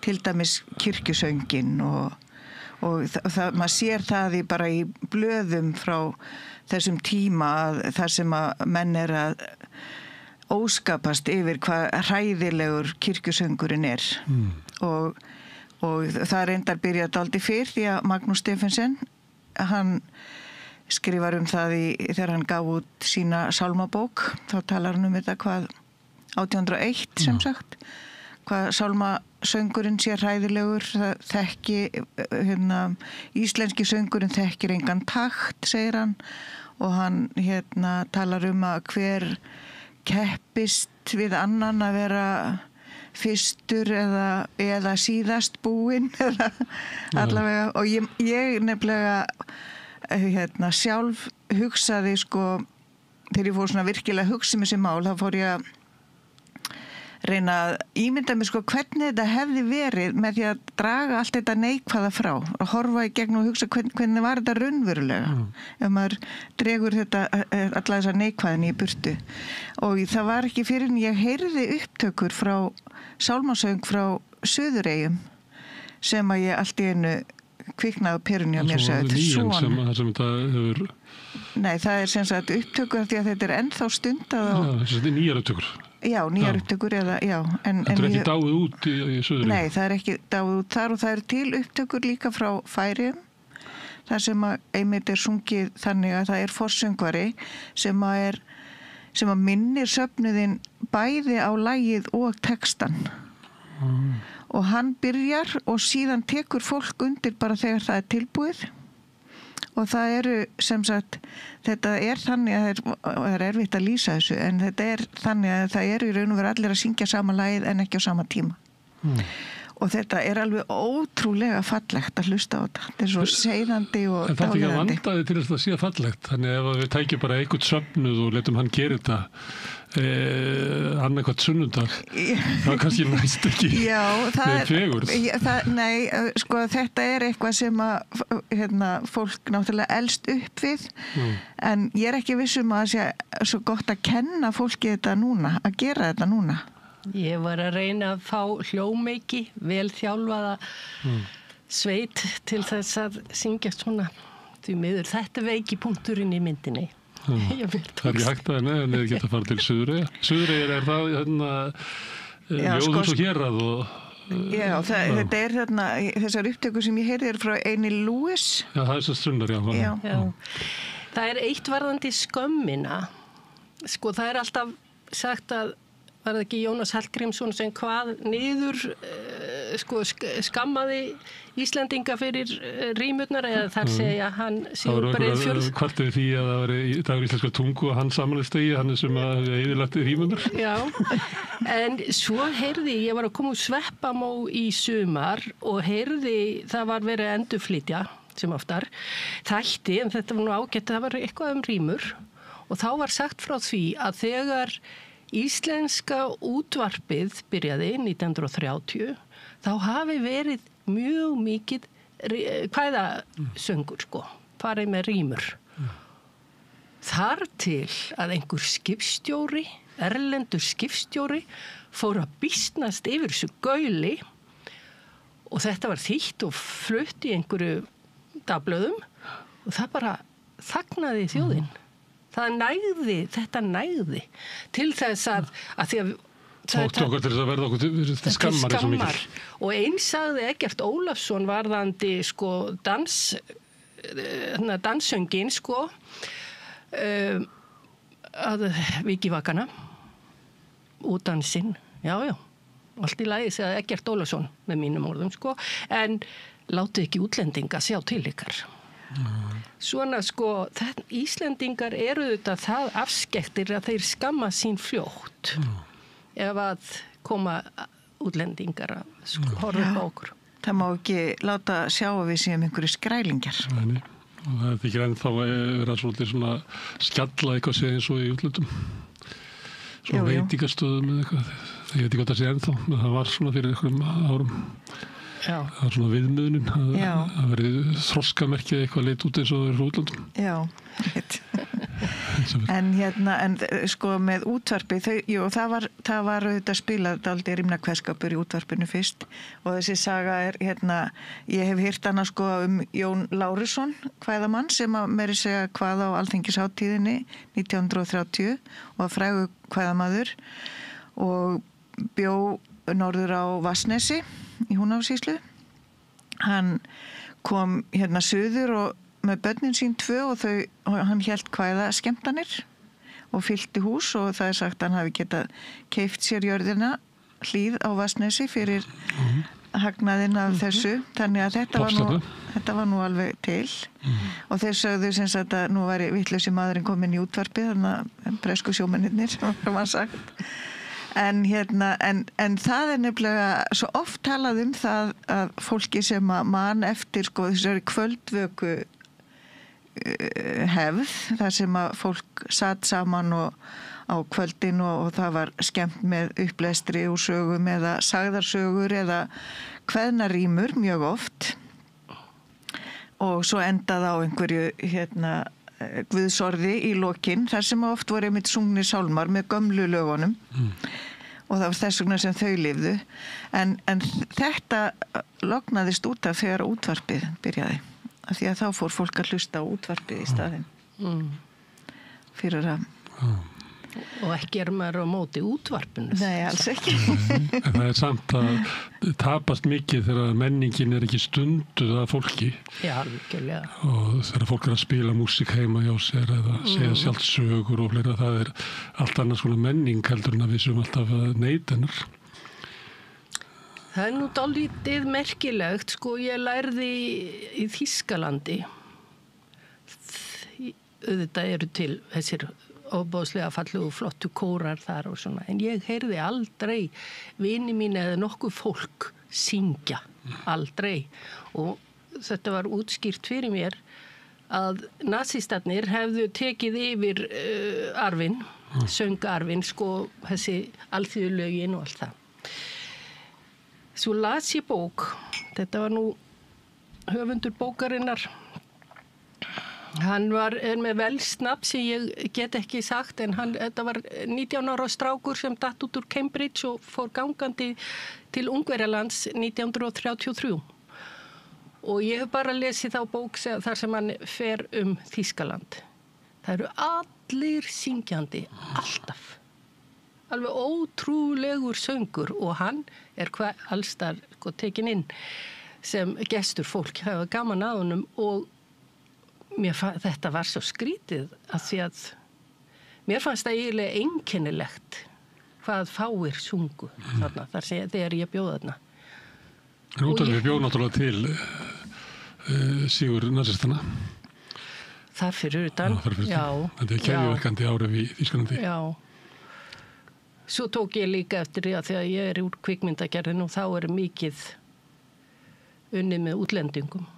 Og minnstakosti því að gerði Inguló, þannig eftir því að það var Íslendingar sungu sér til skemmtunar. En það var líka út af því að tvísöngurinn, það svo gaman að standa í hóp og horfa á hinn og taka röddinu og þess aftur. Sko, það er líka að syngja mikið núna, það alltaf að við trúum því. Séu fleiri kórar og lifandi tónlistarlíf þannig að dúrin og mollin eiginlega ekki þurrka ekki út tónlistarlíf alls ekki sérstaklega og svo voru þeir sendið til þeir fóru til Leipzig og til Þýskalands til þess að læra Páll Ísólfsson og fleiri og Jón Leifs og fleiri og svo komu flóttamennirnir frá sem Árni Heimir Ingólfsson skrifar og svo það hefur ekkert verið þannig tekið utan það þegar múrin féll og allt þetta fólk sem mjög hámentað í músík en ekki kannski topparnir, alþjóðlegu topparnir en þeir þurftu að sjá börnum sínum farborða og komu til Íslands og settust að hér og þar út sveitir og jazzhópur í Reykjadal og svona organistar hér og þar og maður tók eftir þessu fólki og þá var það þannig að ég heyrði frá einum þeirra að Íslendingar væru mjög söngvin, hefðu mjög gaman að syngja og væru en það vantaði allan aga. Þetta líka falleg saga, ég stíka upp að þetta væri harmsaga, svona gamli ljómheimurinn hefði látið undan svo þetta sé til ennþá það eru duglegt fólk sem að viðheldur þessu en það þetta er ekki svona lifandi menning þetta er svona svo gelíska eða eitthvað þetta er svona hangir til í gömlu fólki en maður getur líka hort á þetta sem svona gleði og sköpunarsögu að þegar það kemur inn nýr ljómheimur, hvaðan vel tekið og mjög fallega sagt frá því þegar fólk að spila á Mývatni og fleira á Ómar, all sveitin af fiðluspili og flaut þannig að þetta því þú ert að leggja áherslu á að þetta komið utan en það líka svolítið það að þetta sko góður jarðvegur frjójörð alveg ótrúlega afskaplega og við höfum notið þess eins og ég segi sko líka að fá fólkið útlendingana inn, flóttamennina og svo efnahagsflóttamennina frá Austur-Evrópu sem hafa orðið mjög mikið lyftistöng út land. Bara þegar nótundar komið fyrst og þá hafa, og hljóðfærin, að þá hefur það bara áhrif á bara strax, þetta er ekki svona hverfi á einni kynslóð eða tveimur, þetta verða svona vatnaskil, eða ekki? Jú, en sko bara ef maður tekur Svein sem dæmi, sem eins og Ásdís gerir í myndinni, þetta er sko elsta heimildin sem ég veit harmoniku á Íslandi. Það er harmonikan sem hann sér á Húsavík og hann er að spila á fiðlu, hann prófar að spila, fær lánað flautuna hjá prestinum og reynar að spila á hana og hann er mjög svona forvitinn þetta allt saman og langar til þess að prófa þetta allt, en hann lærir ekki að lesa nótur fyrir hann er á fullorðins aldri. Hann segir frá því í dagbókinni, það er þegar að eftir að bók Ara Sæmundsson langspilsleikinn kemur út og langspilsmíðina og þá fer Ari að kenna honum að lesa nótur en hann er búinn að spila allt sitt líf sko. Eins og margir gera. Einmitt þetta nú reyndar ekki myndinni sko. Nei. En það þurft að velja færslunar sko. En þetta er svona hluti af þessari sögu. Já, algjörlega. En margir lært tónlist þannig. Læra tónlistina áður og eru fullum að í tónlist áður geta lesið nótunar. Já, og sem er náttúrulega að lesa aldrei nótur. Og þeir eru oft í erfiðleikum með það sem að náði í svona snemma. Þá virka nótunar alltaf sem svona fölar myndir af tónlistinni. Nótunar er ekki tjörlega góð skráning svona ef að þú hefur ekki kynst þeim áður. Nei. Þetta er sko, það var Benedikt frá Auðnum sem að skrifaði þarna og hans orð eru þarna flutt í myndinni sko. Hann var mjög liðtækur að flytja inn hljóðfæri og nótur. Það er ein manneskja þarna sem ég gat ekki nefnt. Það verður bara, þetta er dálítið, kvikmyndin er dálítið erfitt form. Það getur ekki tekið allt með. Hún hét Lilly, var skosk og bjó í Laxárdal á Halldórsstöðum og hún var mjög dugleg að og breiða út boðskapin að syngja í röddum. Íslendingar höfðu bara sungið í þessum tveimur tvísöngslög en það að fara að syngja í 4 röddum, hún var mjög liðtæk í því að breiða það út og sem sagt Reykvíkingarnir þá í gegnum hörpukórinn og þess háttar sko, organistana þar en sem sagt ég verð að geta hérna Liljar svo hún og hún var gift þarna á þennan stað Lilly frá Skotlandi Manstu hvað meira hana? Nei, ég er ekki svo mikið. Það eru konur sem hafa gift íslensku bændum hafa haft mikil áhrif í ræktun og í það. Heldur betur. Það er yfirleitt alltaf þegar eitthvað nýjungar í ræktun og þá er það yfirleitt erlend kona á bænum sem er kannski ekki alltaf fjallað eins mikið Sko, má ég bæta einu við þetta varðandi Suður-Þingeyjarsýsluna. Það eru 2 menn sem að skrifuðu bók, annar byrjaði hinn lauk við hana og það er hann, ef ég fer, þú leiðrétti mér, ef ég fer með nöfn, Garðar í Lautum og svo Páll Jónsson. Páll H. Jónsson lauk við bókina og það er sem sagt, þeir gerðu svona úttekt á fiðlueigninni í héraðinu eða sýslunni sem var gífurleg á mörgum árum reyndar.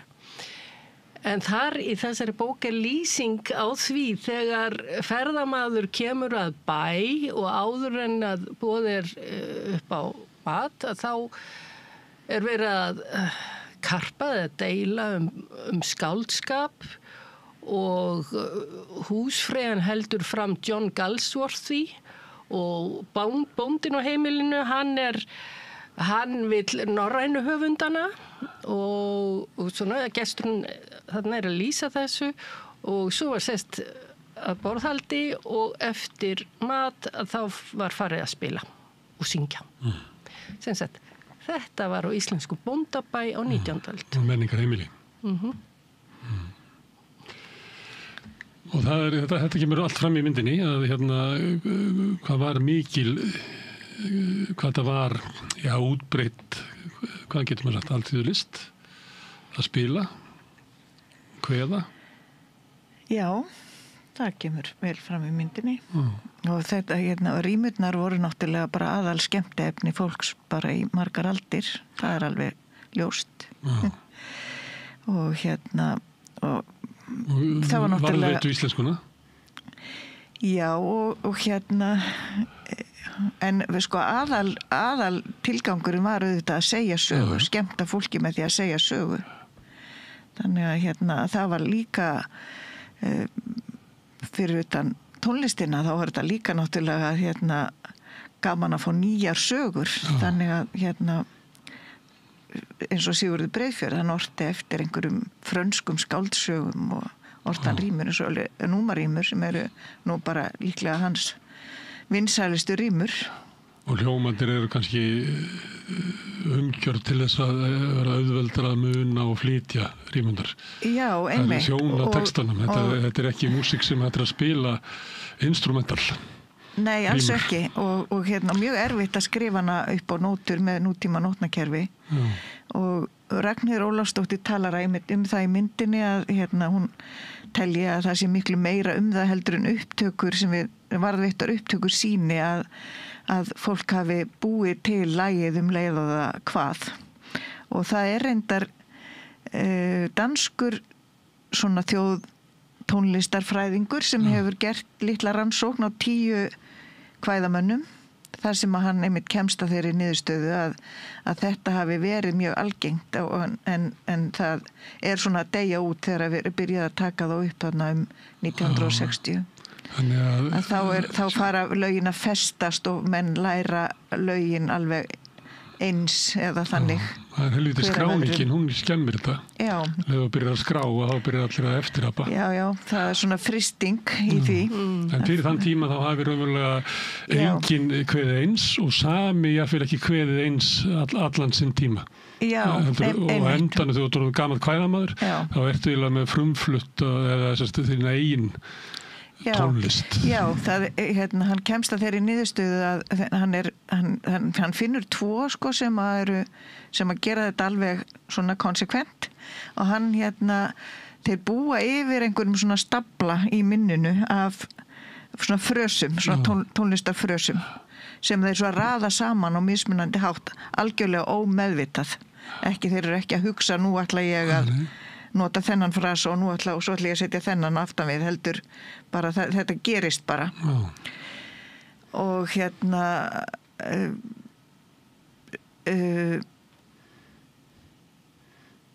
já, og það er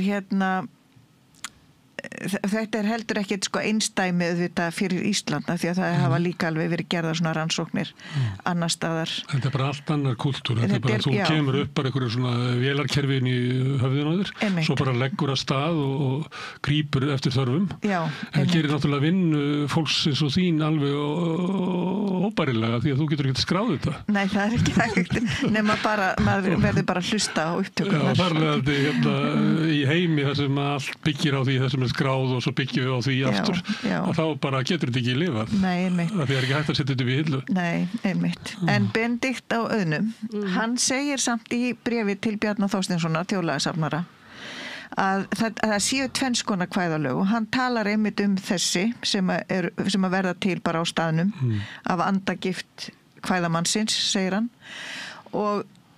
og svo eru líka til kvæðalög, segir hann, sem eru eftir eða kend við þekkta kvæðamenn og verða vinsæl og verða kannski breiðast út jafnvel allt land, segir hann sko. Þannig að það er 2 til sko. Það er ekki bara þetta sko. Verður örgulega til þannig að fólki líka þessu útgáfa þannig að þegar þú ætlar að bregðu út af að þá við áhorfendun rítuður aftur á staðinn til þess að heyra það eins og Ásdísgerði sem var svo gaman. Já. Það getur verið þannig sem að verður til já. Þannig þetta er bara allt önnur hefð, þetta er allt annar hljómeimur, þetta er allt önnur menning. En hún verður svolítið undir og það sem að maður veldi fyrir sig þegar það svona gerist og hvað svo hratt það gerist. Já, þetta gerist mjög hratt hjá okkur, en svo bara því hún Rósa er hérna við hliðina okkur, hvað með til dæmis Grikkland og Albaníu og Iljónskviðu og Hómerskviðu? Þetta hlýtur að hafa verið sungið. Já, og það er náttúrulega til þessi skráninga og kveðamönnunum hérna á Balkanskaga sem að einmitt gera þetta að þeir búa einlega lagi til leið og þeir syngja og svo gátu þeir líka breytt sögunum í kvæðunum, þessum sögukvæðum, af því að það eru til dæmi það þar sem að þeir eru með tvo mismunandi, eða sami kvæðamaður með tvo mismunandi áheyrendahópa og þá bara breytir hann sögunni eftir því sem hann veit að passar þessum áheyrendum. Já. Men þú þarft ekki að kunna söguna utan af. Nei. Þú þarft bara að vita hvað þú ætlar að segja og svo segir það bara. Já. Það er samt sem að vera skálskap í þetta. Já, og svo eru þeir með svona formúlur sem þeir geta nota og alveg eins og í rímunum eru náttúrulega kenningarnar má segja svona nokkuð konar formúlur þar sem að þú notar til þess að svona fylla í braginn eða þú þarf að vera ansi leikinn til þess að geta leikið þér að þessu. Þú þarf að vera ansi þjálfaðan heila. Og líka sem hlustandi. Það er náttúrulega meira gaman ef að sagnamari kemur og er einhver leit óvart. Já, þetta. Það er það sem að áhorfendur eru alltaf að biðja Guðsbarnum komdu mér óvart. Og þó ekki, það er reyndar þannig að þegar vorum að skráningu að þá er það þekkt í svona sögu klassíska tónlistar þegar LP-platan kom og gat rúmað symfóníur og konserta og þegar allt í einu mæta áhorfendur sem eru búin að hlusta á allt þá breytist mikið svona á 7. og 7. áratökum. Af því að það áður hafði verið konsertin verið eitthvað nýtt en allt í einu koma áhorfendur og vilja fá að heyra allir samanburðar við eitthvað sem þeir kunna og segja býttu, ég held að Askinasi hafi nú spilað þetta aðeins öðruvísi. Þannig að skráningin skráningin er erfið í menningu af því að kemur þessi samanburður á móti því að gera fingrum fram sem var líka alltaf stutt að þessum stóðum eins og til dæmis í leikhúsinu, í leiklistinni, Commedia dell'arte, þetta voru týpur sem að voru gegnum gangandi og svo var bara ævintýri sem þessar personur lentu í, þau urðu mismundi en hafa ábyggilega líka verið stutt af svona stóðum, einhverju frásögn. Það er eitthvað slíkt sem er í þessum kultúr líka sem að var. Já. En ég er ennþá að hugsa hversu hratt þetta gerist. Því að ég með að horfa á myndina, þá er þess að þetta gerist bara eins og elding að leið og hitt kemur hinn hljómaheimurinn, þá breyðist hann út. Þetta var krafa tímans, en auðvitað, þetta var krafa tímans eins og kallaði þetta var lág í loftinu, en auðvitað vitum við að það var haldið áfram að kveða á heimilum, rímna lög. En verður ekki svona eins og, hvað við að segja, svona gjöful menning, þar sem að er eftir að leggja eitthvað til viðbótar og heldur hún bara svona varðvislu menning. Já, en samt. Já. Ég verð að mæla með auðvitað Þórarinn Eldjárn orti þarna á sínum tíma Disney-rímur. Það voru nú að koma lágarímur. Og lágarímur. Ég verð að sem sagt nefna hana vegna þess að þar er nú mikið leikið sér. Þar horfur náttúrulega bara á einhvern mann svona akrobata í íslensku. Ég held að og þú ert bara hissa, þetta er ekki alveg ég get ekki lesið þetta og þetta er ekki mín menning. Nei, en engu að síður þá var það að vera hagyrðingur alltaf leikfimi. Það alltaf leikfimi með tungumálið. Sko. Ég segi, en þegar maður horfir á texta eftir Breka, þá þetta ekki tengt... Bjarka fyrir ekki, Karlsson. Þá þetta ekki hérna... Þetta ekki mín menning, sko. Ég bara að horfa og hann gera einhverja... Já, það ekki af því að þú lest ekki nóg af ljóðum? Nei, ég les ekki nóg af rýmum, sko. Nei, býðum við, ég var að klára bók. Þú hlustar ekki á nóg af rýmum? Ég var að klára svo skemmtilega bók sem heitir Djöfulegi gleðileikurinn eftir Sölva Björn Sigursson, sem sem sagt skemmtanalíf Reykjavíkur á árunum 2004, 2005 og sem sagt blúprint af gleðileik Dantes. Og það svona, þarna lendi ég í leikum í mikilli, en hló. Og sem sagt, þetta bara maður verið að gefa sig í þetta. Já, ég ekki að segja að þetta sé alveg loku bók, ég bara að segja að þetta sé það í svona... Já, meira þess að hugsa það því að fór á 2 Hamlet-sýningar. Já. Og þar verið að halda í þess að hefða að vera með hann í forminu. Og ég var að velta verið með vitið af hverju við þessu, því við erum ekki einu sinni með okkar eigin, rímurnar eru farnar. Við erum ekki með fornkvæðin með svona aðferð við að fara með þau sem eru okkur kunnug. Það verið alltaf fyrir mig að byrja hendu ekki bara forminu á Shakespeare-textanum og notum bara innaldið sem nóg af. Ég bara að velta fyrir mér sko hvar maður kemur að einhverju menningu þar sem maður þar sem þetta hluti af. Þetta gerðu þetta Kurosawa með Macbeth. Hann hendi textanum, hélt sögunni og gerði stórkostlega mynd. Höllina í Kongulóa vefjarskógi og samúræjamynd, færði þetta allt á Edo-tímabilið. Það alveg hægt að taka þessar þjóðsögur, taka þessi minni og nota þetta í allt. En hins vegar þá, og þarna eru eins og rímnakveðskapinu sögur, það sem að mér finnst fallegt við þetta, það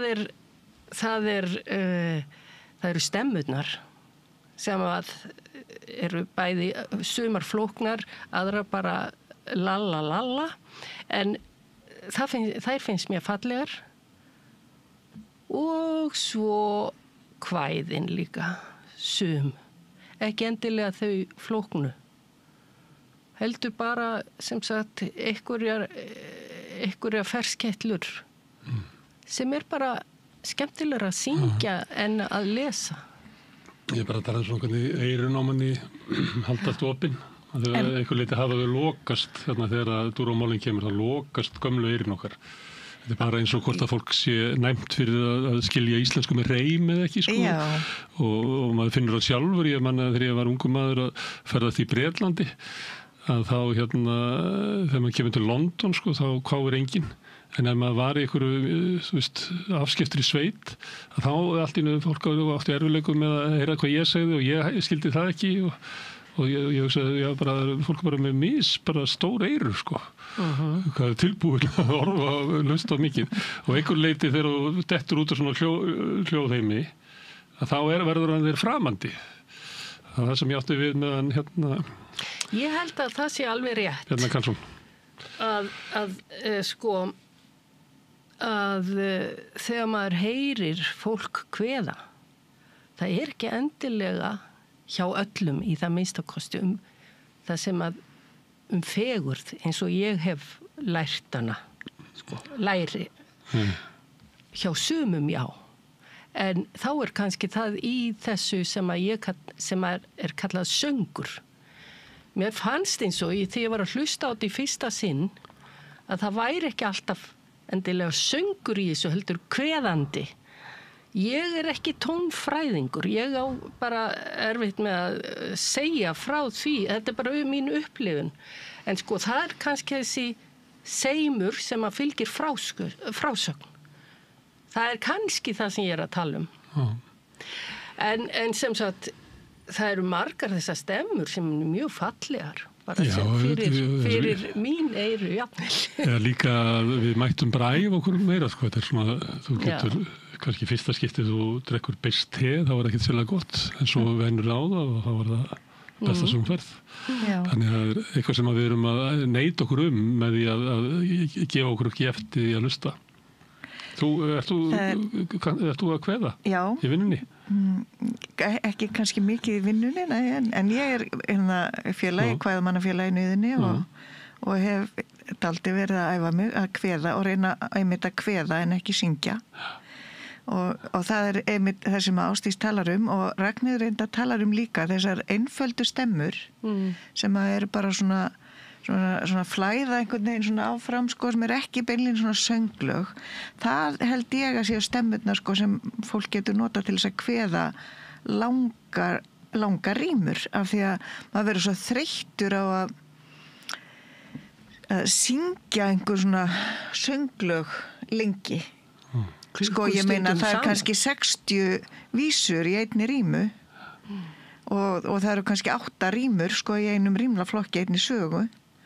Ég hef einu sinni kveðið heilan rímlaflokk á 12 tónum. Það var haldið svona rímnamarathon á degi rímnalagsins sem er 15. september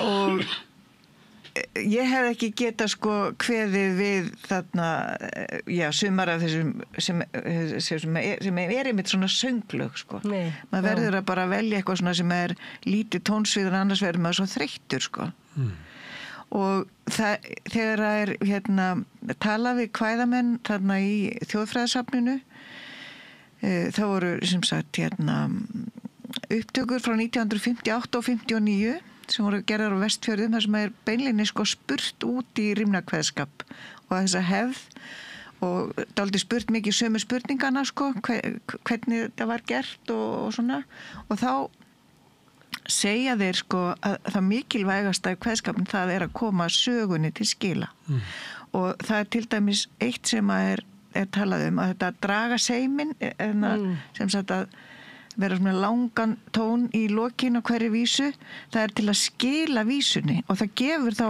fólkinu sem er að hlusta smá tíma til þess að melta hvað gerðist í þessari vísu áður en þá byrjar á næstu. Punktur og greinaskil. Já, einmitt.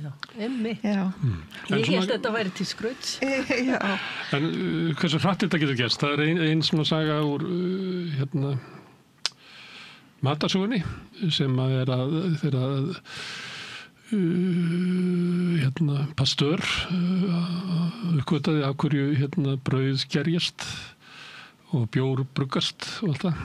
En þá fundum við leið til þess að nota bjórgerið til þess að hefa brauð og það gerðist miklu hraðar heldur en með súrdeginu og þetta breyttist svo hratt út heiminn að súrdegsbakstur eiginlega dó út og eiginlega skemmtilegast í Bandaríkjunum þar sem að fólk fór því kannist á vögnunum vestur, þá voru allir með sinn súr þannig það voru einhver sem sluppu með súrin og hann dó ekki út þannig að þurrgerið eða bjórgerið tók það ekki yfir og eitthvað af því slapp voru svona kallar sem voru að leita gull í Kaliforníu sem að fóru með og þegar þegar súrdegið er endur uppgötað í Bandaríkjunum svona upp á 1970 að þá finnst það þar annars hafði það bara þurrkast út og hvað súrdegsbakstur eyddist út hratt í heiminum og í okkar heimi svona eins og vesturna heimi er eiginlega ótrúlegt þetta gerist bara á kannski svona 15 árum hverfur bara löng menning og í önnur yfirtekur það og sömuleyti þá fannst mann þetta að vera svona saga það hversu hratt þetta getur gerst og ég sé með svona áhuga á því að við erum svolítið í svona tíma núna sem er að svona eins og menning sem að gæti allt í einu horfið og hversu veik hún er. Það er það. Það er það. Mér finnst ég með þessum myndum sem ég verið að búa til að ég sé hálfpartinn í mannfræði og þetta sé í rauninni kúltúr sem er deyjandi eða hörfandi talandi matinn bara þetta taka slátur Nú þetta bara gerfi vampir. Þeir fá það ekki, það eru reglugerð. Við búum ekki til skýr lengur, sko. Búum ekki til skýr lengur. Þeir eru að berjast fyrir því hjá stöku slátur, þeir eru orðin svo fá sláturhúsin, sko, að mega að koma með sviðahausa á markað. Vegna þess að þetta eru reglugerðir. En sko, það er líka reglugerðir í Frakklandi. Já, en það eru reglugerðir í Frakklandi, en þeir bara reiðast ef á að þeir eru ennþá að framleiða osta úr ógerilsneyddri mjólk og það eru alltaf einhverjir sem deyja á hverju ári út af því að út af einhverju vissum gerli þarna, en þeir halda áfram. En sem sagt, við erum ekki í neinni slíkri hættu, en allt þurrkast út hérna hjá okkur án mótstöðum. Já, það er svo við höfum, frakkarnir passaðu vel upp á sinn mat. Já. En við höfum ekki gert það. Eins og þess að við erum skýr í öllum búðum, en þetta er ekki skýr. Nei. Þetta er búðingur. Þetta er alþjóðlega allt annað heldur en þegar einmitt hvert heimili hafði sinn súr til að sýra skýrið. Já, þá var það öðruvísi skýr. Þá var bara skýrið ekkert eins á öllum bæjum. Nei. Þannig að það er allt annað. Við vitum það, okkur grunar það, að það hefur verið betra skýrið hjá Siggu á bæ heldur en hjá Huldu í Tungu. Já, einmitt. En við höfum ekki sko þannan heim til þess að geta eða fundið hversu mikill munurinn gat verið.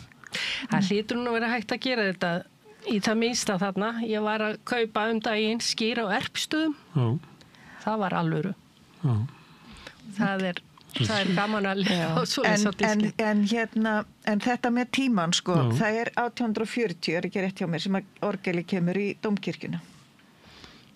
Jú, það bil. Já, og þá er sko Pétur Guðjónsson verður svo organisti og hann gefur út þessa sálmasöngsbók þarna stuttu seinna. Já, það var 1860.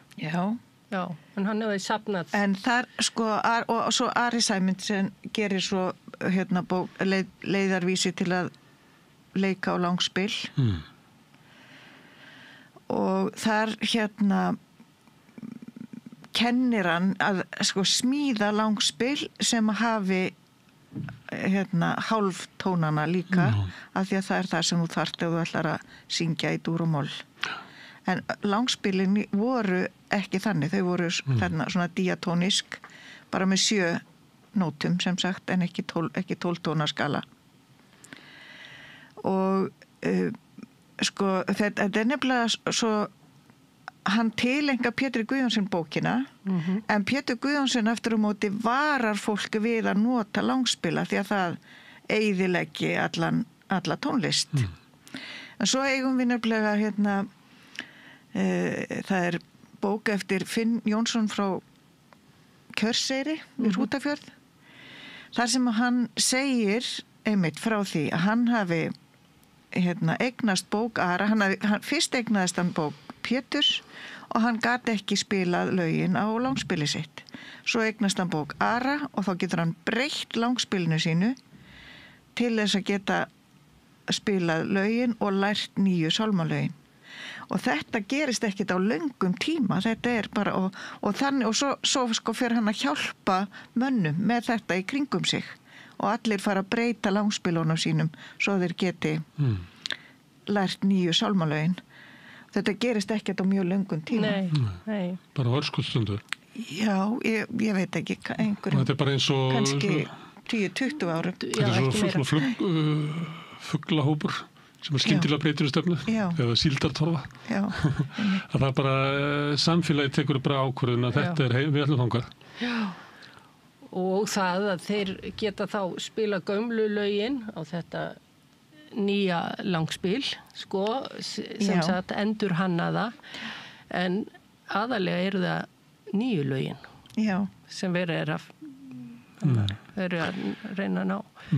En eitt varandi er svona hversu hratt þetta getur gerst. Ég meðan ég var ungur og fór fyrst í svona stórborgir, að þá var ég svo hiss að sjá að það voru svona leifar, að það var gamall hippi og og þarna var svona gamall svona klæddur eins og Presley og það dó ekkert í stórborginni. Það er svo margir þar að þegar komur nýjar svona straumar að það náður ekki að skrapa botnin og ég hugsaði, við erum svo fá á Íslandi að það lifir ekkert, það kemur einhver tíska allir í útibuxum. Já, ég sá það tók líka eftir þessi í Berlín.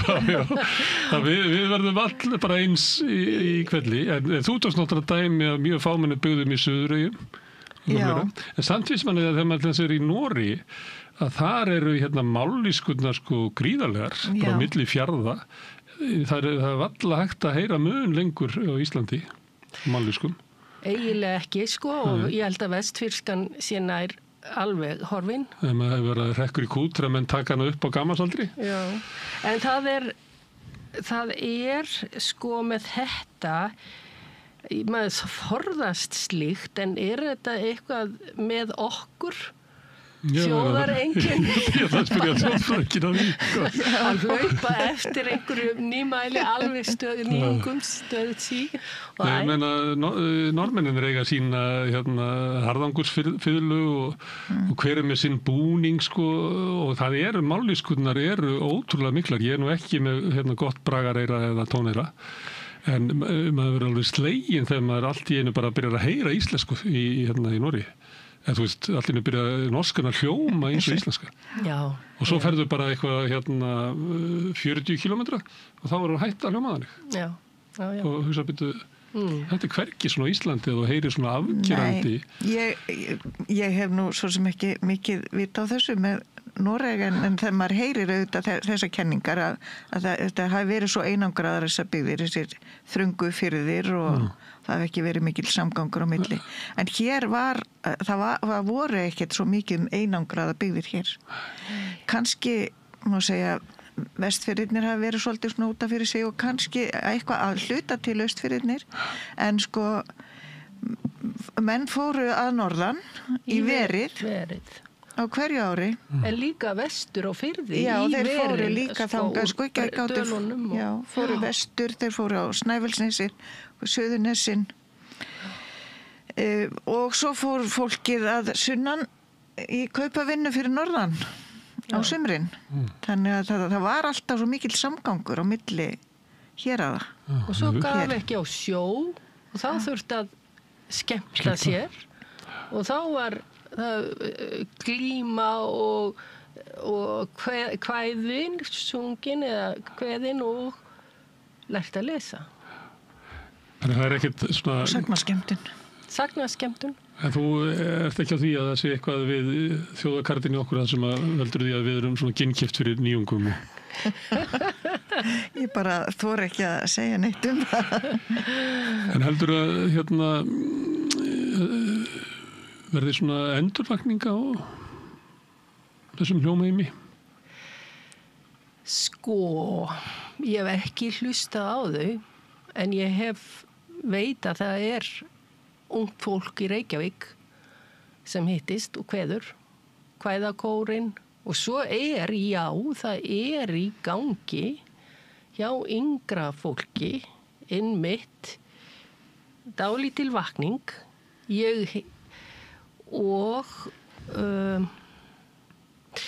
Ég gæti trúað því að það sé innmitt þessi samgangur við aðrar þjóðir og önnur lönd sem ekki alveg eins forstokkuð í nýjungagírninni. Þannig að þau koma til Ísland og spyrja og hvar er Ísland? Finn ekkert. Nema kannski einhverja stöku einstaklinga. En það er eitthvað að gerjast, í Reykjavík að minnstakosti. Hjá yngra fólki. Ég þori ekki að fara með neina tölur eða fjölda varðandi það. Það er líka oft þannig með svona gamalt að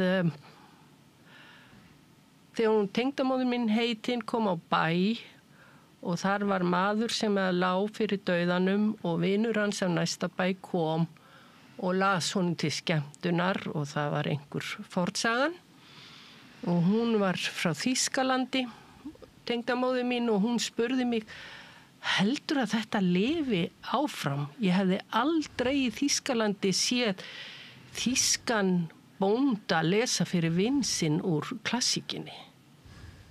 Og ég sagði, ég veit ekki það, en það verður alltaf til skrítið fólk sem lesa þessa bækur og það verður alltaf til skrítið fólk sem kveður rímur. Blessunarlega. Herðu, Rósa og Ásdís, takk fyrir að koma hingað og segja frá heimildamyndinni Frá ómi til hljóms sem sýnd í Bíó Paradís og verður líklega sýnd Guð má vita hvenær á Ríkisútvarpinu. Kærar þakkir. Takk fyrir. Takk. Já.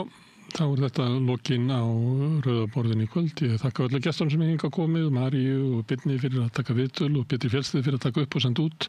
Ykkur þakka ég mest sem hafi verið að hlusta og horfa og breyta þessu samtali okkar í fjölmiðlun. Ég minni á að þið hafi byggt upp samstöðuna bara með því að segja vinum og vandamönnum frá efni sem þið hafi séð hér sem ykkur líkar. Þá finnur fólk okkur á Facebook, á YouTube, í öllum hlaðarsveitum, í útvarpinu á FM 89,1 á Stóru-höfuðborgarsvæðinu. Það má líka sækja þeirra útvarpssendingar í spilarann. Spilari.is á netinu og svo spilarinn líka app sem má hlaða niður í símann og hlusta á samstöðun og allar íslenskar útvarpsstöðvar hvað sem í heiminum. Það sem net á annað borð. Við erum komin í sjónvarpið til þeirra sem svo heppin að skipta við fjarskiptafyrirtæki Símann. Þar er númer 5 á fjarstýringur. Við erum líka í kabelkerfunum hérna suður með sjó og kannski eftirvill, ég veit ekki. Munu önnur fjarskiptafyrirtæki bjóða sínu viðskiptavinum upp á efni frá samstöðinni sem 24 tíma sólarhring, 7 daga í vikuna. Allan ársins samfélagsumræðu við þetta Rauðaborð og í öðrum þáttum samstöðunar. Það sem að knýr samstöðuna áfram eru sá hluti áhorfenda og áheyrenda sem hafa gerst áskrifandur. Það er fólk sem lítur svo á að samstöðin sé mikilvægur þáttur í lýðræðislegu samfélagi og vill styðja við rekstur hennar og uppbyggingu. Ef þú vilt slást í þann hóp velunara samstöðuna þá getur þú farið inn á samstöðun.is, það er hnappur sem ástendur áskrift. Það getur skráðið fyrir 2.750 krónum sem grunn áskriftin. Þú mátt borga meira þú vilt og því sem kjósið getur látið áskriftin að renna sem félagsgjöldin í Alþýðufélagið en það er einmitt Alþýðufélagið sem á og rekkur samstöðuna. En þetta er orðið gott hjá okkur í bíli, ég ætla að segja góða nótt og svo sjáumst við aftur hérna á morgun klukkan 8, þá var það fréttir á samstöðinni. Segðu það á Samstöðinni. Samstöðin er í eigu hlustenda, áhorfenda og lesenda. Sláist í hópinn og gerist áskrifendur.